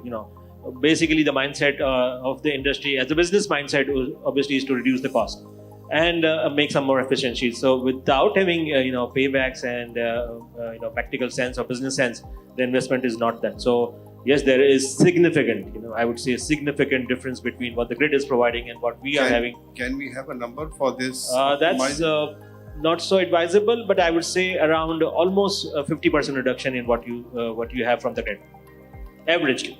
Not all the time, because it changes. So over the year, maybe less than 50%. Yeah, the levelized cost is around 50% less than what we can get from the grid. Yeah, but over the year, it will be more. It will be more depending on how efficient the system is maintained. So on a yearly basis, it will be around 30% less? On a yearly basis, it would be in a 5 years time, yes, 30% less.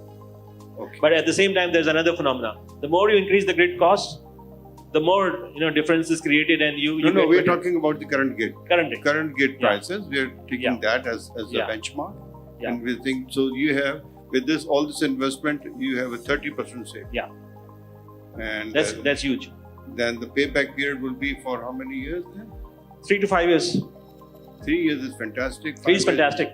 3 is fantastic. You won't believe it. 5 years. It becomes 2 years if the energy cost is rupees 50. It becomes 1.5 years if it is 60.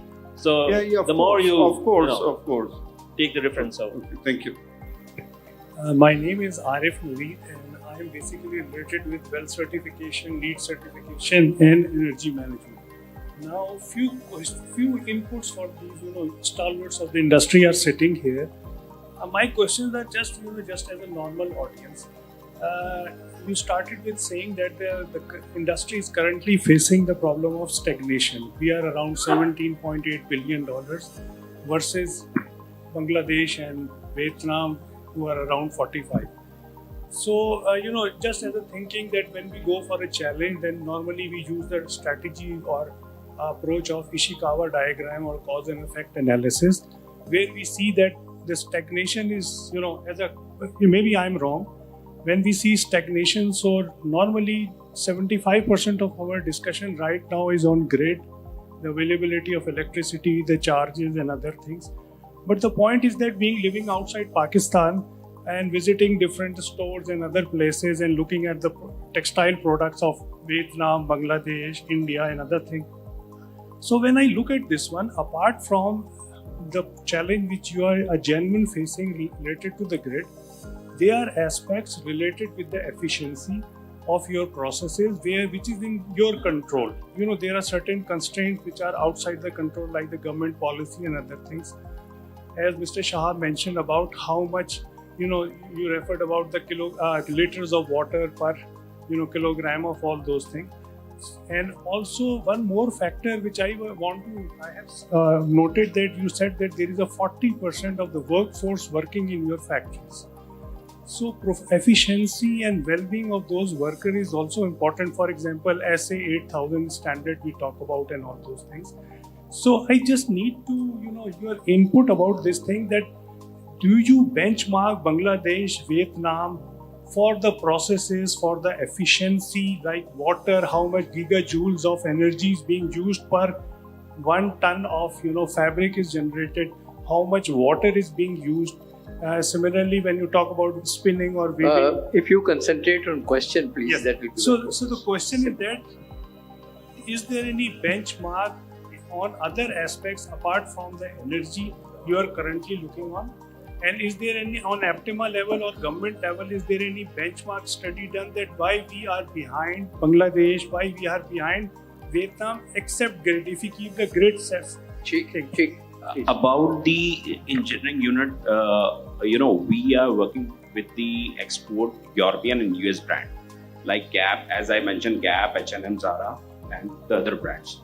So they have given the benchmark not only for the Pakistan AGI textile mills, okay? They have given the same benchmark to the Bangladesh, Vietnam, and India. And every brand has the efficient machine. So that's why we are achieving the target. If we have the old virgin machine where we have the liquid ratio means water consumption, chemical to water consumption. In old version, like 10 years back, the water consumption liquid ratio was 1:10. Right now, the machine that I'm using, the liquid ratio is 1:2. So what is the difference? So number one, the water consumption has been dropped down. If the water consumption has been dropped down, then definitely my steam consumption will be lower side, and also the electricity, number one. And similarly, the water that I will drain from the machine after the washing of the garment, it will goes directly to the ETP. So the advantage of the latest machine will be, number one, the consumption has been dropped down, the carbon foot has been decreased, and also at the inlet of the ETP, I am receiving less water. So these benchmark from H&M, Gap, Zara, American Eagle, Mango, it's same for the global industry, not only for the Pakistan or not only for the AGI. Right. Also, one more thing, at this time of the utility cost, we cannot run our process. We are not sustainable. Eventually, whether the buyer say or no say, we have to be on the more efficient things. The utility cost is very high. We cannot be able to sustain our processes. Until we monitor, we control, and we just go out. Right. As we are running out of time, then we have time for just one question really. Chalo. Zishan was already, he had raised hand, but I think I'll give. He's our man. You are an outsider. Yes, you are not a member of IEEE. So you are an outsider.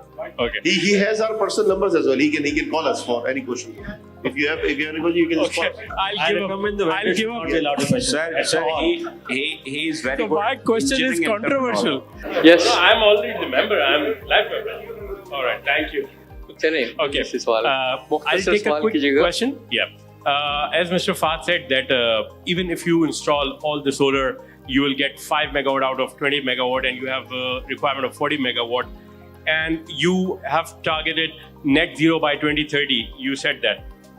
So, and you are based in Korangi, Landi, and you have limited space available. So how would you achieve net zero by 2030? Because you have limited space available. And as you said that after installing even 20 megawatt, you will be getting 5 megawatt. So how will you achieve 40 megawatt through renewable to get net zero? Okay, that's what we request to move out from here. Okay. Just to go on the Jamshedpur side where we can able to put up more renewables and bring the grid to us, or whether STDC work for us, bring up cable here towards our Landi, because we are trying to put up some wind turbines in Landi as well, but it's very difficult on the road maps and just take their approval of SBC and all that. So there's a lots of challenges. So eventually we have to move out to some other area because it's very difficult to make up here. We are also putting up some CHP with the biomass power generation and all that. So we are working on several aspects. So it's too early to say, but in a year or 2 years, inshallah, we will come up to some net zero targets and hopefully we'll achieve. Thank you, Bharat. Thank you so much. With this, we come to the end of this technical session. I'm very thankful to the panelists for their wonderful interaction. It was very learning, educating for all of us, including me. And thank you so much.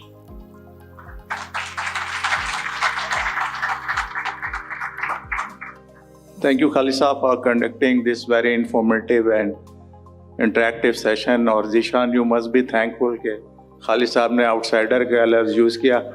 अगर नवीद भाई होते तो intruder use करते.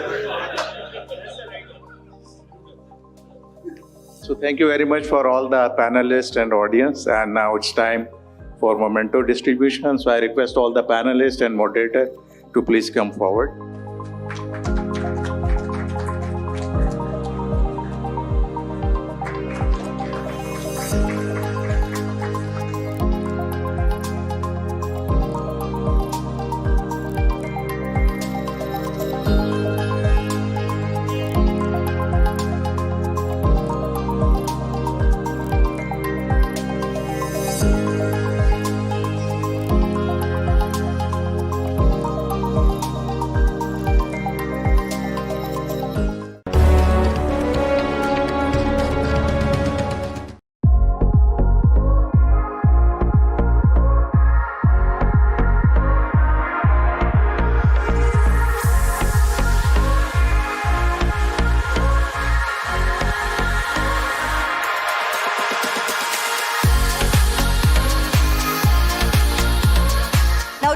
at the Pai Met Gala dinner, we honor the very heart of Pakistan, its vibrant culture, its timeless traditions, and its progressive spirit.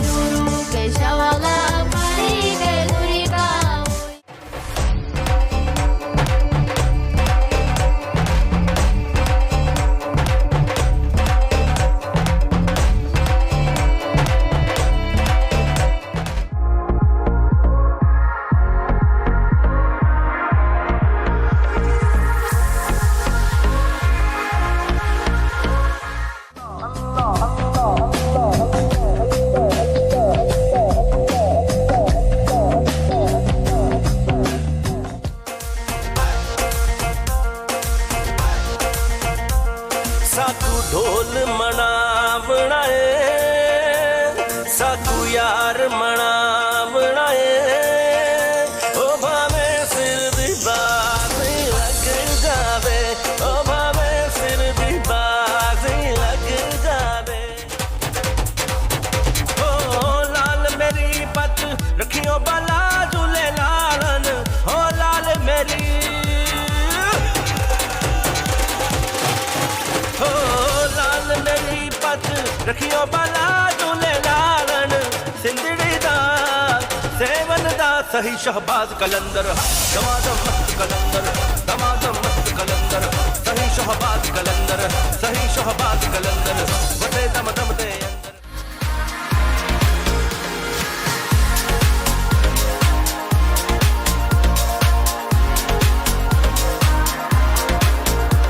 On behalf of Badar Expo Solutions and Pakistan Navy, I thank all of you for being here tonight.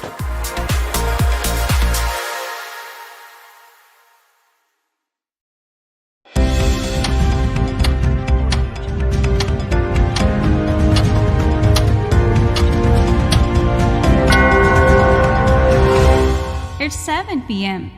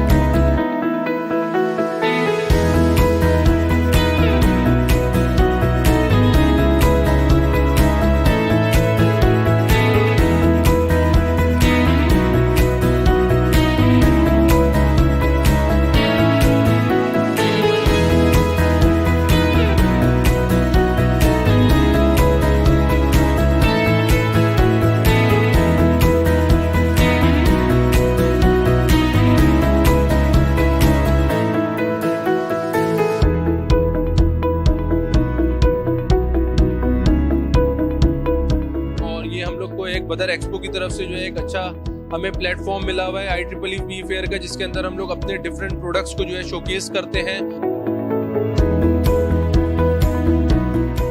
बदर expo ने हमें एक platform दिया, वो हमें काफ़ी support भी करती है और यहाँ पे डिफरेंट कंपनीज को भी उसने काफ़ी सपोर्ट किया है।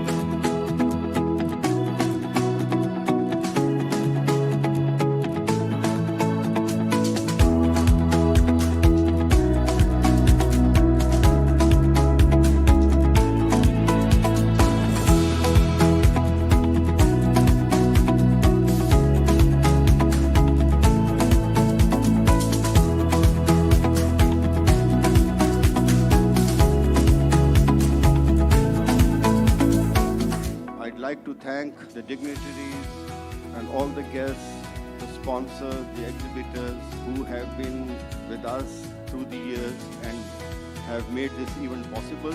It is a great opportunity for the investors and even the dealers and the distributors to participate and engage in this seminar, and I further request the management of Badar Expo to continue these seminars for the general awareness of the people.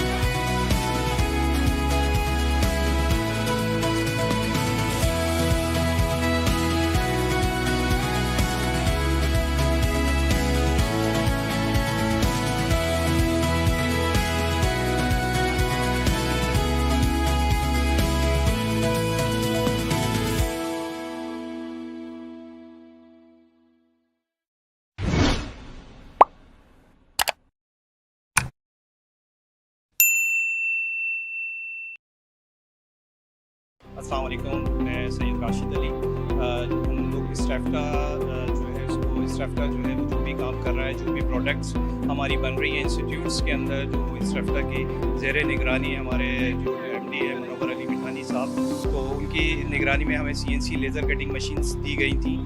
उस हिसाब से जो भी हमारा ये काम चल रहा है सारा हम स्टूडेंट्स को भी सिखा रहे हैं और ये सारी चीज़ें बच्चे, और इससे बिज़नेस भी हमारा हो रहा है। इसी तरीके से हमारा जो है एप्लिक्स का काम हो रहा है और हमारे मुख्तलिफ जो है काम चल रहे हैं इसी तरीके से, और हम बहुत अच्छा एक्सपीरियंस मिला हमें इस एक्सपो के अंदर, और हम बहुत शुक्रगुजार हैं बदर एक्सपो के, डेल्फा के और SLE के जो है। Thank you.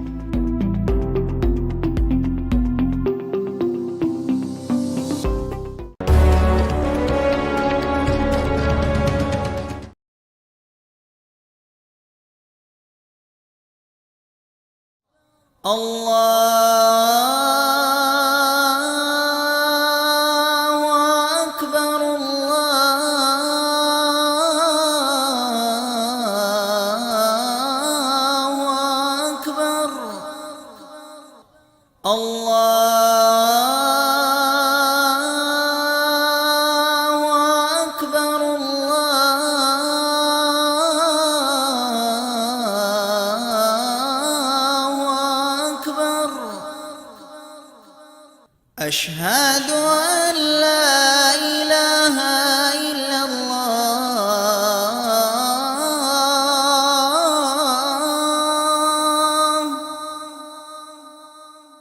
أشهد أن لا إله إلا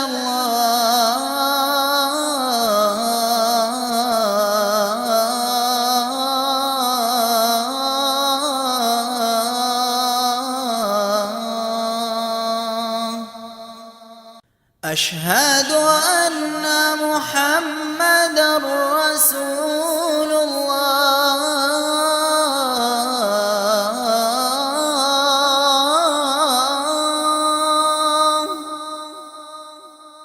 أشهد أن محمدًا رسول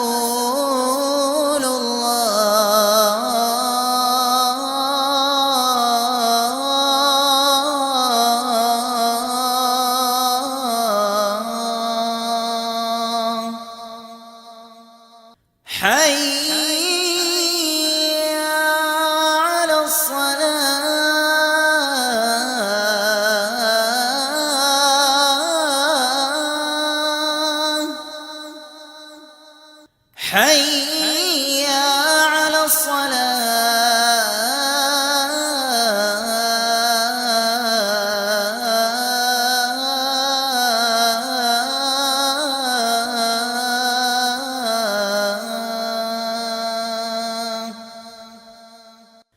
حي على الفلاح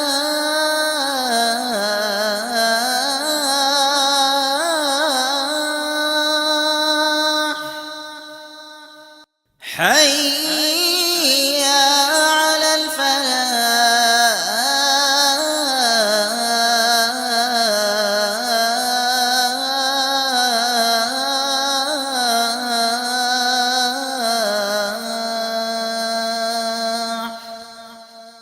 الله أكبر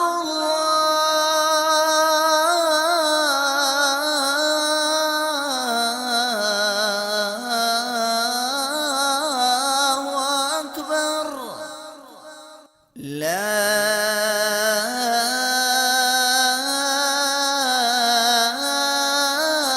إله إلا الله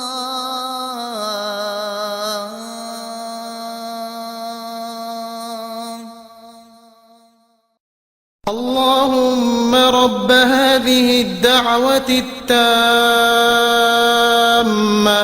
والصلاة القائمة آت سيدنا محمدا الوسيلة والفضيلة والدرجة الرفيعة وابعثه مقاما محمودا الذي وعدته وارزقنا شفاعته يوم القيامة إنك لا تخلف الميعاد.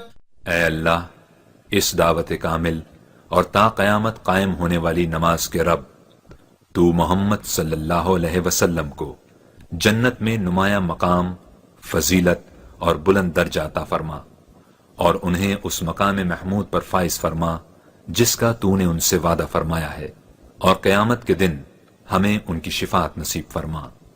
बेशक तू वादे के खिलाफ नहीं फरमाता। The 5th International Textile and Leather Exhibition, Texpo, unfolded its splendor at the Karachi Expo Center from October 23rd to 25th, 2024.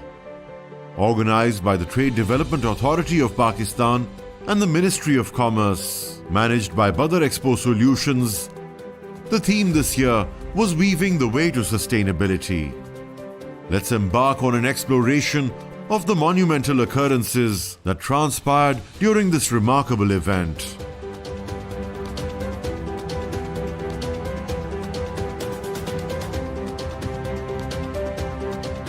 The first day of the event commenced with great enthusiasm as Federal Minister for Commerce Jam Kamal Khan inaugurated the Texpo exhibition at the Karachi Expo Center.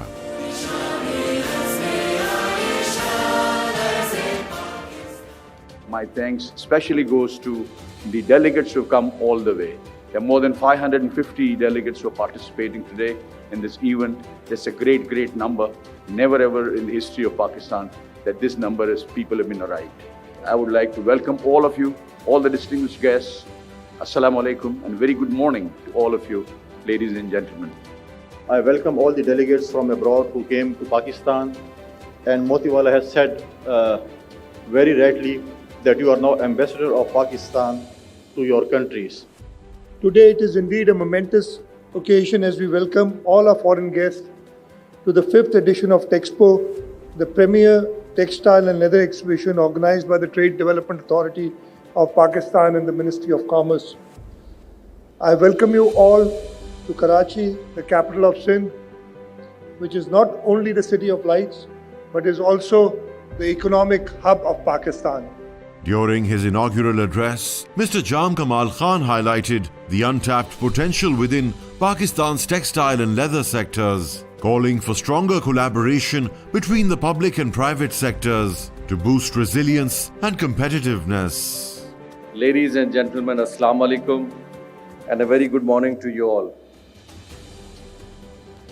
It is my great pleasure to welcome you all to the 5th International Textile and Leather Flagship Exhibition, Texpo Pakistan, a truly premier global platform for the industry of leathers, people from different sectors, textile, apparel, footwork, and carpet sector. Distinguished guests including the Governor of Khyber Pakhtunkhwa, Faisal Karim Kundi, and Sindh Chief Minister Murad Ali Shah, and leading businessmen gathered for the inauguration ceremony, symbolizing the official opening of the event.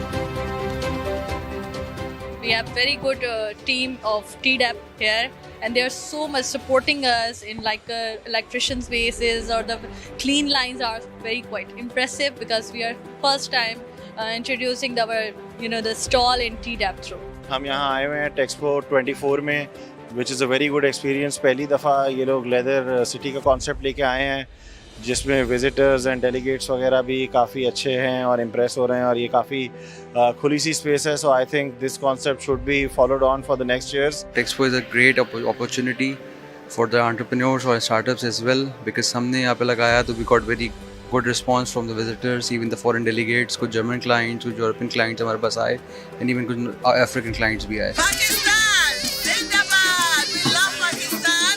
Pakistan, good food, good people, good weather, everything peaceful here. Texpo, a sector-specific trade event, attracted 520 plus foreign buyers from 60 plus countries and showcased products from 270 plus exhibitors.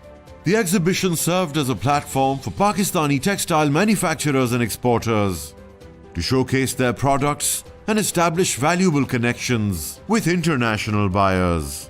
Hi, my name is Yato. I come from Japan. This is first time to come here in Pakistan and join Texpo. Pakistan many various industry, garment, home textile, and sports goods. Pakistan can export more industrial goods, not only to Europe, but also the Asia and Japan. Texpo 2024 marked a significant expansion in its global reach, welcoming delegates from South America, including Colombia and Brazil, and Africa, comprising South Africa, East Africa and Ghana, as part of its strategy to tap into non-traditional markets. Delegates from China, the USA and EU also attended, with the Netherlands sending the largest delegation to capitalize on tax and duty reductions offered on Pakistani textile products, further solidifying Texpo's position in the global textile industry.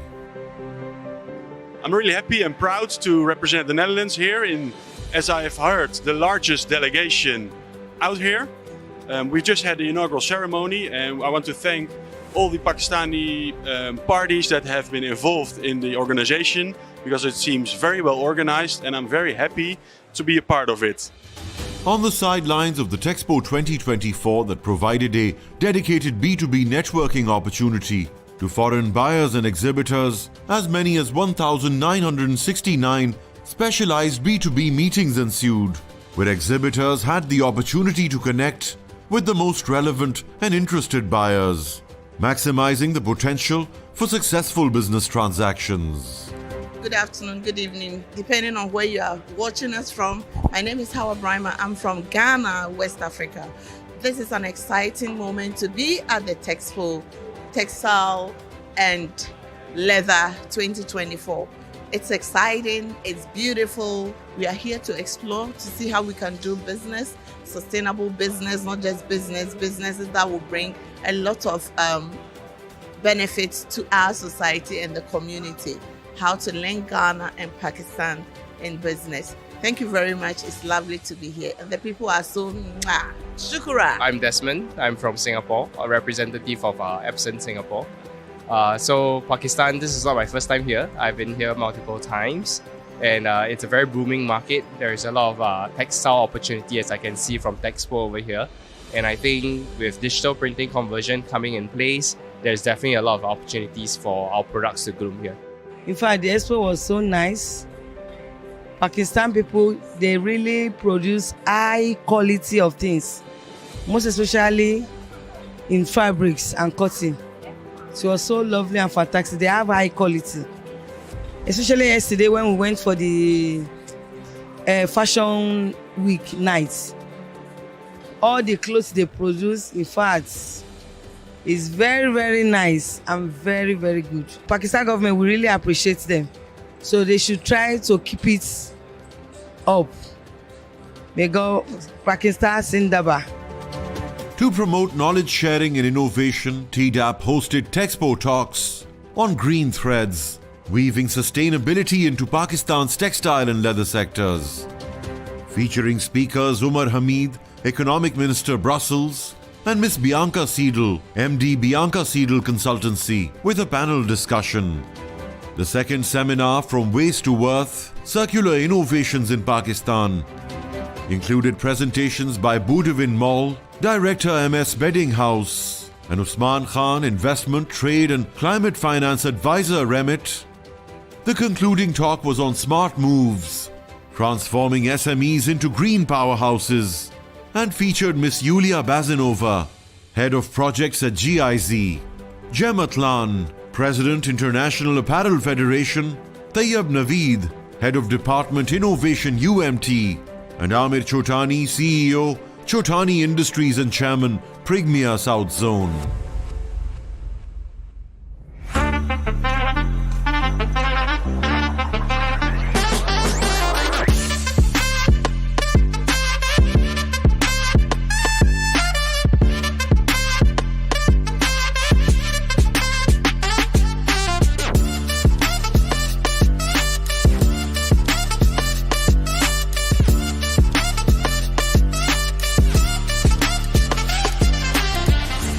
Beyond commerce, Texpo also celebrated the artistic spirit inherent to the textile realm.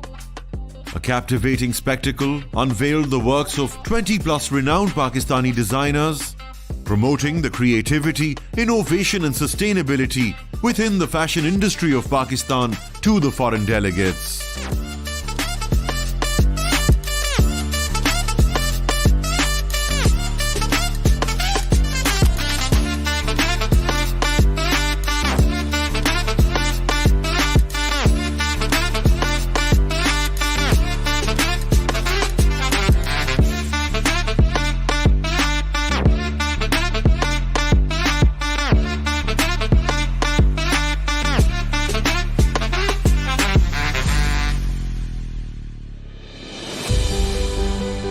The event garnered extensive coverage across multiple channels and newspapers, as well as generating significant buzz on social media platforms.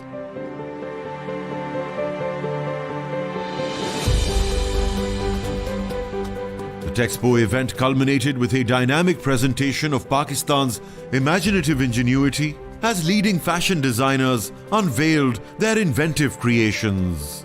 This fashion exhibition encapsulated the essence of Pakistan's textile sector, emphasizing the nation's capacity for innovation and skillful craftsmanship.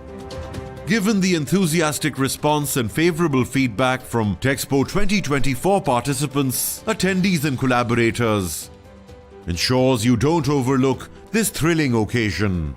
Make a note now for Texpo 2025.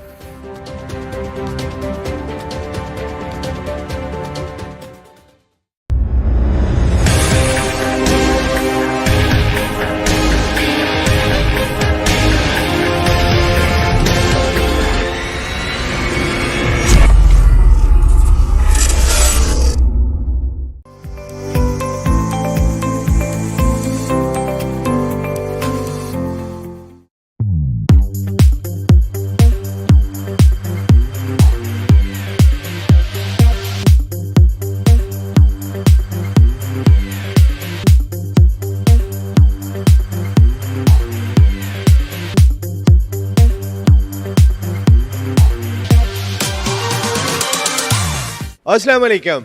Expo centre Karachi से Naseem Rajput पाईमेक Pakistan international maritime expo and conference 2025 के show के साथ आपसे मुखातिब है।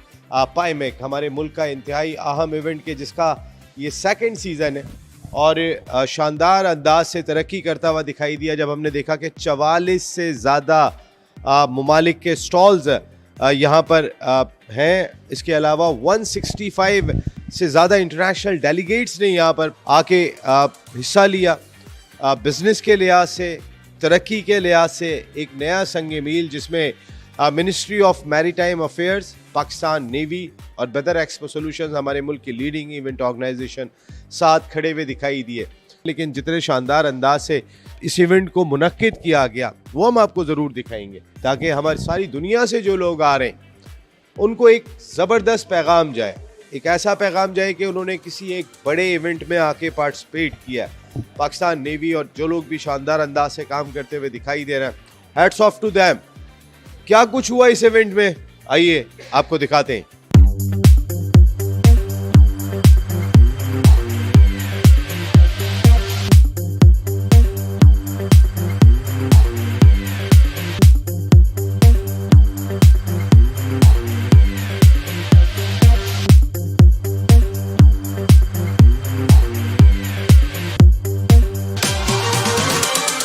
काफ़ी अच्छा experience रहा। हम अल्लाह का शुक्र है हम आइडियाज़ में हर साल आते हैं। पाईमेक में हमारा फर्स्ट टाइम था। There are many commodities which can be exported, which can be imported. So this is perhaps the first step which will pave the way for larger cooperation and coordination between both the countries.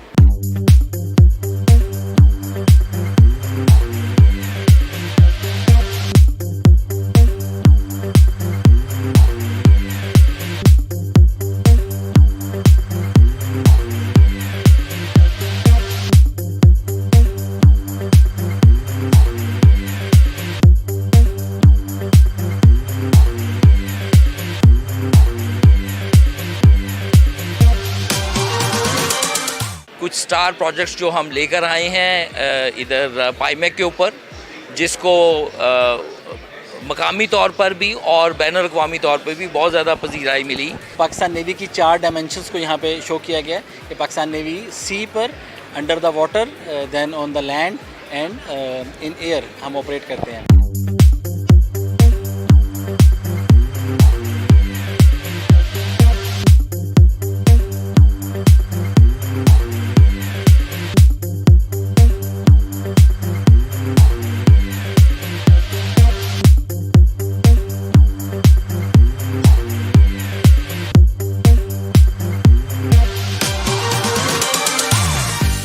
Pakistan international maritime expo and conference 2025। Business business business, एक ही मकसद इस वक्त सारी दुनिया का दिखाई देता है, एक अच्छा पॉजिटिव पैगाम, मईशत को बेहतर बनाना। और इस सिलसिले में बड़ा इंपॉर्टेंट रोल दिखाई दिया। आपने देखा होगा एक्सपो सेंटर कराची में हर जगह आपको ब्लू दिखाई दे रहा है, क्योंकि असल चीज़ है ब्लू इकॉनमी, जिसको हमने दरियाफ्त करना है।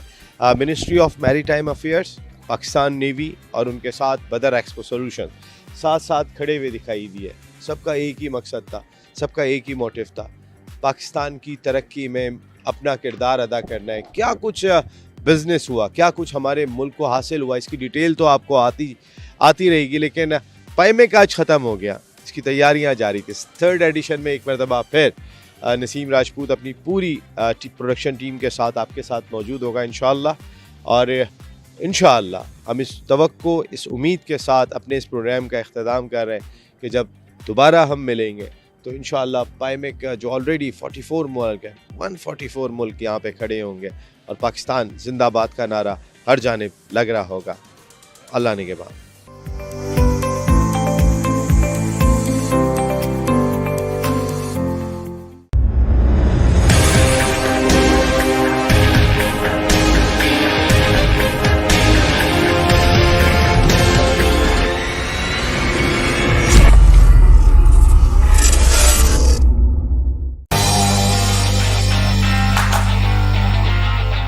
Qasim Sheikh here right now of BTV. PTPL Pakistan T ball premiere league जो खेली जानी है 16 to 31 दिसंबर। बहुत एक्साइटिंग टाइम है। टेप बॉल क्रिकेट तो खेली है ना? कोर्स खेली है बिल्कुल। टेप बॉल का बहुत शौक है पाकिस्तान में और एक बहुत एक्साइटिंग लीग है। सारी फैमिलीज, पप्पू, मामू, आंटियां, अंकल, सबको ग्राउंड में पहुंचना है। Very excited for TPTL and we're hoping to be there inshallah. Pakistani tape ball premiere league, Geo sports live. PTPL आ रहे हैं देखने के लिए। Of course सारा खानदान लेकर आएंगे। पाकिस्तान जिंदाबाद जिंदाबाद।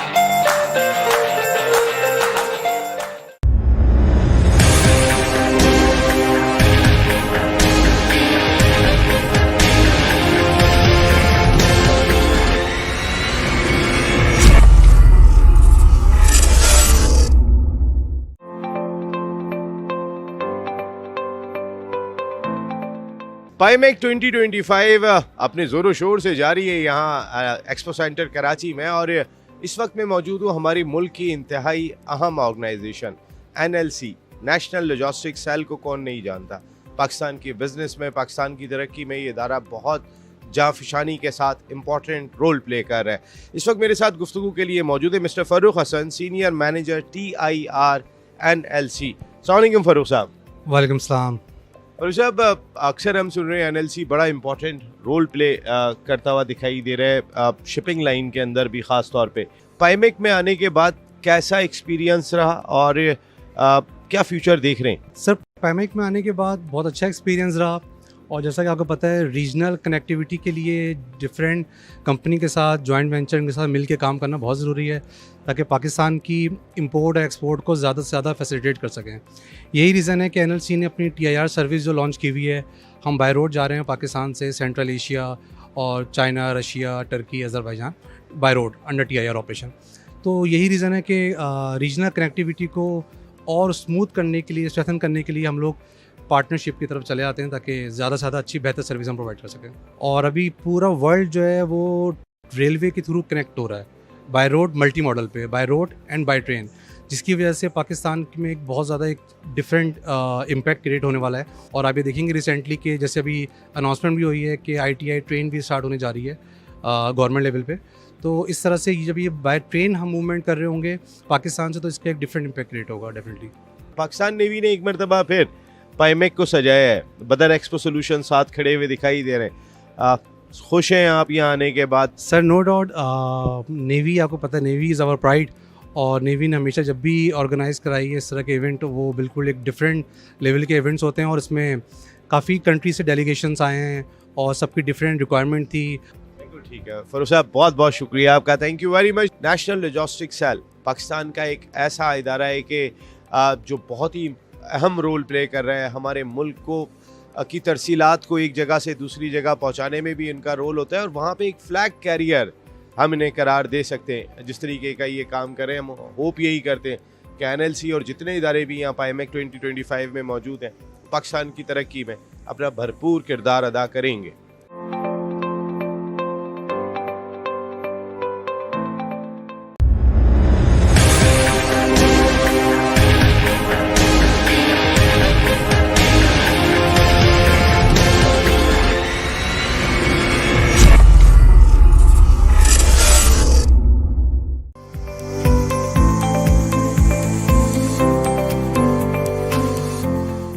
पाईमेक 2025 आप देख रहे हैं एक्सपो सेंटर कराची में जारी है, और ब्लू इकॉनमी के ज़रिए हमारे मुल्क की तरक्की में जो कुछ हो सकता है वो करने के लिए यहाँ सारे स्टेक होल्डर जमा हैं। उनमें एक हेल्म्समैन, आपने देखा होगा जो शिप चलाते हैं, तो वो एक बहुत बड़ा सा एक वो होता है स्टीयरिंग, हम उसको कहते हैं। वो स्टीयरिंग नहीं होता, वो बहुत ही बड़ी एक चीज़ होती है जिसको कंट्रोल करना पड़ता है, वो कहलाता है हेल्म्समैन। और इसी नाम से ये कंपनी है जो इस वक्त पाकिस्तान के नौजवानों को रोज़गार फराहम करने में बड़ा इंपॉर्टेंट रोल प्ले कर रही है। जी, अस्सलाम वालेकुम उसामा साहब। वालेकुम अस्सलाम, नाइस मीटिंग यू। सर, मुझे भी बहुत खुशी हुई आपसे मिलने के बाद, और जब मैंने ये तमाम आदाद शुमार देखे कि 1385 लोग आप भिजवा चुके हैं, उनको नौकरियाँ मिल चुकी हैं, और उससे पाकिस्तान को $30 मिलियन का ज़र मुबादला हासिल हुआ, और वो भी सिर्फ 3 साल में। जी, हम रिलेटिवली एक न्यू कंपनी थे, क्योंकि we all are young, and पिछले 3 सालों में हमने ये जो टारगेट अचीव कर पाए, उसमें 2 चीज़ें हैं जो बहुत ज़्यादा रोल प्ले किया।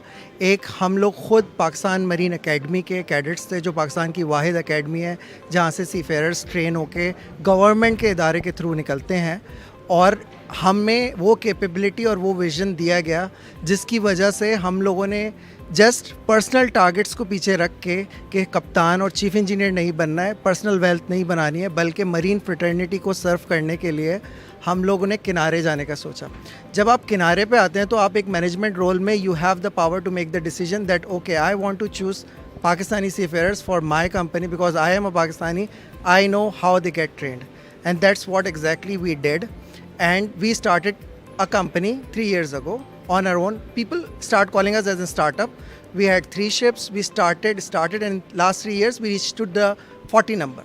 जो सीमेन का हमारा एक्टिव नंबर है at the moment are around 25,000.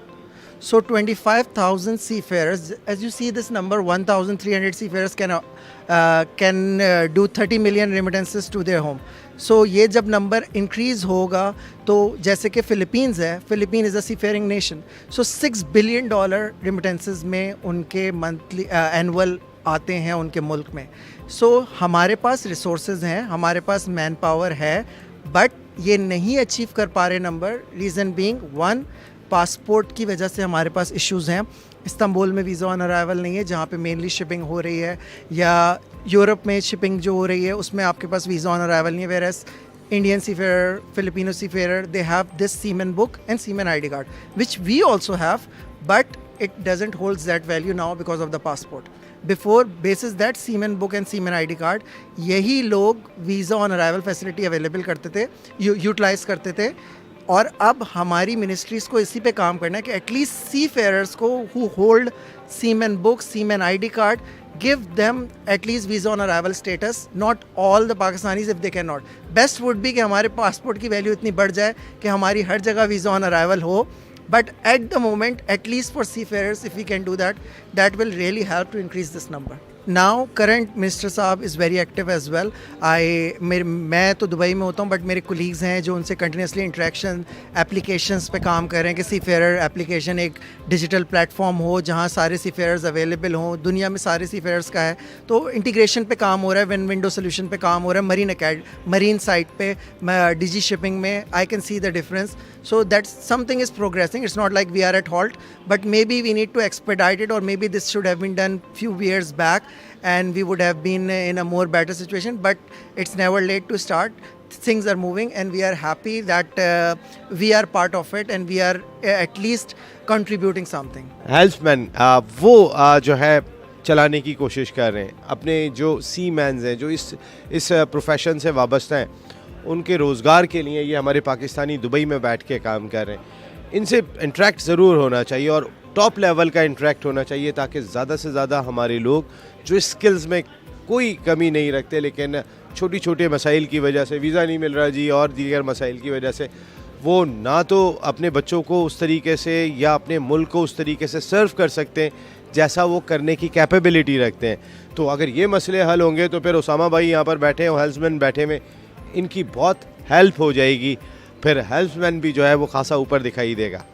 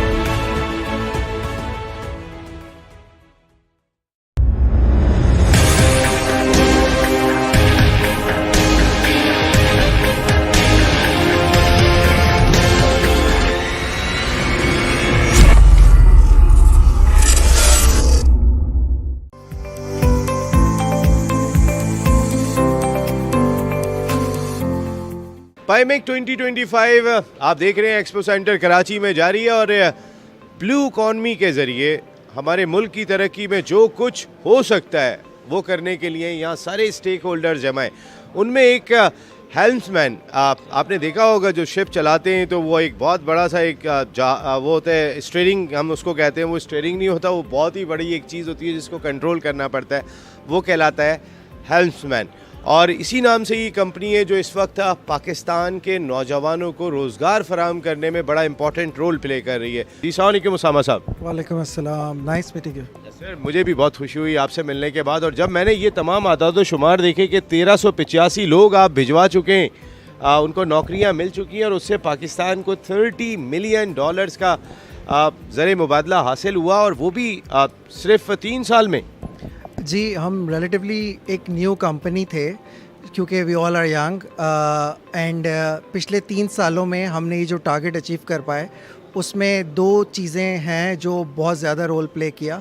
एक, हम लोग ख़ुद पाकिस्तान मरीन एकेडमी के कैडेट्स थे, जो पाकिस्तान की वाहिद एकेडमी है जहाँ से सीफेयरर्स ट्रेन होके गवर्नमेंट के इदारे के थ्रू निकलते हैं, और हमें वो कैपेबिलिटी और वो विज़न दिया गया जिसकी वजह से हम लोगों ने जस्ट पर्सनल टारगेट्स को पीछे रख के कि कप्तान और चीफ़ इंजीनियर नहीं बनना है, पर्सनल वेल्थ नहीं बनानी है, बल्कि मरीन फ्रेटर्निटी को सर्व करने के लिए हम लोगों ने किनारे जाने का सोचा। जब आप किनारे पे आते हैं तो आप एक मैनेजमेंट रोल में you have the power to make the decision that okay I want to choose Pakistani seafarers for my company because I am a Pakistani, I know how they get trained, and that's what exactly we did, and we started a company 3 years ago on our own. People start calling us as a startup. We had 3 ships. We started and in last 3 years we reached to the 40 number. जो seamen का हमारा active number है at the moment are around 25,000. So 25,000 seafarers, as you see this number, 1,300 seafarers can do 30 million remittances to their home.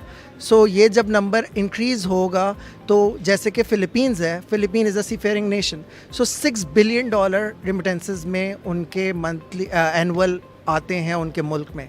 सो हमारे पास resources हैं, हमारे पास man power है, but ये नहीं अचीव कर पा रहे नंबर। रीज़न बीइंग 1, पासपोर्ट की वजह से हमारे पास इश्यूज़ हैं।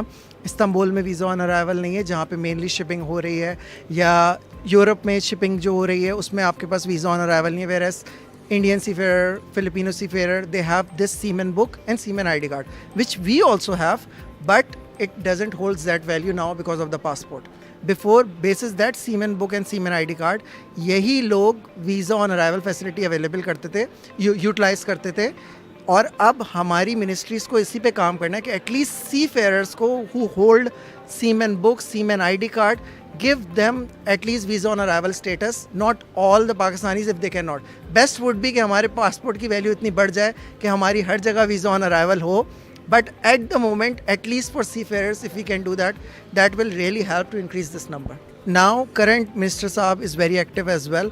मैं तो दुबई में होता हूँ, बट मेरे कोलीग्स हैं जो उनसे कंटिन्यूसली इंटरेक्शन एप्लीकेशंस पे काम कर रहे हैं कि सीफेयर एप्लीकेशन एक डिजिटल प्लेटफॉर्म हो जहाँ सारे सीफेयर्स अवेलेबल हों, दुनिया में सारे सीफेयर्स का है, तो इंटीग्रेशन पे काम हो रहा है, विंडो सोल्यूशन पे काम हो रहा है, मरीन साइट पे, डिजी शिपिंग में I can see the difference. So that something is progressing. It's not like we are at halt, but maybe we need to expedite it, or maybe this should have been done few years back and we would have been in a more better situation, but it's never late to start. Things are moving and we are happy that we are part of it and we are at least contributing something. Helpsman, वो जो है चलाने की कोशिश कर रहे हैं, अपने जो सी मैन्स हैं जो इस प्रोफेशन से वाबस्ता हैं, उनके रोज़गार के लिए ये हमारे पाकिस्तानी दुबई में बैठ के काम कर रहे हैं. इनसे इंटरेक्ट ज़रूर होना चाहिए और टॉप लेवल का इंटरेक्ट होना चाहिए ताकि ज़्यादा से ज़्यादा हमारे लोग जो स्किल्स में कोई कमी नहीं रखते लेकिन छोटी छोटे मसाइल की वजह से, वीज़ा नहीं मिल रहा जी और दीगर मसाइल की वजह से, वो ना तो अपने बच्चों को उस तरीके से या अपने मुल्क को उस तरीके से सर्व कर सकते हैं जैसा वो करने की कैपेबिलिटी रखते हैं. तो अगर ये मसले हल होंगे तो फिर उसामा भाई यहाँ पर बैठे हैं, हेल्प्समैन बैठे में, इनकी बहुत हेल्प हो जाएगी. फिर हेल्प्समैन भी जो है वो खासा ऊपर दिखाई देगा.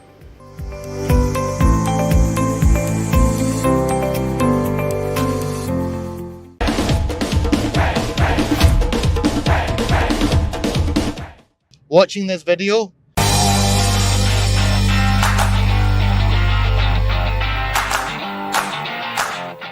PTPL, PTPL, PTPL, PTPL.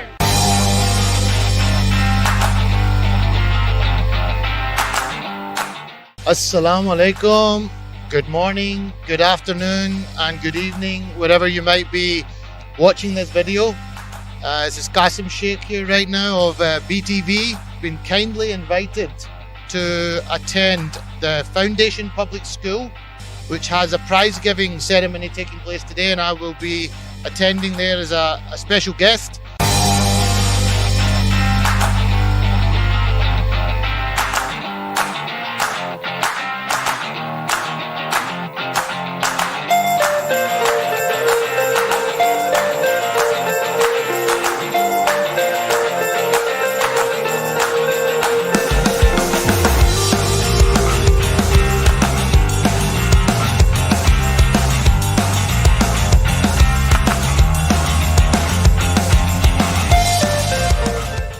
Thank you very much for your outstanding performance, and I would like to request Mr. Naseem Rajput along with Sir, please come forward and give our prizes.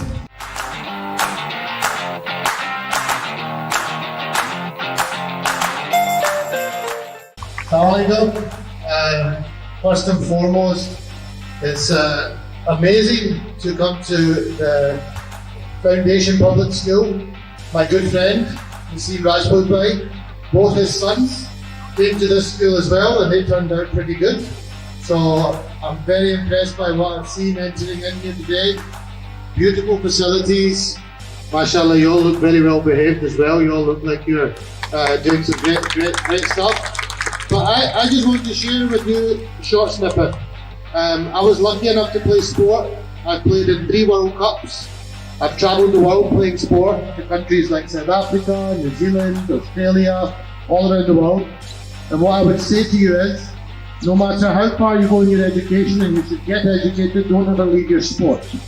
Always play sport, always keep it as part of your life. Education is so important, equally so is sport. And the power of sport can take you very, very far. So it's a pleasure to be here today. I'm looking forward to meeting you all personally and handing out awards to you. But keep up the good work. Well done to all the teachers, all the staff. Well done to the parents as well. And yeah, let's have a really good presentation here. Thank you very much. Thank you so much, Qasim. And how come it's possible without Mr. Naseem Rajput, who's here? बोले क्या बात है? तो start किया अगर ये ना बोले तो फिर मेरे लिए बहुत please sir. Thank you very much, Mr. Murad, and thank you very much the entire management of Foundation Public School. मेरे लिए बिल्कुल ये घर की तरह है. मेरे 2 बच्चे यहाँ से पढ़ के गए और आज वो माशाल्लाह मास्टर्स भी कर चुके हैं और at the same time PNSC में बड़ी अच्छी जगह पे काम कर रहे हैं बिकॉज ऑफ स्पोर्ट्स. तो स्कूल में हमें अच्छे से अच्छा डिलीवर करना चाहिए एजुकेशन प्लेटफॉर्म के ऊपर, लेकिन at the same time sports भी बहुत इंपॉर्टेंट है, बहुत अहम है. खून और पसीना दोनों शामिल है. ये एफर्ट मिसेस मिनाज साहिबा की या भी इनके साथजादे रहमान साहब के तरीके से खूबसूरती के साथ इस पूरे बड़े सिस्टम को लेके चल रहे हैं. Sir thank you very much. इन सब की तरफ से मैं आपका शुक्रिया अदा करता हूँ and thank you very much. रात ज़्यादा हो रही है, अभी रहमान भी देंगे. थैंक यू मुराद भाई.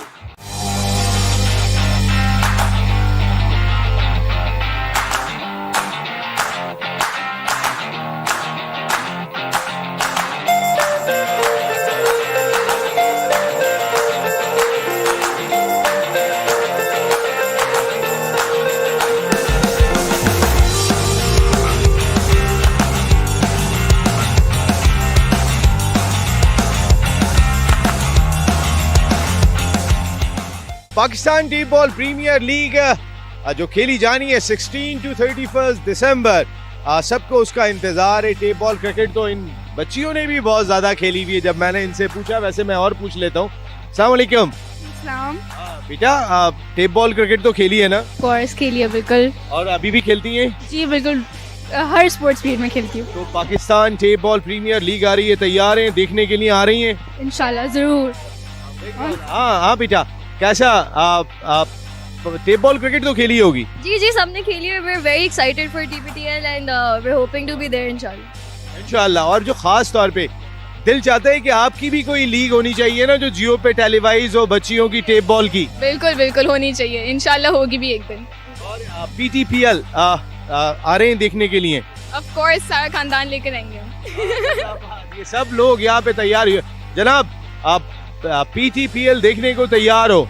जी बिल्कुल, पाकिस्तान टेप बॉल, मतलब टेप बॉल का बहुत शौक है पाकिस्तान में और एक बहुत एक्साइटिंग लीग है, बहुत एक्साइटेड है, इंशाल्लाह देखेंगे। सब देखने के लिए आ रहे हैं यहाँ पर। कासिम शेख इधर आइए ना, ये हमारे brand ambassador, international brand ambassador. ये बच्चियाँ सब तैयार हैं आने के लिए और खेलने के लिए। डेफिनेटली नसीम भाई, बहुत एक्साइटिंग टाइम है और मैंने सबको कहा था कि आपने अपनी सारी फैमिलीज, पप्पू, मामू, आंटियाँ, अंकल, सबको ग्राउंड में पहुंचना है। सोशल मीडिया, इंस्टाग्राम में आपको मिलेगा Pakistani tape ball premiere league from December 14 till the 31st of December। Pakistani tape ball premiere league 18 दिन सीधा जाएगा Geo live, Geo sports live.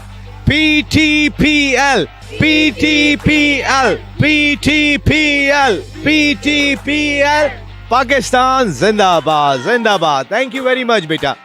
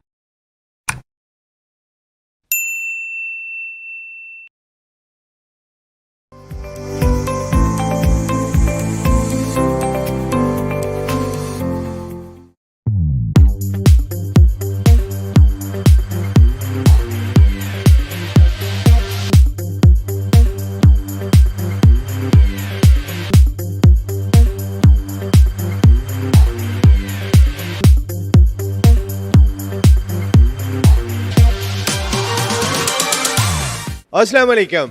Expo centre Karachi से Naseem Rajput पाईमेक Pakistan international maritime expo and conference 2025 के शो के साथ आपसे मुखातिब है। पाईमेक हमारे मुल्क का इंतहाई अहम इवेंट के जिसका ये सेकंड सीज़न है और शानदार अंदाज से तरक्की करता हुआ दिखाई दिया जब हमने देखा कि 44 से ज़्यादा ममालिक के स्टॉल्स यहाँ पर हैं। इसके अलावा 165 से ज़्यादा इंटरनेशनल डेलीगेट्स ने यहाँ पर आके हिस्सा लिया।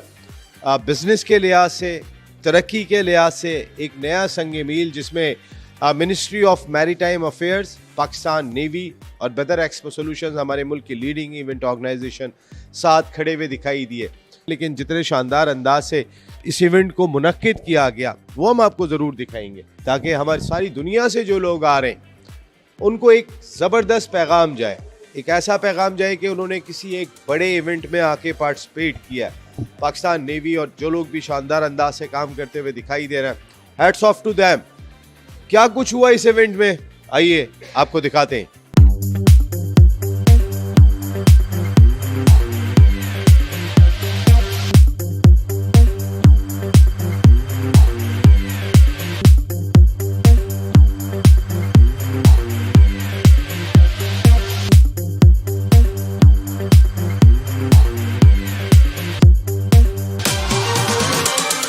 काफ़ी अच्छा एक्सपीरियंस रहा। हम अल्लाह का शुक्र है हम आइडियाज़ में हर साल आते हैं।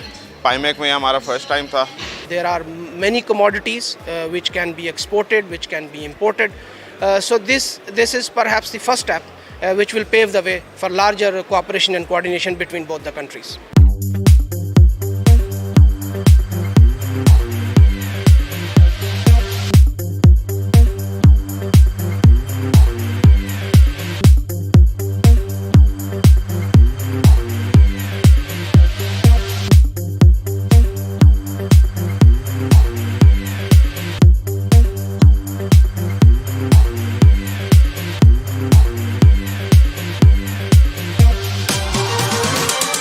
कुछ स्टार प्रोजेक्ट्स जो हम लेकर आए हैं इधर पाईमेक के ऊपर, जिसको मकामी तौर पर भी और बैनुल अक़वामी तौर पर भी बहुत ज़्यादा पजीराई मिली। पाकिस्तान नेवी की 4 डायमेंशंस को यहाँ पे शो किया गया है कि पाकिस्तान नेवी सी पर, under the water, then on the land and in air हम ऑपरेट करते हैं।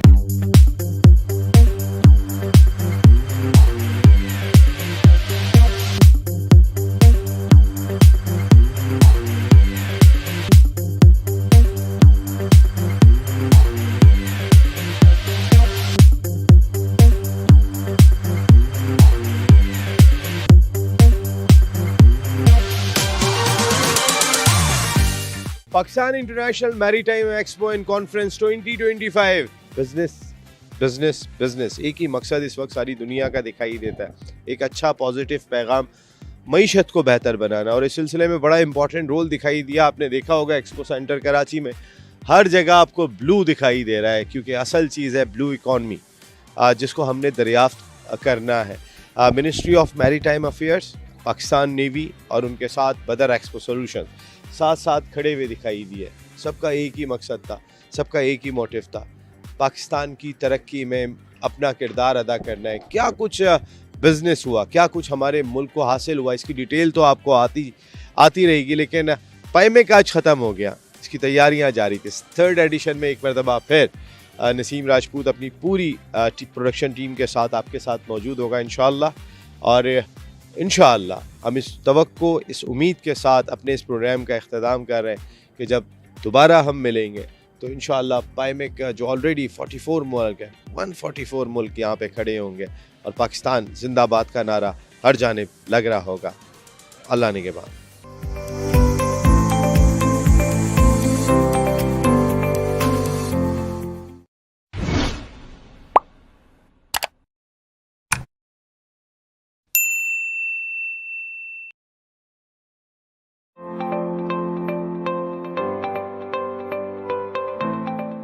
पाइमेक 2025 अपने ज़ोरों शोर से जारी है यहाँ एक्सपो सेंटर कराची में। और इस वक्त में मौजूद हूँ हमारी मुल्क की इंतहाई अहम organization NLC, national logistic cell को कौन नहीं जानता। पाकिस्तान की बिज़नेस में, पाकिस्तान की तरक्की में ये इदारा बहुत जाफिशानी के साथ इम्पॉर्टेंट रोल प्ले कर रहा है।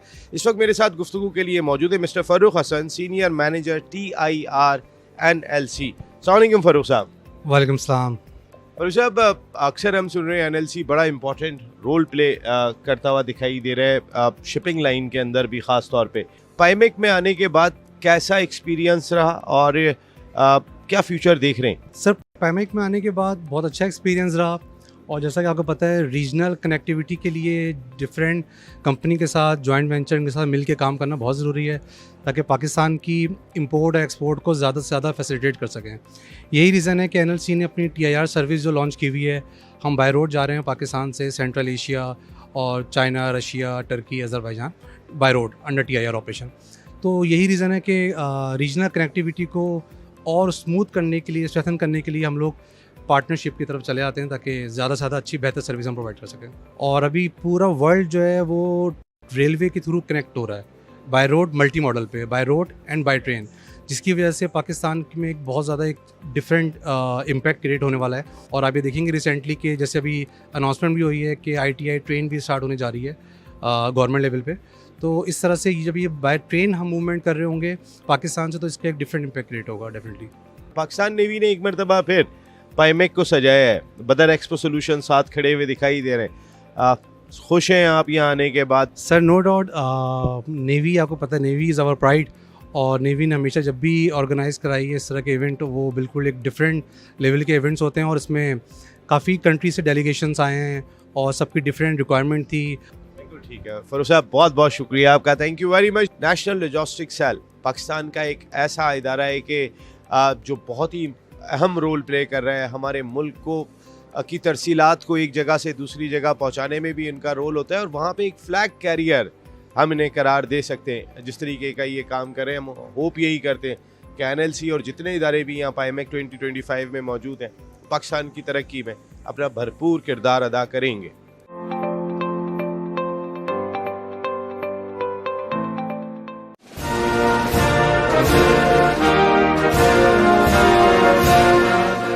इल्म में भी सुरूर है, लेकिन ये वो जन्नत है जिसमें हूर नहीं।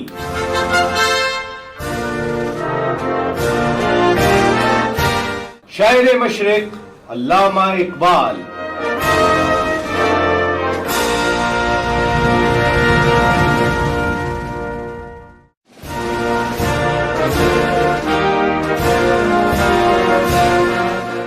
बुरा समझूं उन्हें मुझसे तो ऐसा हो नहीं सकता कि मैं खुद भी तो हूं इकबाल अपने नुक्ता चीनों में।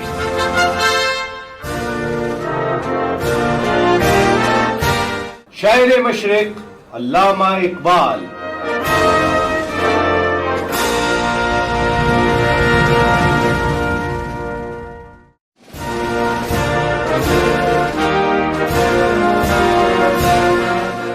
बुरा समझूं उन्हें मुझसे तो ऐसा हो नहीं सकता कि मैं खुद भी तो हूं इकबाल अपने नुक्ता चीनों में।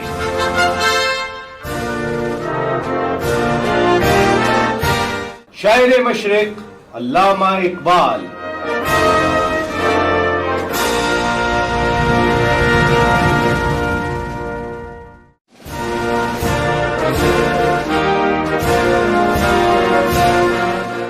खुदी को कर बुलंद इतना कि हर तकदीर से पहले खुदा बंदे से खुद पूछे बता तेरी रजा क्या है।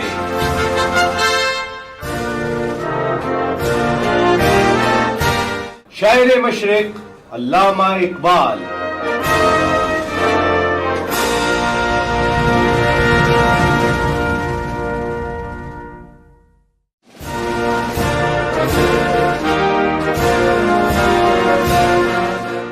कौम मजहब से है, मजहब जो नहीं तो तुम भी नहीं, जज्बे बाहम जो नहीं महफिले अंजुम भी नहीं।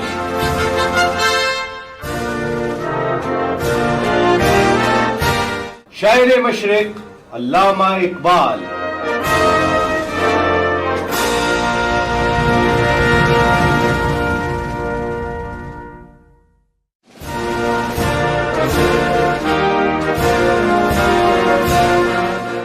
अपने किरदार पर डालकर पर्दा इकबाल हर शख्स कह रहा है।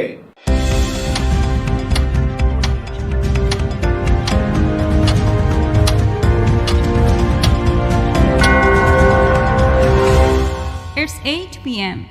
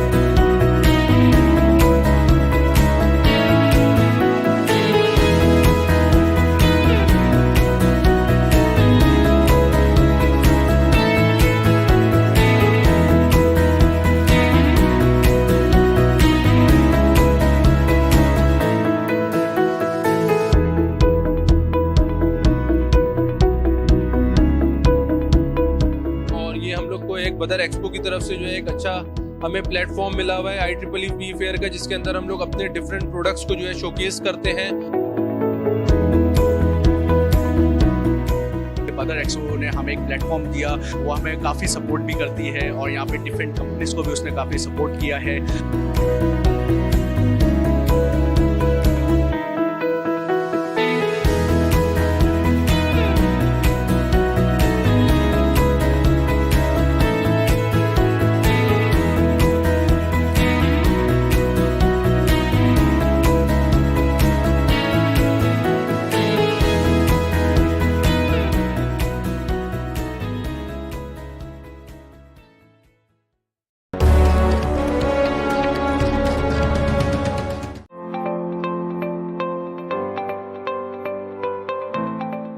Hi there, Qasim Sheikh here from BTV, currently making my way around the PIMEC exhibition, and I have another product to show you. Alongside me, I have Miss Ikra from Rawa Farms, and I'm going to say Assalamu alaikum to her. How are you? Walaikum assalam, I'm good. Ikra, I've heard a lot about your product. Today I would like you to tell me the backstory and a little bit about your product, please. Sure. So basically shrimp farming is very new in Pakistan. Shrimp farming is new to Pakistan because shrimp farming has been tried in Pakistan for around 20 years back, but due to the lack of supply chain and due to the lack of native local supply of seed, it was not prospering. So Rawa Farms were the first company who introduced hatchery in Pakistan. We were the first to introduce shrimp hatchery in Pakistan. That's why we deducted the cost of seed, and also the mortality rate is very low in the locally produced seed. So we are the first ever hatchery in Pakistan, shrimp hatchery in Pakistan. We are producing around 10 million shrimp seeds per year, and we are supplying over Pakistan. And the biggest benefit of shrimp farming is that we are utilizing all the useless saline lands in shrimp farming. Wow, sounds impressive. Ikra, day 2 of PIMEC exhibition, Badar Expo Solutions organised, partnership with Pakistan Navy. How are you finding it so far? It's very impressive. It's very good. A lot of industries are getting collaboration through it. We have a lot of meetings since yesterday. So it's a very good initiative, and it should be carry on. And will you be coming then back in future then? Sure, definitely I'll be there. Thank you very much, Ms. Ikra. I wish you all the best with Rawa Farms. Thank you very much.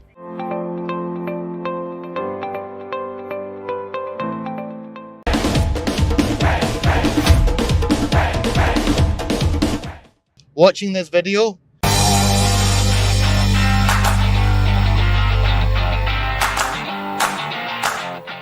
PTPL, PTPL, PTPL, PTPL.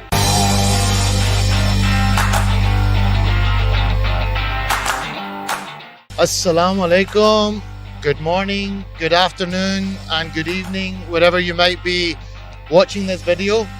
This is Qasim Sheikh here right now of BTV. Been kindly invited to attend the Foundation Public School, which has a prize giving ceremony taking place today, and I will be attending there as a special guest.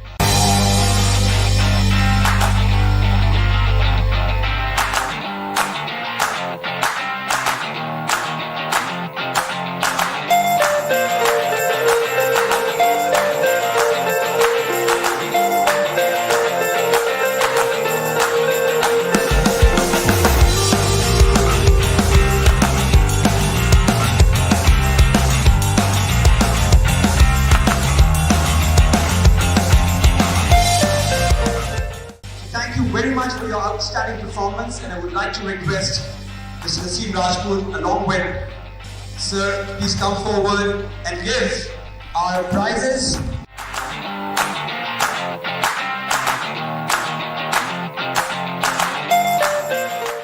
Assalamualaikum.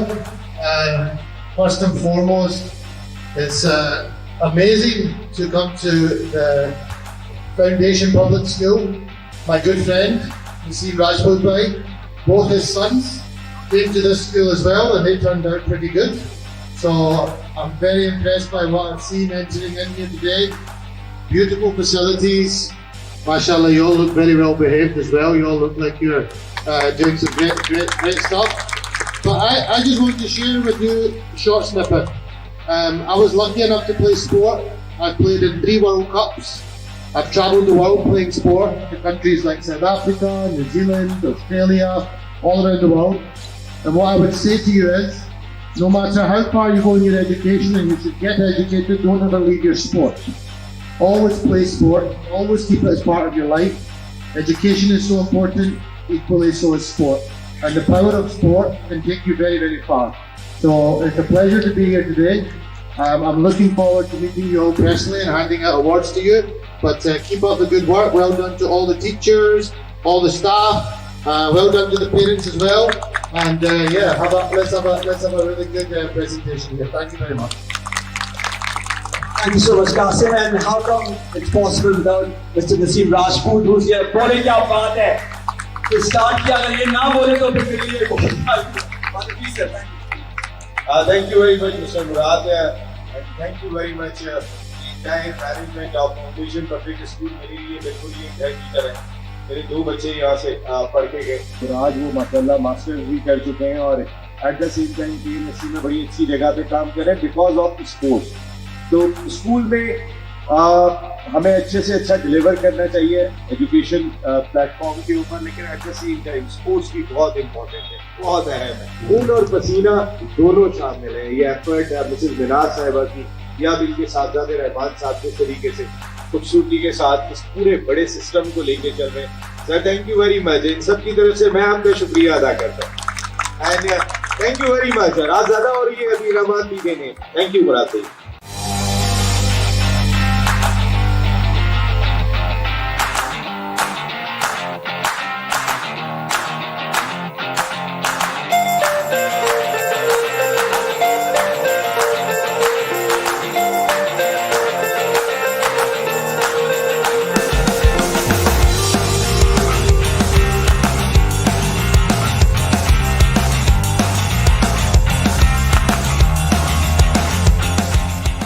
Pakistan T ball premiere league जो खेली जानी है 16 to 31 दिसंबर, सबको उसका इंतजार है. Tape ball cricket तो इन बच्चियों ने भी बहुत ज्यादा खेली हुई है. जब मैंने इनसे पूछा, वैसे मैं और पूछ लेता हूँ.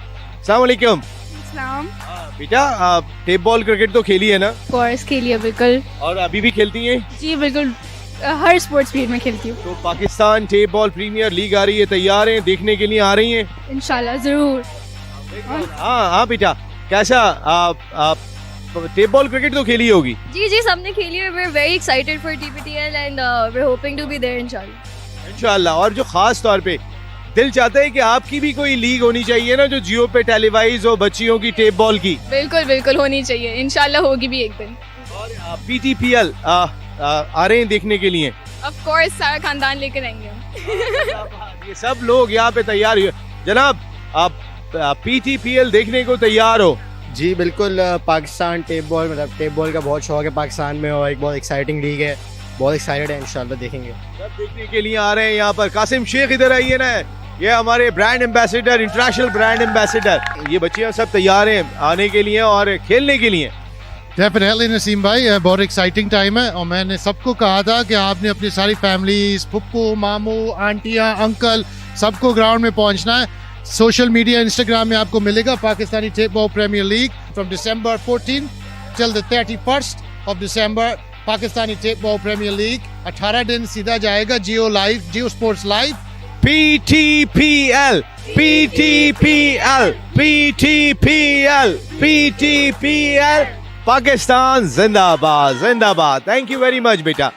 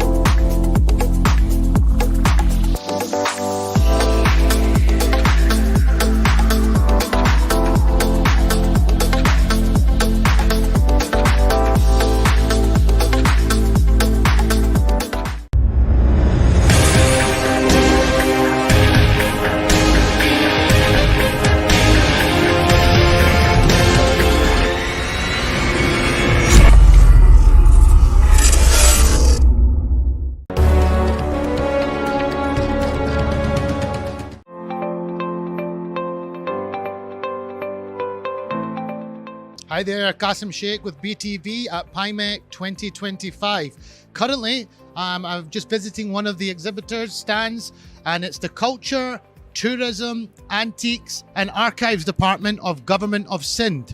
I'm going to introduce you to one of their representatives, and I'll say hello and salam alaikum to Mr. Adil Ahmed. How are you, sir? Salam Qasim, I'm fine. Adil, beautiful setup you have here. Can you start by telling me a little bit about the work that you're doing and how you're finding the exhibition so far as well?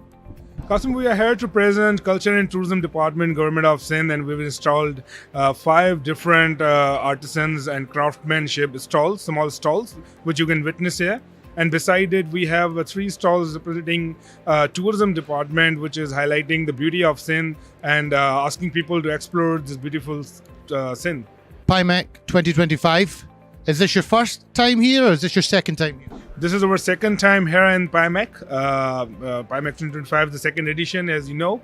And we are here and we are pitching 4 projects here for foreign investors and tourism department. One at the Hawke's Bay, second one is at the Thar Parker, a very beautiful region.